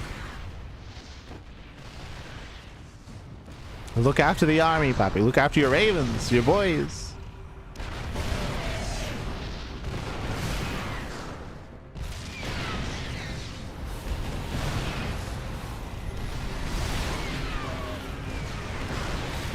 You can see how heavily overstimmed the army is as well. There's no medevacs. Yeah, no medevacs. Oh, this is an overextension. Yeah, Bionic bleeds out a lot of Marines here to the planetary. This planetary was insane. Has 24 kills. Again, that was a bad fight. Tanks are moving forward. Beyond's in trouble. And Beyond who loses tanks. Yeah, all these tanks are going to go down. It was Beyond's turn to misjudge the army and misjudge the planetary. We're getting messy. Everyone's making mistakes. Purse was built up to 16 tanks. He's got everything together. Nice armor shred. And shreds the armor, disables one of the tanks. Moving in, he wants that planetary.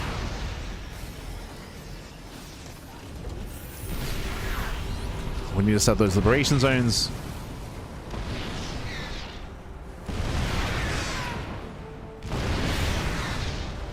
Beyond switching to Viking production. Okay. Switching to Vikings. Oof. Yeah, massive shred on the Vikings though. Purser once again coming out on top.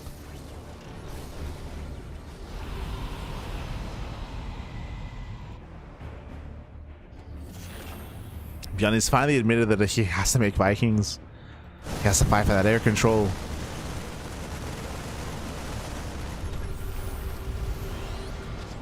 The gold is running out at this point. Yeah, we're running out of the gold base. It's been helping Beyond so much when it comes to these trades, but once that runs out, he'll no longer have that edge.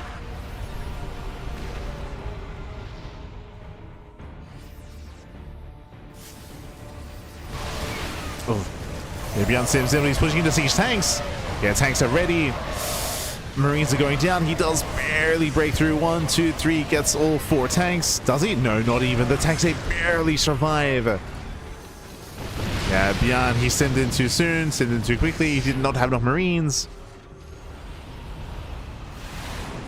Beyond plummets in supply. Purse, has he done it? Has he just done it? He's out. Yeah, the gold base is run out. It's run dry. Beyond he has to transfer. He's running. He's mined out. No shot. He has no mining. He has a 1 base economy. 2 bases. 1.5. 1.5. Yeah. 3rd base is mined out. 4th base mined out. Gold base mined out as well. 5th base is mined out. We've got 1 full base on the top side and half a base here in the center.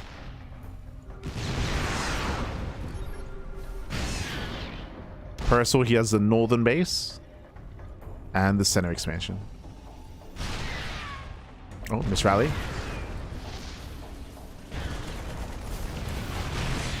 So we have a comparable economy.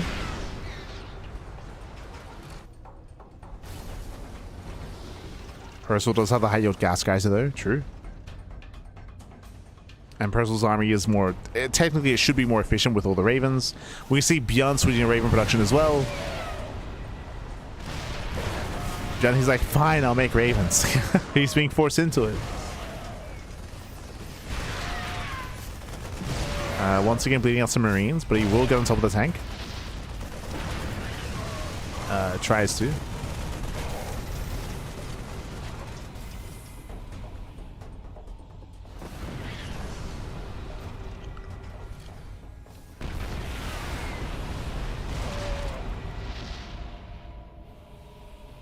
Purcell pushing forward, ensuring that Beyond does not expand. At the end of the day, this is what matters. This is what matters. Like this center expansion. This center base. Ooh, Ravens overextend. Massive armor shred. Oh. Tanks, they punch the Marines.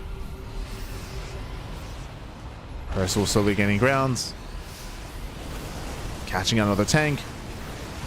Oof. Yeah, massive Viking shots. Another shred. God, the army. Bjorn is so clumped up. The maximum area of effect. Oh my god.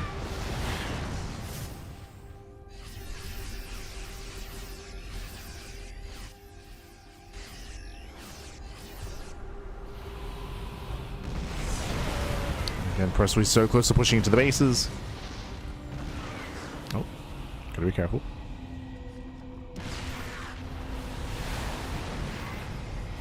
Okay, I'm gonna throw away. Catch that 2 tanks and Bjorn commits. Yeah, Bjorn sims in. No armor shred on the main army, no energy, and Bjorn breaks through. Yeah, Bjorn he does it well. We needed an armor shred here, and alas, there was none. And with that big fight here with Bjorn, cleans up the turrets, can keep on pushing. Ravens are out of energy, just not enough. And Bjorn, he expands. Like, this is what's important here. He just wins the fight, takes the base. Doesn't need that expansion. We can see that Percival has taken the southern base, so it doesn't matter anymore. Does not matter. I mean, there's gas there at least, but no minerals. Oof. Good overextends. Big overextension. But the tanks are within range. Bjorn bleeding out so much in the sky. Lost his Ravens, lost most of his Vikings.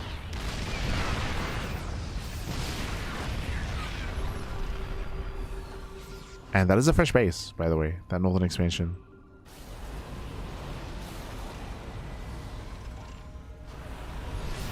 Percival's in trouble. Basically, what's happening here is that Percival, he's down to now this. This is all the mining that Percival has left. And Bjorn is getting 2 relatively fresh expansions. Yeah, Percival, he's going to go. He's going to keep going. Dust him in. Breaks through the main army. Yes, this is my mining here at the center base. Ugh. Yeah, the tank line here is brutal. But Vikings, they kill the CC. Saves one of the tanks. He's moving in. He cannot. He cannot push forward. We need liberators.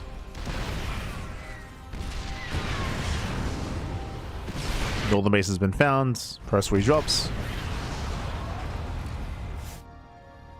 Bjorn is stimming over. He's rushing over to defend. Percival, he's got control. Jesus, massive mule hammer. Disables. And Marines, they get locked in.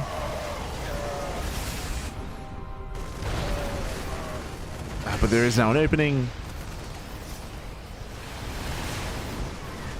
Percival catching another Raven. Takes another Raven. Tanks are pushing in. There's very minimal Marines here for Percival. Bear that in mind. It's mainly Viking Raven. Drop does go back in. Another backup drop. Pushing further forward. Bjorn has 1, maybe fight in him. He tries to stim. Yeah, he just tried to stim through, but he cannot. He cannot break through. Vikings, we land. Not quite. So there's plenty of tanks. Yeah, plenty of tanks behind this. And with that Percival, he's done it. Finally. 35 minutes of TBT. Again, Bjorn, we have almost fully mined out of the map. Like, Bjorn, we have this base mining and this center expansion. GG gets called. Bjorn is out of money. And Percival, he will take game number 1. GG. Whew. GG, well played. Again, I was concerned a couple of times here where Percival, he was inattentive. He was losing so many Ravens. At the same time, we tried to emphasize from the beginning, Percival had the better army. He had the much more efficient army than Bjorn. With Ravens, tanks, and Vikings, and Liberators. Bjorn, what was keeping him in the game was the gold base. But you notice that when the gold base ran out, when it ran dry, Bjorn, he could no longer sustain trading out so many Marines. Like, he was burning through so many minerals and just so much of his resources by going mass Marine, and he got outscaled, right? It's like, in the end, he just couldn't keep that up. He ran out of money, ran out of steam. GG. GG well played. The much more efficient composition came out on top. Just barely, though. It was still very close. Still very close. Still very back and forth. GG well played. Bad game to be a Marine. True, true. So many Marines went down. But here we go, we're getting to game number 2, and spawning in the top left-hand corner of Rainfall, we have the South Korean Terran player. We have the Red Terran representing Shopify down in the series. Can he bounce back and make a series out of this? It is Bjorn. And spawning in the bottom right-hand corner, we have his opponent. We have the Blue Terran player, the Blue Terran himself. We have the South Korean Terran leading the series 1-0. It is Percival. Let's go. Let us go. Coming into this Percival, he has leading the series. Again, I did mention that Percival, he was favored against Bjorn in best of 3s at least. In best of 5s, they have a little bit less experience with each other, so I was leaning towards Bjorn in a longer back and forth due to the breadth of builds that he has, but we'll see if that rings true. We'll see if that does ring true here as we do load into game number 2. Game 1 was very taxing, though. Very, very taxing. Was very brutal. 35-40 minutes of back and forth TVT, almost non-stop aggression, non-stop action, non-stop movement from both players as well. A very fatiguing game, but we just go right into game number 2. Jump right in. No proxies, by the way. Not this time. Double gas. Okay, double gas opener by Bjorn, going for a faster factory. Safer build here out of our Red Terran player. Percival going for an economic start, going Rax Expand. So when it comes to the openers, I do prefer Percival's position. We'll see how Bjorn does piece it all together.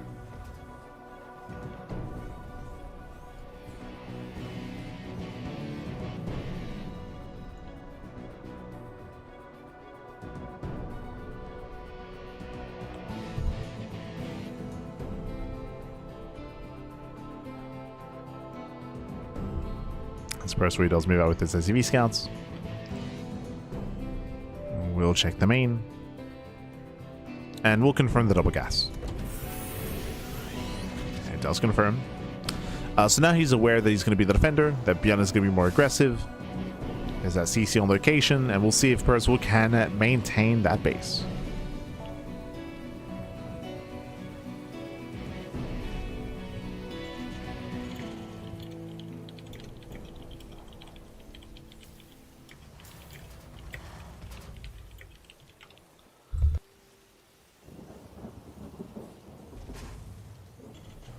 Here we go. Gonna players are settling in. Behind this, you have both Reapers. They do actually move out across the map. Bjorn, he will delay the CC. Likewise, so will Percival. Oh. We're getting rowdy. Getting rowdy. Can we force a cancel? The CC is so low. There's a Reaper. Yeah, there's a Reaper. Who is first? Ooh, Percival, he does come out on top. A better trade for Percival. Brings down the SCV. Does he get both? Oh, not quite. But still is going on top. Does he actually force that cancellation? No shot. Okay, the Hellion has arrived. It's close. One of us. Oh, he does. He forces a cancel. Oh my god. Percival, calm down, Pappy. Calm down. Oh god, miss rally. I mean, we're getting messy. We're getting messy. Percival does force a cancel at the same time. Percival, he will lose 4 SCVs. Oof. So we have a bit of a give and take here. On the one hand, Bjorn's natural base is very late. On the other hand, Percival did lose an excess of units. Oh, Bjorn overextends. Yeah, big overextension here by Bjorn. As Percival, he will lose his Hellion though. Bjorn has potential. Gets one Marine. Just the one. Yeah, just the one here. As the chaos settles, I do want to say that Percival is in a better position. He already has the orbital. He has extra mules. He's making 2 SCVs at a time. He can recover a little bit faster. But only slightly. Meanwhile, back at home, Bjorn going for his own 1-1-1. Banshee. Going to Cloak, going to Banshees. Being a little bit cheeky here. Cloak Banshees are a rare sight in TBT, but because they're so rare, they can get a devastating amount of damage. This early on, you don't want to scan, you want a mule, so very limited scan energy, but there is a Raven opener out of Percival. If the Raven's in position, Percival can hold. If not, the Banshee can wreak havoc.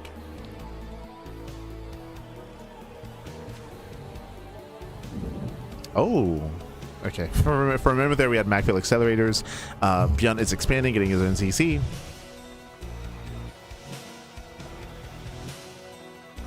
Faster third base for Beyond. Delayed here for Percival. Percival is rotating. So far the Raven is staying home. We'll see if Beyond can create an opening.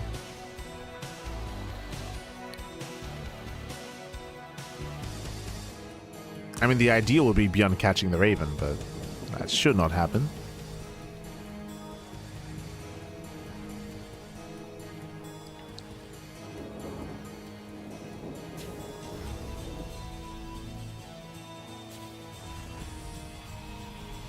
As Percival's in position. Does hold, does defend. Here comes the double Banshee. Cloak is done. And we'll see what kind of damage Beyond can find. Back in the main base, there is a Cyclone on patrol, but with Cloak, this Cyclone can be sniped. It does scan, does confirm the production, does confirm the third CC timing. But Percival, he's not aware of the Cloak Banshees.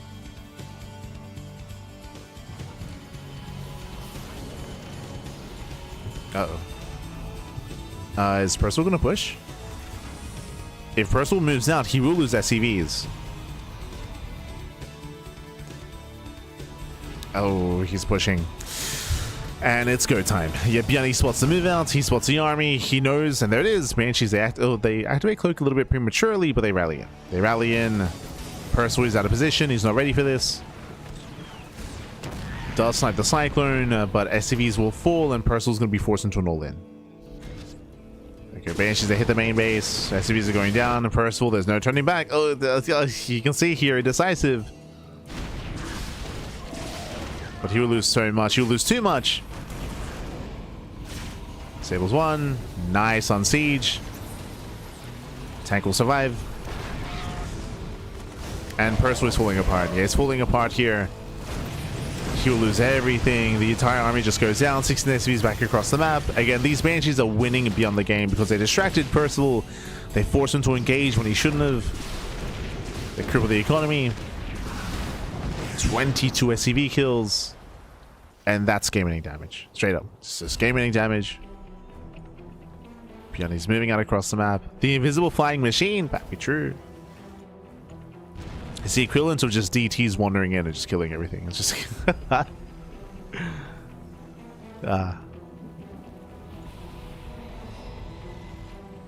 Not like this. Happens to the best of them. Happens to the best of them. As Beyond just wants to catch the army, coming in from behind. Yeah, coming in for the surround. Vikings forced to land. Shows those auto turrets. And they do pick up one of those tanks. And they catch one of the tanks, and Beyond just pushing in. Getting another. Second tank goes down. There's one tank left. Oh, actually, never mind. Who surrounds who? Oh my god. Yeah, Percival. He surrounds the army, cleans up all the tanks. Better fight for Percival. Oh my god, this is crazy. Percival. Somehow he surrounds the surround. He keeps pushing in, denying the third base. Again, better fight for Percival, but he's far behind in economy. He's down a lot of workers here. He needs to do some counter damage. Delays the third, moves further in. Percival, can he bring it back? This is a nice start, but we gotta keep going. We gotta keep going here. Oh. Vikings, they pull away. Once again, Beyond pulling the boys. Tanks are on siege. Yeah, tanks are on siege and they're going to be caught out. Oof, getting 1, 2, 3 tanks. And again, that was a nice couple of moments there for Percival, but he lost everything. He lost the Grand Army. Still looking rough for Percival. Getting his 4th base on location. So was Beyond. Landing his 3rd, I should say. No, double expanding. Jesus. Never mind.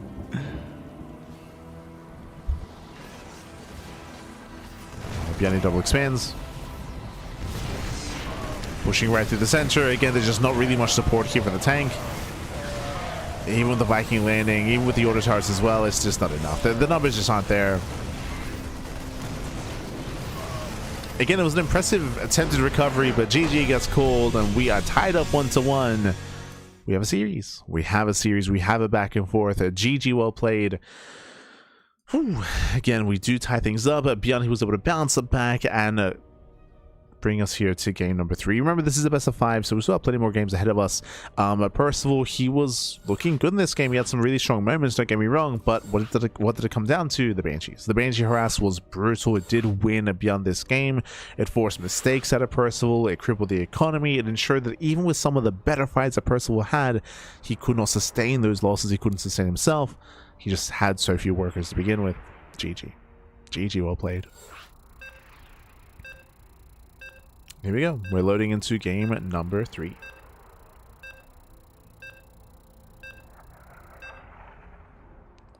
we go.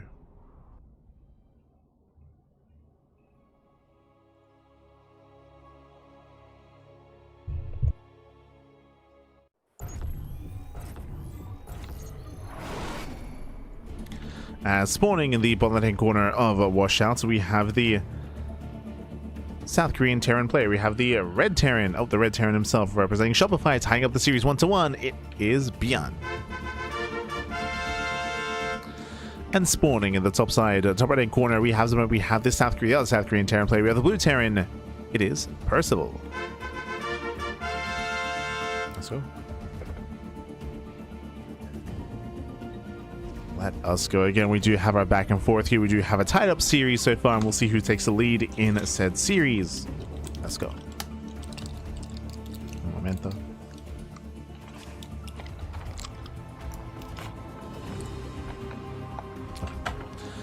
Again, we'll see who takes the lead. Coming into Washout, for some reason... Yeah, sorry, I was thinking of some of the other matchups. I was like, have we not already been on Washout? Game 1 was so long. Showing my memory of the tournament so far. But yes, we're loading into Washout, a bit of a larger map here, longer rush distance by ground, known for some longer games, so we might be in for a longer one once again. A lot of it will come down to the openers. We do see Percival, he does go for a double gas setup here, faster factory. Beyond does the same. So with this, ideally they were hoping that maybe the other player was going to be proxying and going for something more committed, something more cheesy. Alas, both players have the same idea, going for the same build. Same build, same openers. Faster factories, faster Reaper Hellion into our expand.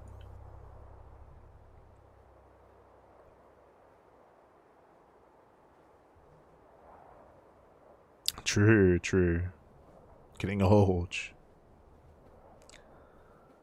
Now, I was thinking of one of the previous TVZs that we had in the broadcast on Washouts. Game 1 was at Attorney's Edge, baby. True, true.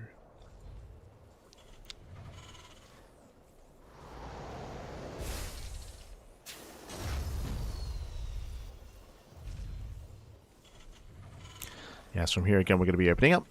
So far, again, mirrored builds, and we'll see when we deviate. We should be expanding, getting our own natural bases.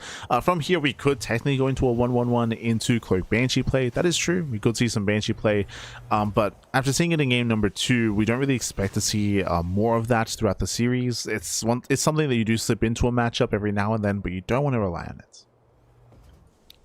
Not at this level of play. We have yet to experience any proxies so far, any kind of 2-port 2-base all-ins. Not yet. Maybe one nice pick-off. Percival does get 1 SCV. He gets 2. Okay. 2 SCVs go down. Beyond doesn't get across the map. We do trade. Yeah, we trade 2 and 2. Percival, was hoping for a little bit more. I mean, this slightly delays the command center, just slightly. Back at home does expand.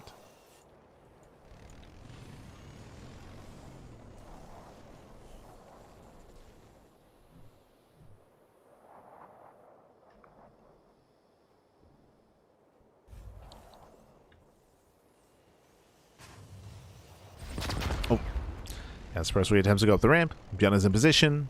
So far, does hold, does defend. We do have our CC on the way. Behind this, we have our 1-1-1 setup.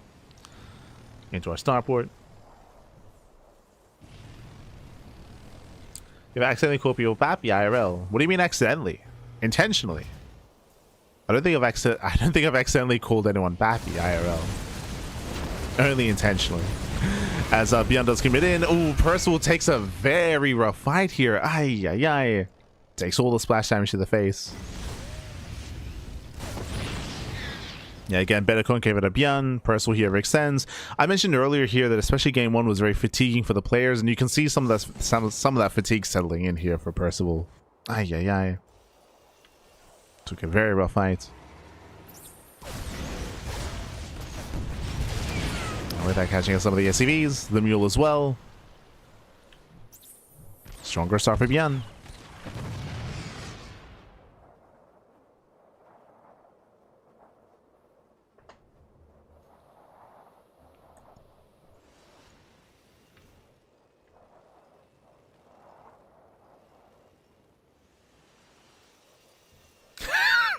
I see. Mom asked me why I haven't called lately. Chill, Pappy, chill. Oh, no. Ah, no. Let's go. It's amazing.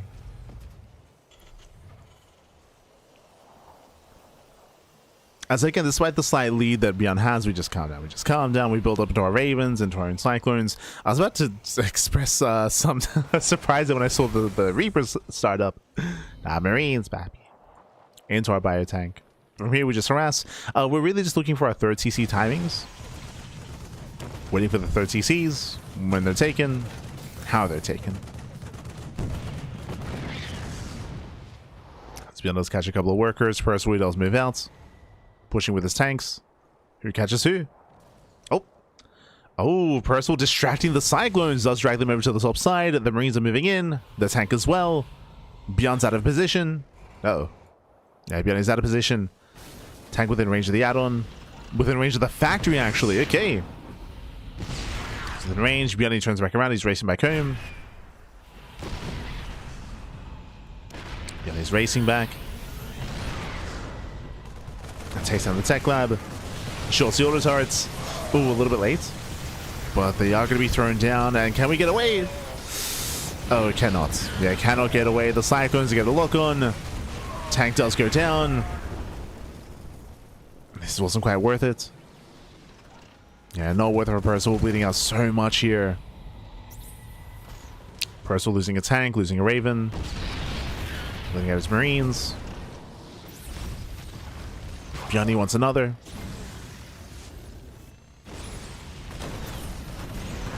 Oh, almost. Doesn't quite get the Cyclone. And Percival is forced back. Behind this, Beyond, he starts up his third CC. And Percival, he himself is, again, a little bit behind, but on location.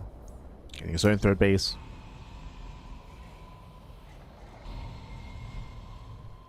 Percival trying to keep up.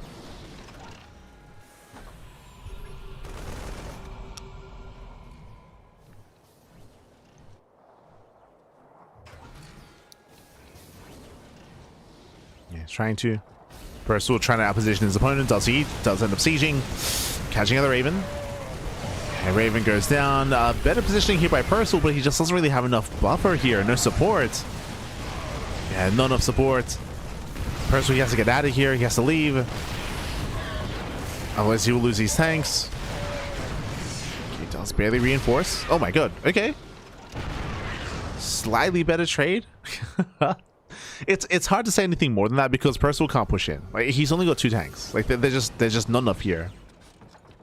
There's not enough army. Just some very messy fights. Very messy. Getting a tank here and there. Speaking of, gets another tank. Another tank goes down.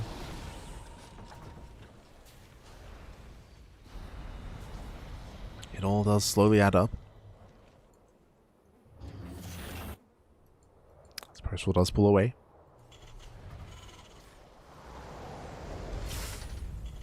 He pulls back, pulls away. Does regroup. Percival does not want to leave.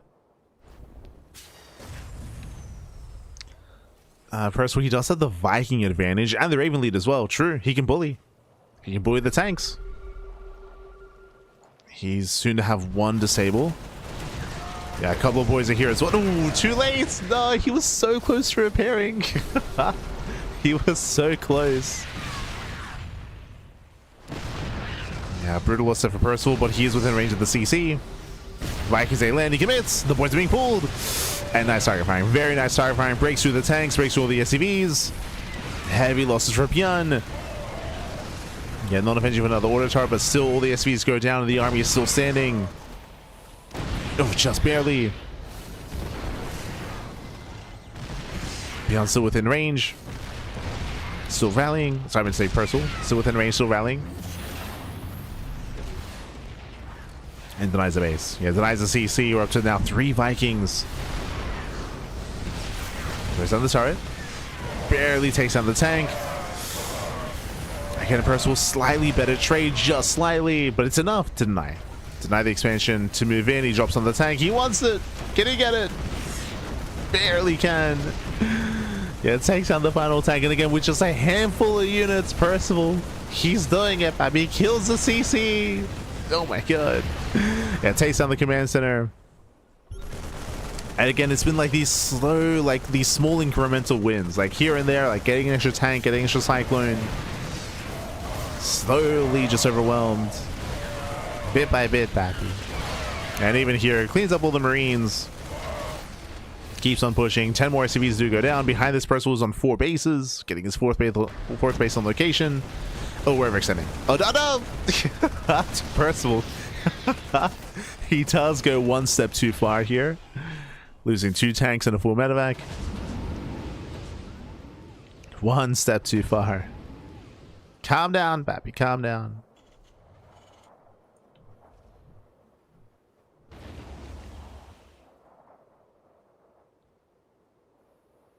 As Björn is dropping on the... He's moving out across the map. Kiwi dropping.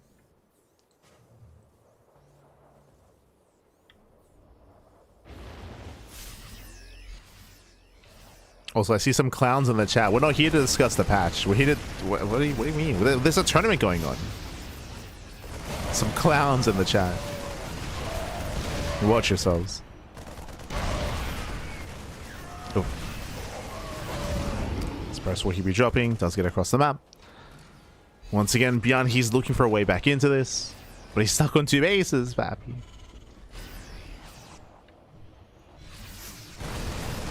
Does get across. Nice denial. Denies the 5th. Denies the 5th base. Catching up more Marines. Better fights here for Björn. He does have some momentum. The armies are still quite close. Even though personally he's up to expansions, he's up in economy, the army is still very close in supply. Björn has potential.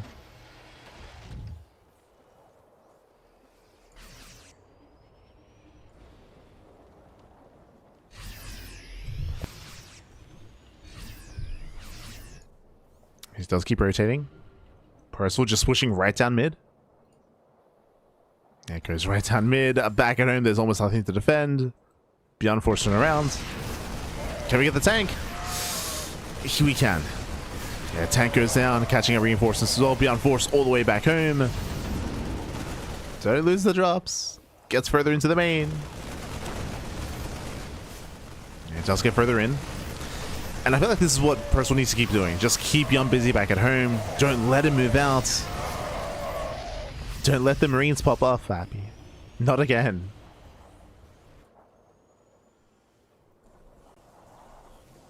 Don't let the nerves get to you.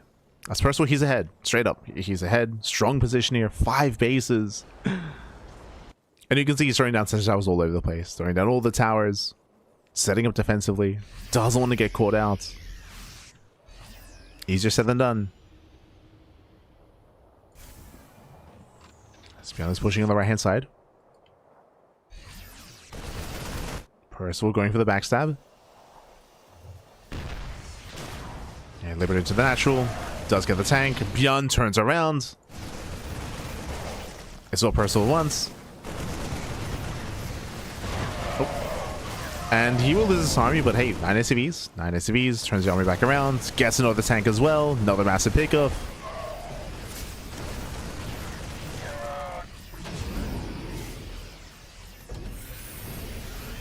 16 SCVs. We're still going.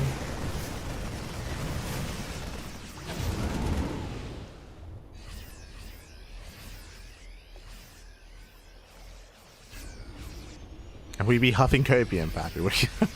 I mean, I don't know if I want to say that, because in TVT you can be down 20-30 supply and still win a fight. You can still win fights, you can still out position. There are still opportunities here for Beyond, but they're slim. They're slim, they're far between. Right now, Beyond is hoping that Percival, he either makes mistakes or he's just caught out of position, which has happened plenty of times this series already. Even this game, true. And Percival is not going to risk it. Yeah, he doesn't risk it. He just sets up at home. More towers, more turrets as well.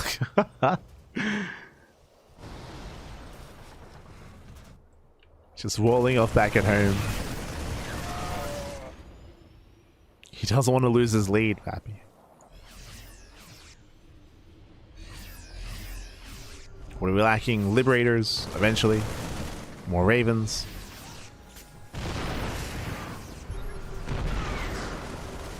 Beyond is searching for an opening. He'll still be looking.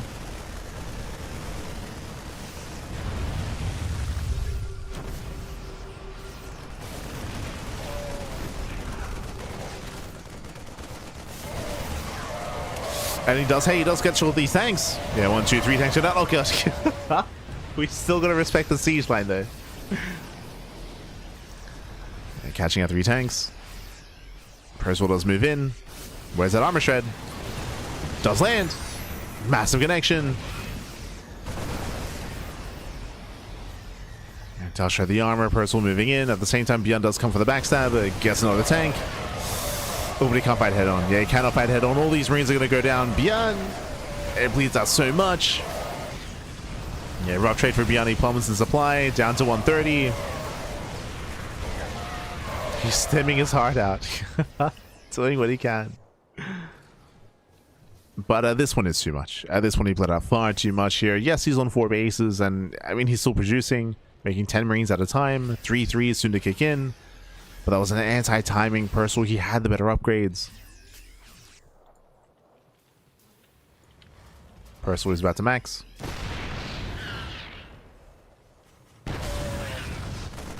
That's about the expansion. Oh.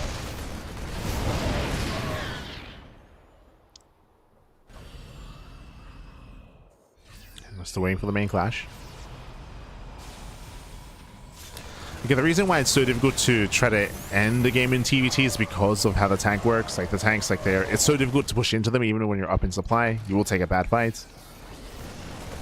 We still don't really have the Raven count we need, but hey, does get 2 tanks. 2 tanks go down. Beyond, he attempts a backstab.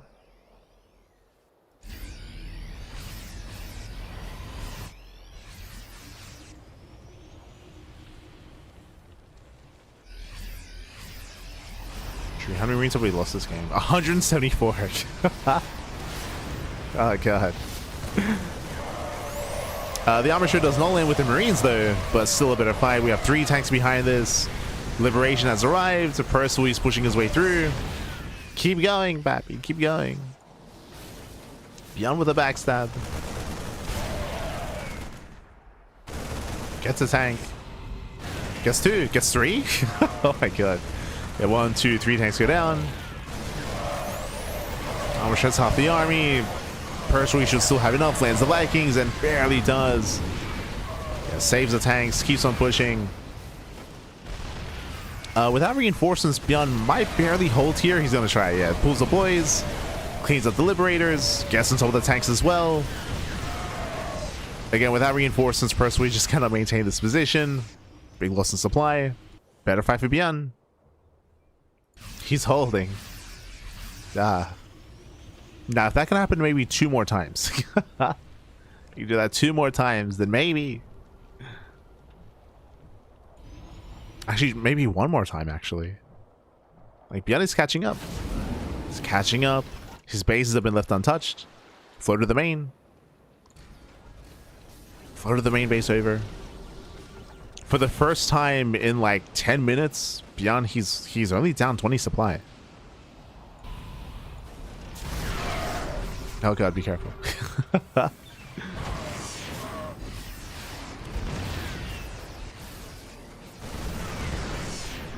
Percival here turns a backstab. Beyond is ready. Ooh, gets a full medevac. Beyond is catching up. He's actually doing it. I should emphasize that Percival's main army is still better. Like the quality here, because of the Ravens, because of the Liberators. Better armor shred this time. Does go for the Massive Sable. Sims on forward. Again, it's a much more complex army here for Percival. It's an example of the soup lying, Pappy. The soup is lying to you. But Beyond is still fighting his heart out. Like, again, to give him credit. He's fighting his heart out.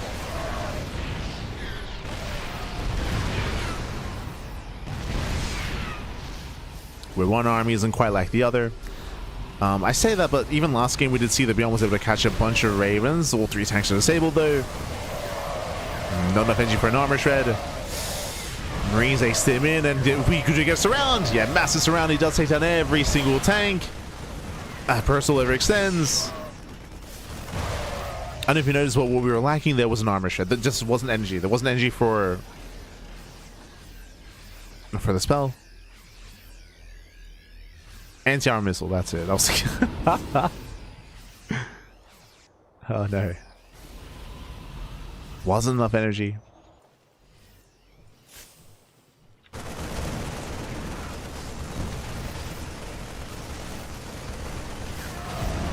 Oof, even here catching a 2 full medevacs. He's wearing Percival down. Wearing him down, Pappy.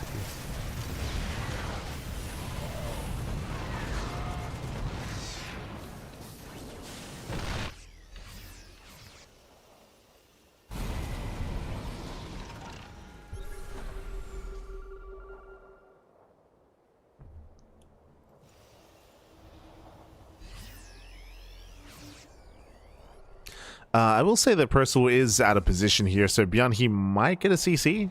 Where are we going? Oh, Beyond, massive tank shots. Takes what, 3 shots to the face. Said it's gonna be Beyond who's out of position. Yeah, this wasn't worth it. This was not worth it. He has to race all the way back home. Ay, ay, ay. Yeah, Beyond had to fight with half his army. Does race back. Catching out some Marines.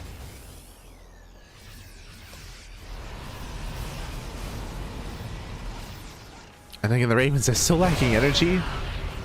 Still not ideal. Gets 1 disable off. I think there's enough energy for 1 more. We need more Ravens.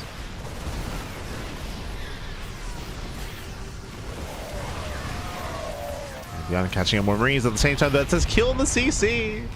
Yeah, the CC goes down, land the Vikings as well. Beyond just commits across the map. He's running into a wall. Oh gosh, literally.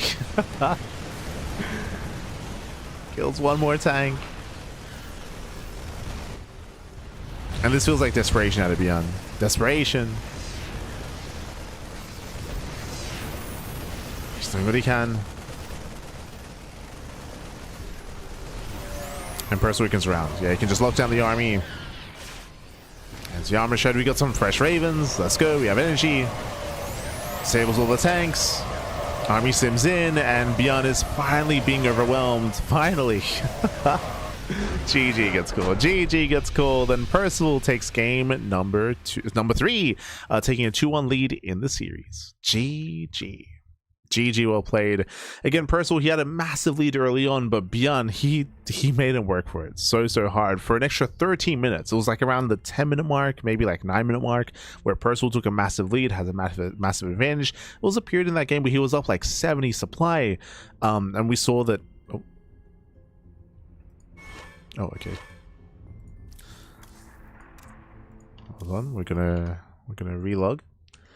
But he was ahead like what 70-80 supply, and again beyond he just refused to die.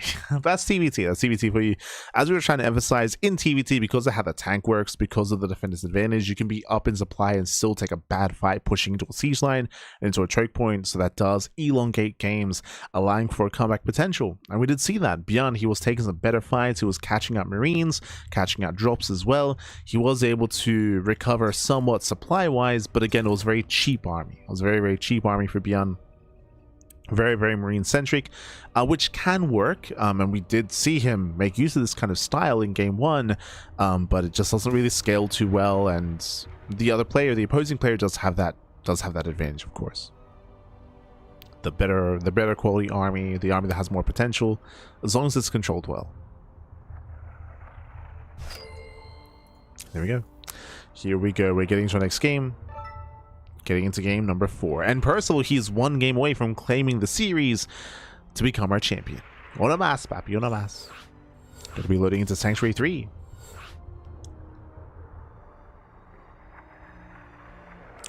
But there was a conversation regarding like a potential upcoming patch. I do recommend, sounds like you did not watch the podcast this week. Sounds like you didn't watch it, so I do recommend it in regards to the potential future of StarCraft. Here we go. Here we go. We're going to be loading into our next game. Whew, oh boy. Now, what we've been lacking so far in this series has been aggression. If you recall, whenever we cast TVTs, we always kind of begin talking about how like TVT has a reputation about being really slow and very kind of slow paced, kind of like back and forth matchup, and that doesn't really map onto reality nowadays. How TVT is typically a little more aggressive, is a little more high octane, and even in these games as well, it's just like non-stop like pushes and drop play as well, and movement.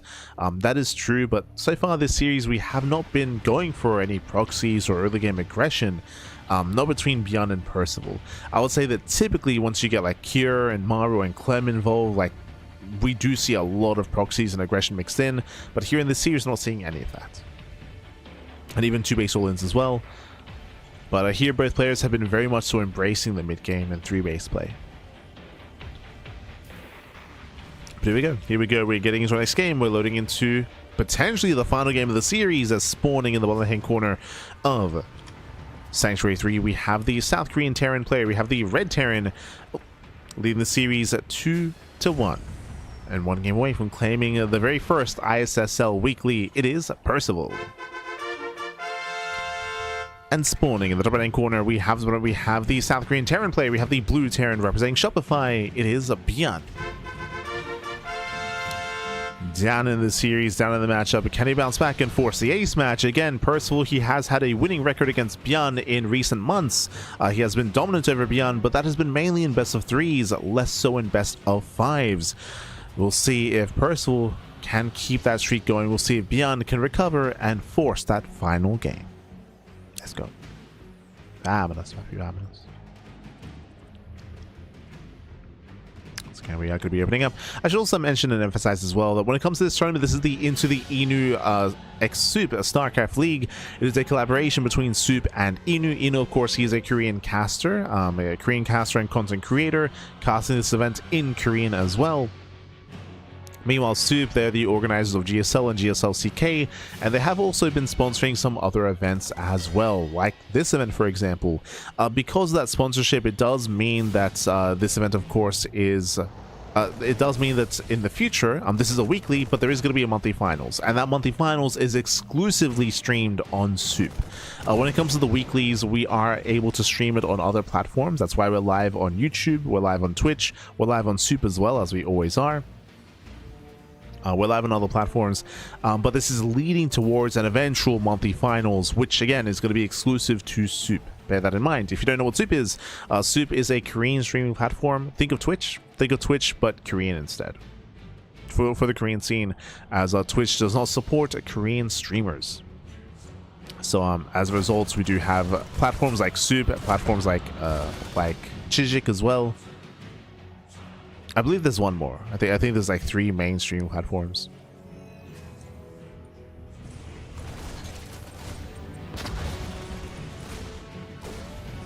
But just as a heads up, so when the monthly finals does come around, we will be covering that live, but only on Soup.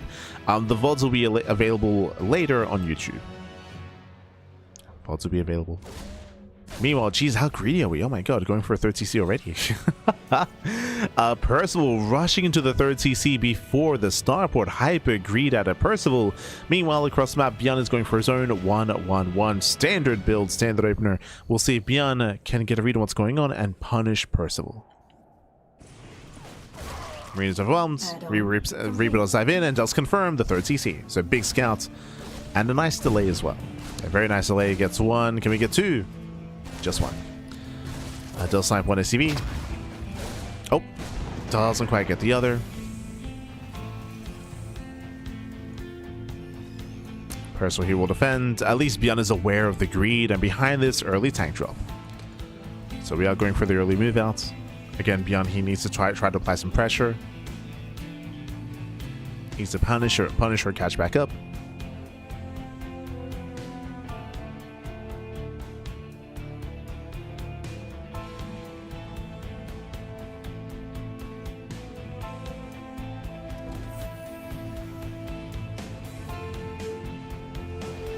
Back at her, and we do have our bio follow-up. Just second ranks, eventually into stim. Very late starports. Ooh, Percival does overextend. Leading out a Reaper. And here comes that drop. So tank drop is on the way. Bjorn making his way towards the natural, and we'll see if he can manage to unload in siege. There you go. Does boost in. Percival's main army here is in between the bases. Tank will siege up within range of the mineral line. Gets one. It does take down one SCV. Ooh, we're getting up to 4. Oh gosh. 4 SCVs going to be going down.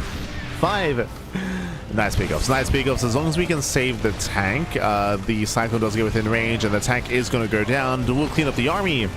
Yeah, cleans everything up. And was this worth it? Bearing in mind that Bjorn lost the medevac and the tank as well.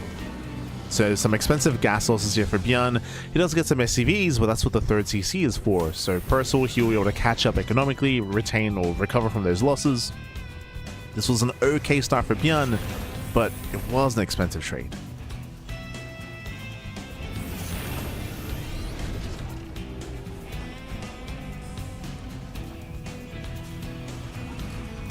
As it all settles, Bjorn is going for his own third CC. Trying to build back up.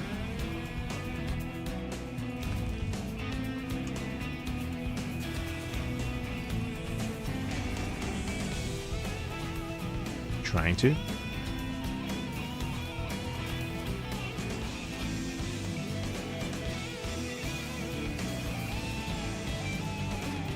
That's Percival will land his third. And we can soon start to be active. Again, Sim is finishing up here much faster for Percival. He can apply some pressure, and he shouldn't really break through, but the goal should be at least to contain his opponent. Percival's moving in. Okay, looking to get further ahead. This is a little bit greedy here. So Bjorn is going to land his CC. Percival's here to deny. Should at least force a lift. Unless we go into the main. He's going for it. Yeah, it does boost in. Yeah, boost into the main base. We'll siege. Plenty of Ravens here to defend. And we'll force a pick up. Yeah, it does force enemy back here, just barely out of range of those auto turrets. Disables the tank. Heavy losses here for Percival. He will lose the tank as well. Yeah, tank goes down. We'll still delay the CC, but yeah, rough loss. Massive make it slow. And Percival, he's rallying. Oh, he's rallying everything. This is where Bjorn's auto turrets were maybe an overreaction. That was 3 auto turrets and a disable. That was a lot of energy spent, and now the Ravens, they're tapped out. There are 2 turrets. There's currently 2 turrets available, soon to be 3. Bjorn has to be careful with how he spends that energy.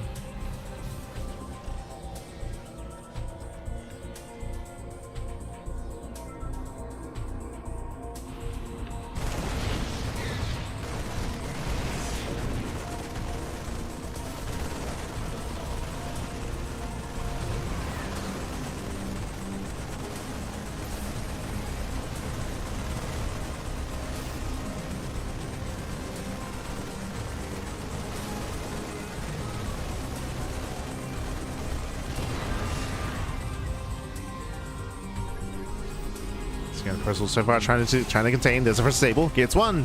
There's two left. Liberators have arrived. Very nice on CG by Percival. He sets up on the high ground. A massive tank shot's going to be going up. Doesn't set up Liberators. Yeah, he does not set up. He'll lose everything. Rough loss for Percival, and Bjarni snowballs out of control. He's going for a massive counterattack, and Percival, he's in trouble. He's in trouble, Pappy. Again, he just wasn't able to siege up the Liberators. He got no damage with them. Tank was called out. 4 CC on location. That's a bold fourth base. No shot.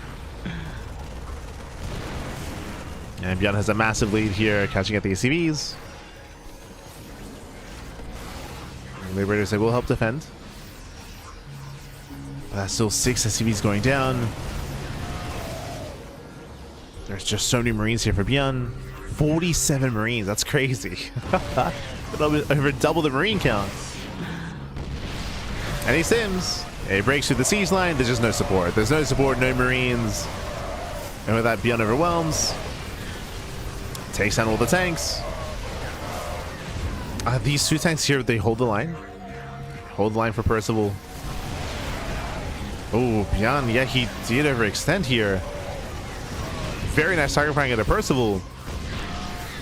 Okay. Again, these two tanks for Percival were doing so much. They were just shelling away at the army the entire time, and Bjarni did not pay them attention.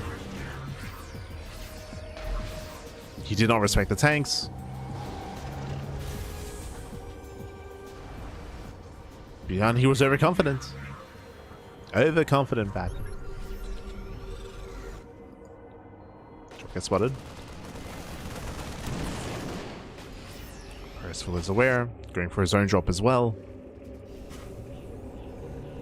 Especially he has so many CCs. He's getting his 4th base. We have a 5th and a 6th CC as well. That's crazy. Oh. Bjarni getting his own 4th base. Getting on location.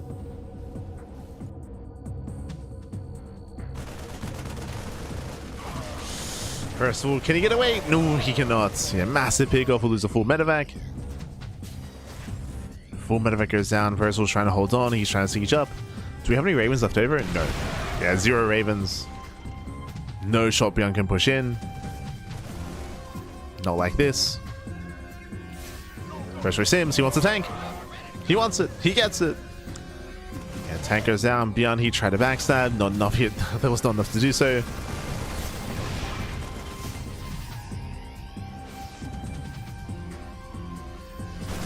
Percival is popping up. He's doing it. Again, Percival, he was in such a rough position earlier when he lost that main fight. He defended. Massive tank shots. Bjarni overextended. Bjarni's in trouble.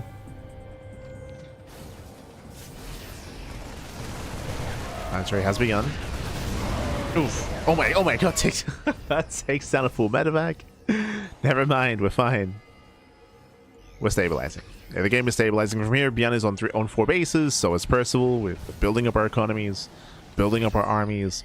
No surprises here. Once again, it's going to be Bio tank out of Bjarni. Percival, he has yet to really mix things up himself, though. He's going for the same composition, now going for 2 more starports. Remember, this will be for Vikings and for Ravens eventually, but he's not there yet. Ooh, Planetary's not done. Planetary does finish in time, though. Does defend. Bjarni's pushing. Ooh, double drop into the natural. Takes down +3. Yeah, +3 is going to be denied. 3 is denied. Gets both eBays. Oh, never mind. There we go. Does get both. Massive pickoffs. At the same time, Percival bleeds out the double drop as well. Percival falling apart. Yeah, losing all the upgrades. Armories as well. Mass cancellation. Percival just completely caught out of position. Ay, ay, ay.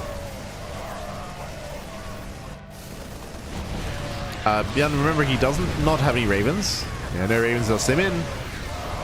Pushing into the siege line. Very messy fight there by Bjarni. Oof. Yeah, Bjarni does get messy.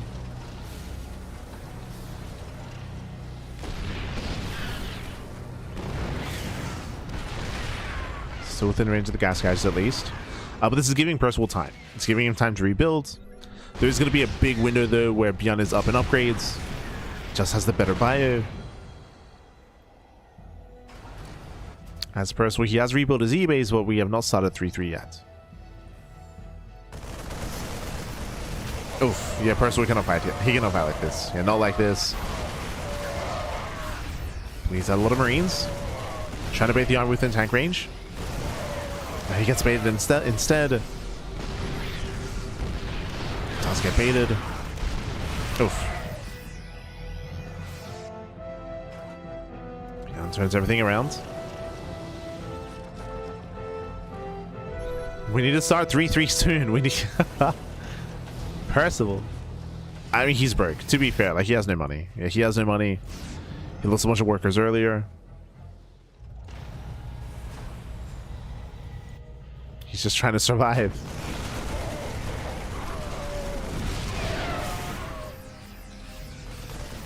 As he does one collapse on those tanks at the same time. Beyond going for a massive Doom drop, actually. There are some turrets, but that's not going to be enough. Yeah, Beyond cannot be stopped. Dives into the main. Massive Doom drop. Getting into the production, and this is looking to end the game. He's here to end the game. To force the ace match. Gets one, gets two tanks. Cleans up all the add-ons. Getting a third tank as well. Can we get four? We can. Yeah, 4 tanks go down. Ay, ay, ay. Yeah, so much damage here, even just getting us all the factories. Percival, he will eventually clean this up. At the same time, a second army comes in, and Percival just cannot keep up. Not like this. It all just came down to the double drop. The double drop into the natural base just won it beyond the game. It all snowballed from there. And Percival has had some impressive comebacks before. Even in this very game, actually. But not like this. Not anymore. And so there's so much you can do. Tanks, they shill away at the SCVs. Oh. Marines that were dancing within range of the planetary. So some rough movement there by Beyond. Planetary survives. Does survive. But again, Percival, he's barely hanging on. Down so many workers.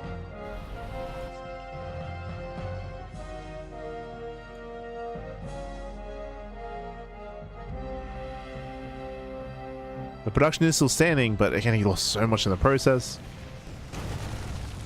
Doesn't have the economy. Beyond just pushing right down mid because he can. Again, it's not pretty to just stim through and get on some of these tanks, but I mean, he gets it. He gets through.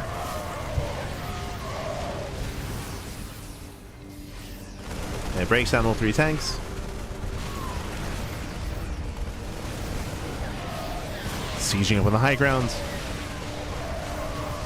And this is too much. Far too much, Pappy. GG gets called, and Beyond ties up the series. We are going to the ace match. GG.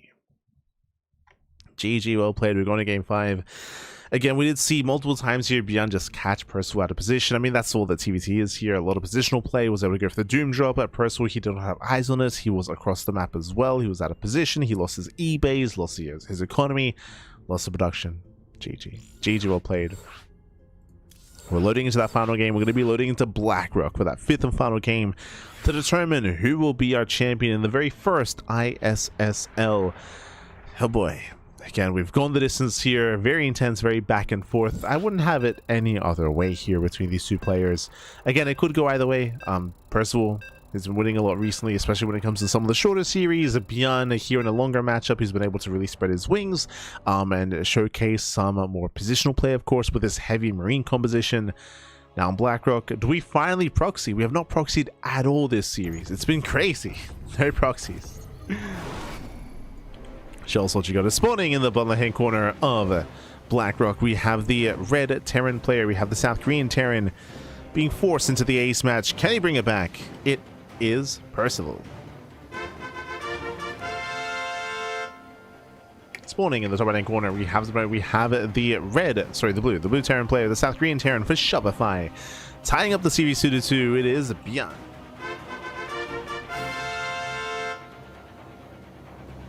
Let's go.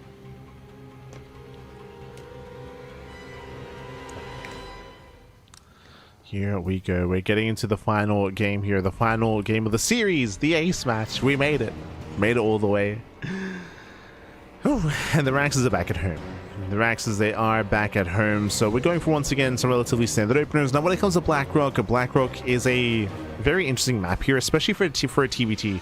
There is so much tall grass. There's so much vision blockers here and sight blockers on a Blackrock. Because of that, tank positioning, tank play, I mean, a lot of it will come down to vision, to air control as well. If we can get into the mid game, there's a lot of choke points here on Blackrock. When it comes to the bases themselves, they're pretty open. The third and fourth expansions are both much more open, much more accessible to aggression, that is true. But because of how choky the center is, getting across the map and pushing across the map can be very difficult. I can see the game slowing down. In a TVT, I can see this game slowing to a crawl and cutting the map in half, for sure. I can see it, but we'll see if we get there.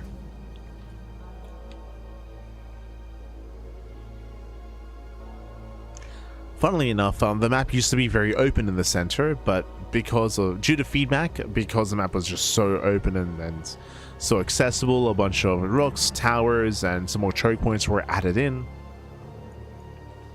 to choke it up that much more.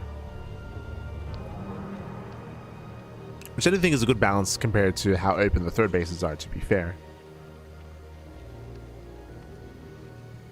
Does make it much more unique. For now though, Rax expand, CC on location for Percival, CC on the high ground for Bjorn. So same builds, except Bjorn is being a little bit safer. Percival, he's being a little bit greedier. As we are scouting. Checking for proxies. Bjorn does have the faster factory, bear that in mind. Slightly.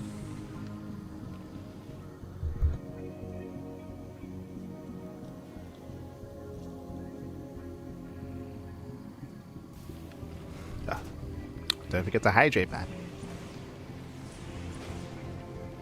Oh, it's getting a little bit cold.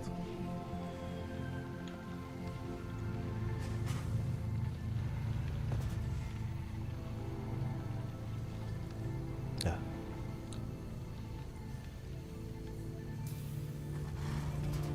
Once again, from here we're slowing things down. Last game was Percival that was being greedier, going for the third CC before the starport. This time, just a regular 1-1-1 out of Percival. Again, Bjorn is slightly ahead when it comes to the timing of his tech, that is true. But Percival just has the faster mining from the natural. Slightly faster.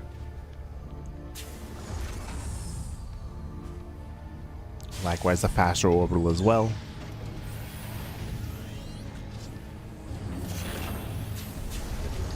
Oh, interesting. Percival is skipping his Cyclone. Okay. Does skip his Hellion production, does skip his Cyclone as well, does go for the early tank production instead, so quite greedy. Meanwhile, Bjorn is going for the dive. Oh, he's not stopping at 4, he's going up to 6. Yeah, Mass Hellion is going for the dive. Percival did spot some of this army, but if he's stuck here on the low ground, he will lose everything. Like, he will lose all these Marines. Tank is on the way. It's going to be close. Does he siege in time? Yeah, it does push forward, takes on the first Hellion, and Percival holds. He does hold on. Did bleed out most of the Marines, but does survive, does hold. And remember, this was a big investment here by Bjorn. Going up to 6 Hellions. Now down to 4.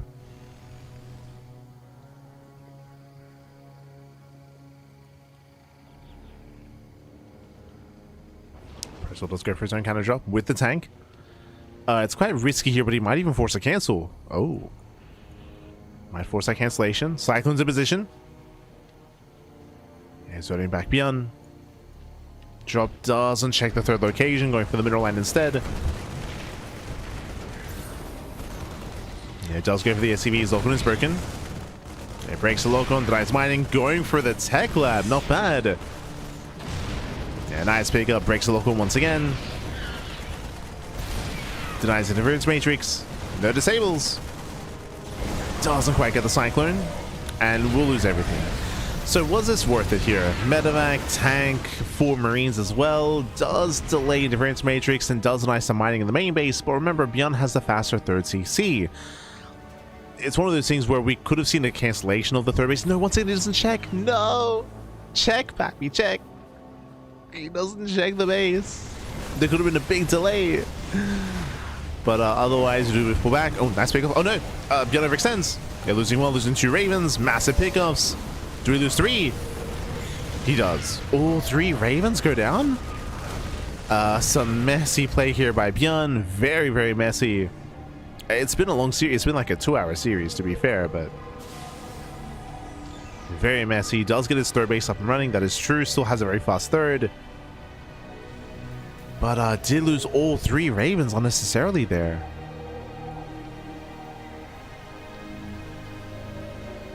I mean, he doesn't have endurance matrix anyway, but still. Still have value. With that Percival, currently he's in a better position. I say currently just because of the third base. It will kick in.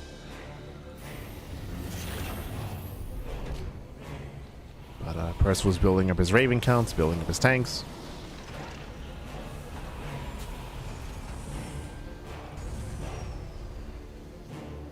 He's already working towards that more heavy tank Raven Viking composition.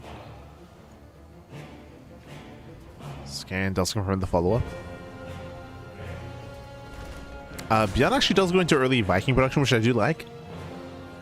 Early Vikings, early anti-air. We'll make up for his lack of Ravens. We'll try to.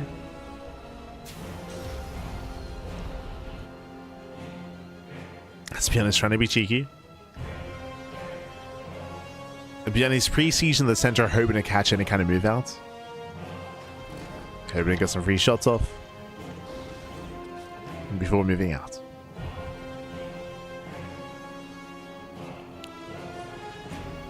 And does scan ahead of time. Percival, he does spot the army. Yeah, does spot the main army. Percival, he does rush over. Who sieges first? Beyond does.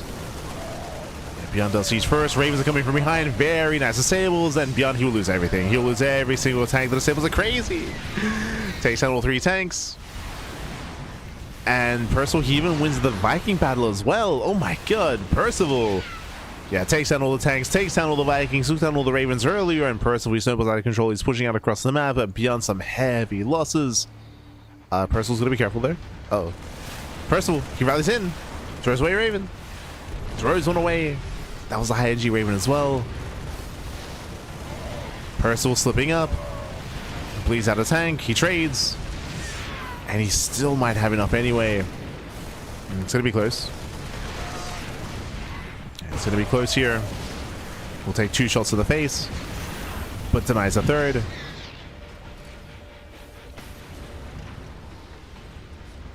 And then he backs off. If he had kept his Raven alive, then he can stick around because he can disable the opposing tank, but yeah, losing that first Raven was brutal. Percival going for the double drop. Rotating towards the would-be 4th base. Beyond does spot the rotation. And Beyond's distracted. While he's distracted, drop moves in. Getting into the main base, boys are being pulled, SCVs are going to go down. That's going to be a lot of dead workers. Yeah, a lot of dead SCVs. Yeah, at the same time, do we force a cancel? He should be able to. He should be able to. That's going to be 16 dead SCVs, critical damage. There's a cancellation, denies the 4th base. And Percival, he's doing it, Pappy. He's close. Again, it's been looking dominant against Beyond in the weeklies, but Percival, he has never been able to go all the way to win a tournament like this. But to bring down Solar, to now bring down Beyond as well.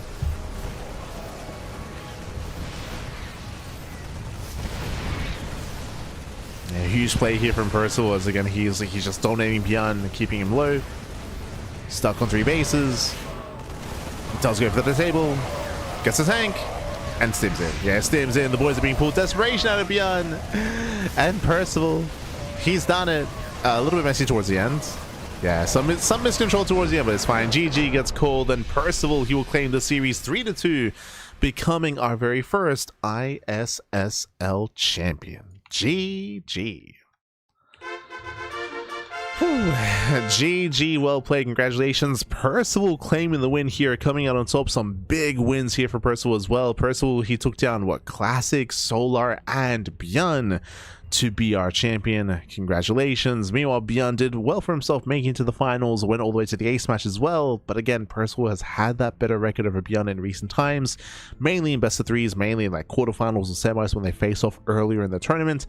But here they face off in the grand finals, and Percival comes out on top.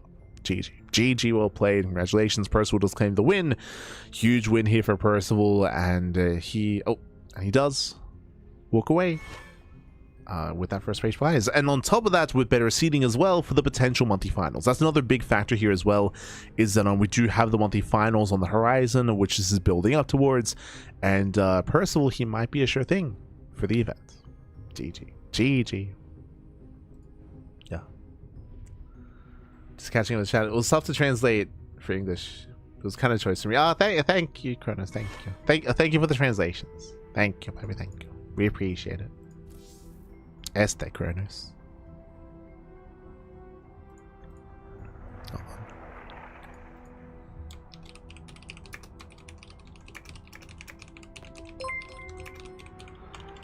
Gracias. So big shout out to Kronos for translating for us earlier. If you recall, he was helping to translate a couple of the matches in game. So big shout out to Kronos. Meanwhile, big shout out to Let Me Play With Your Kitties in the chat. God, my God, thank you so much.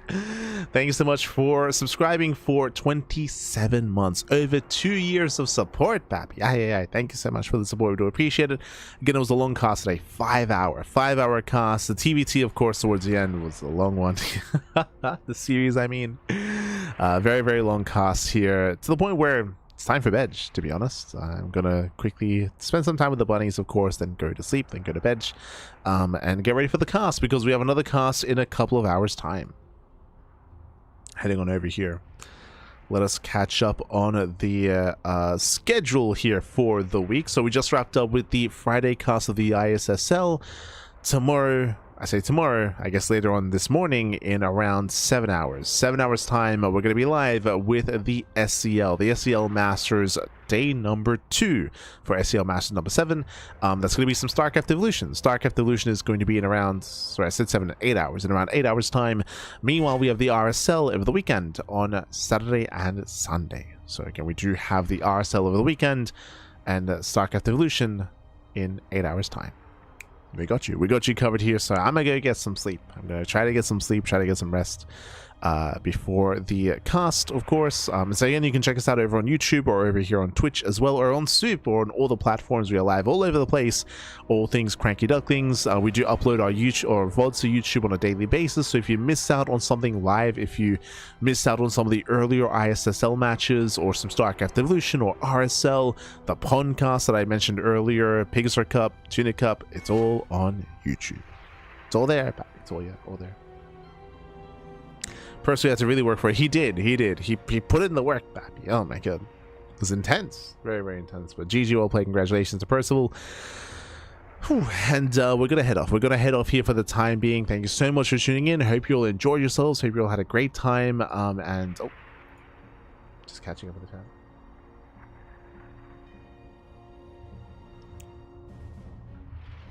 I've seen so many sensor towers.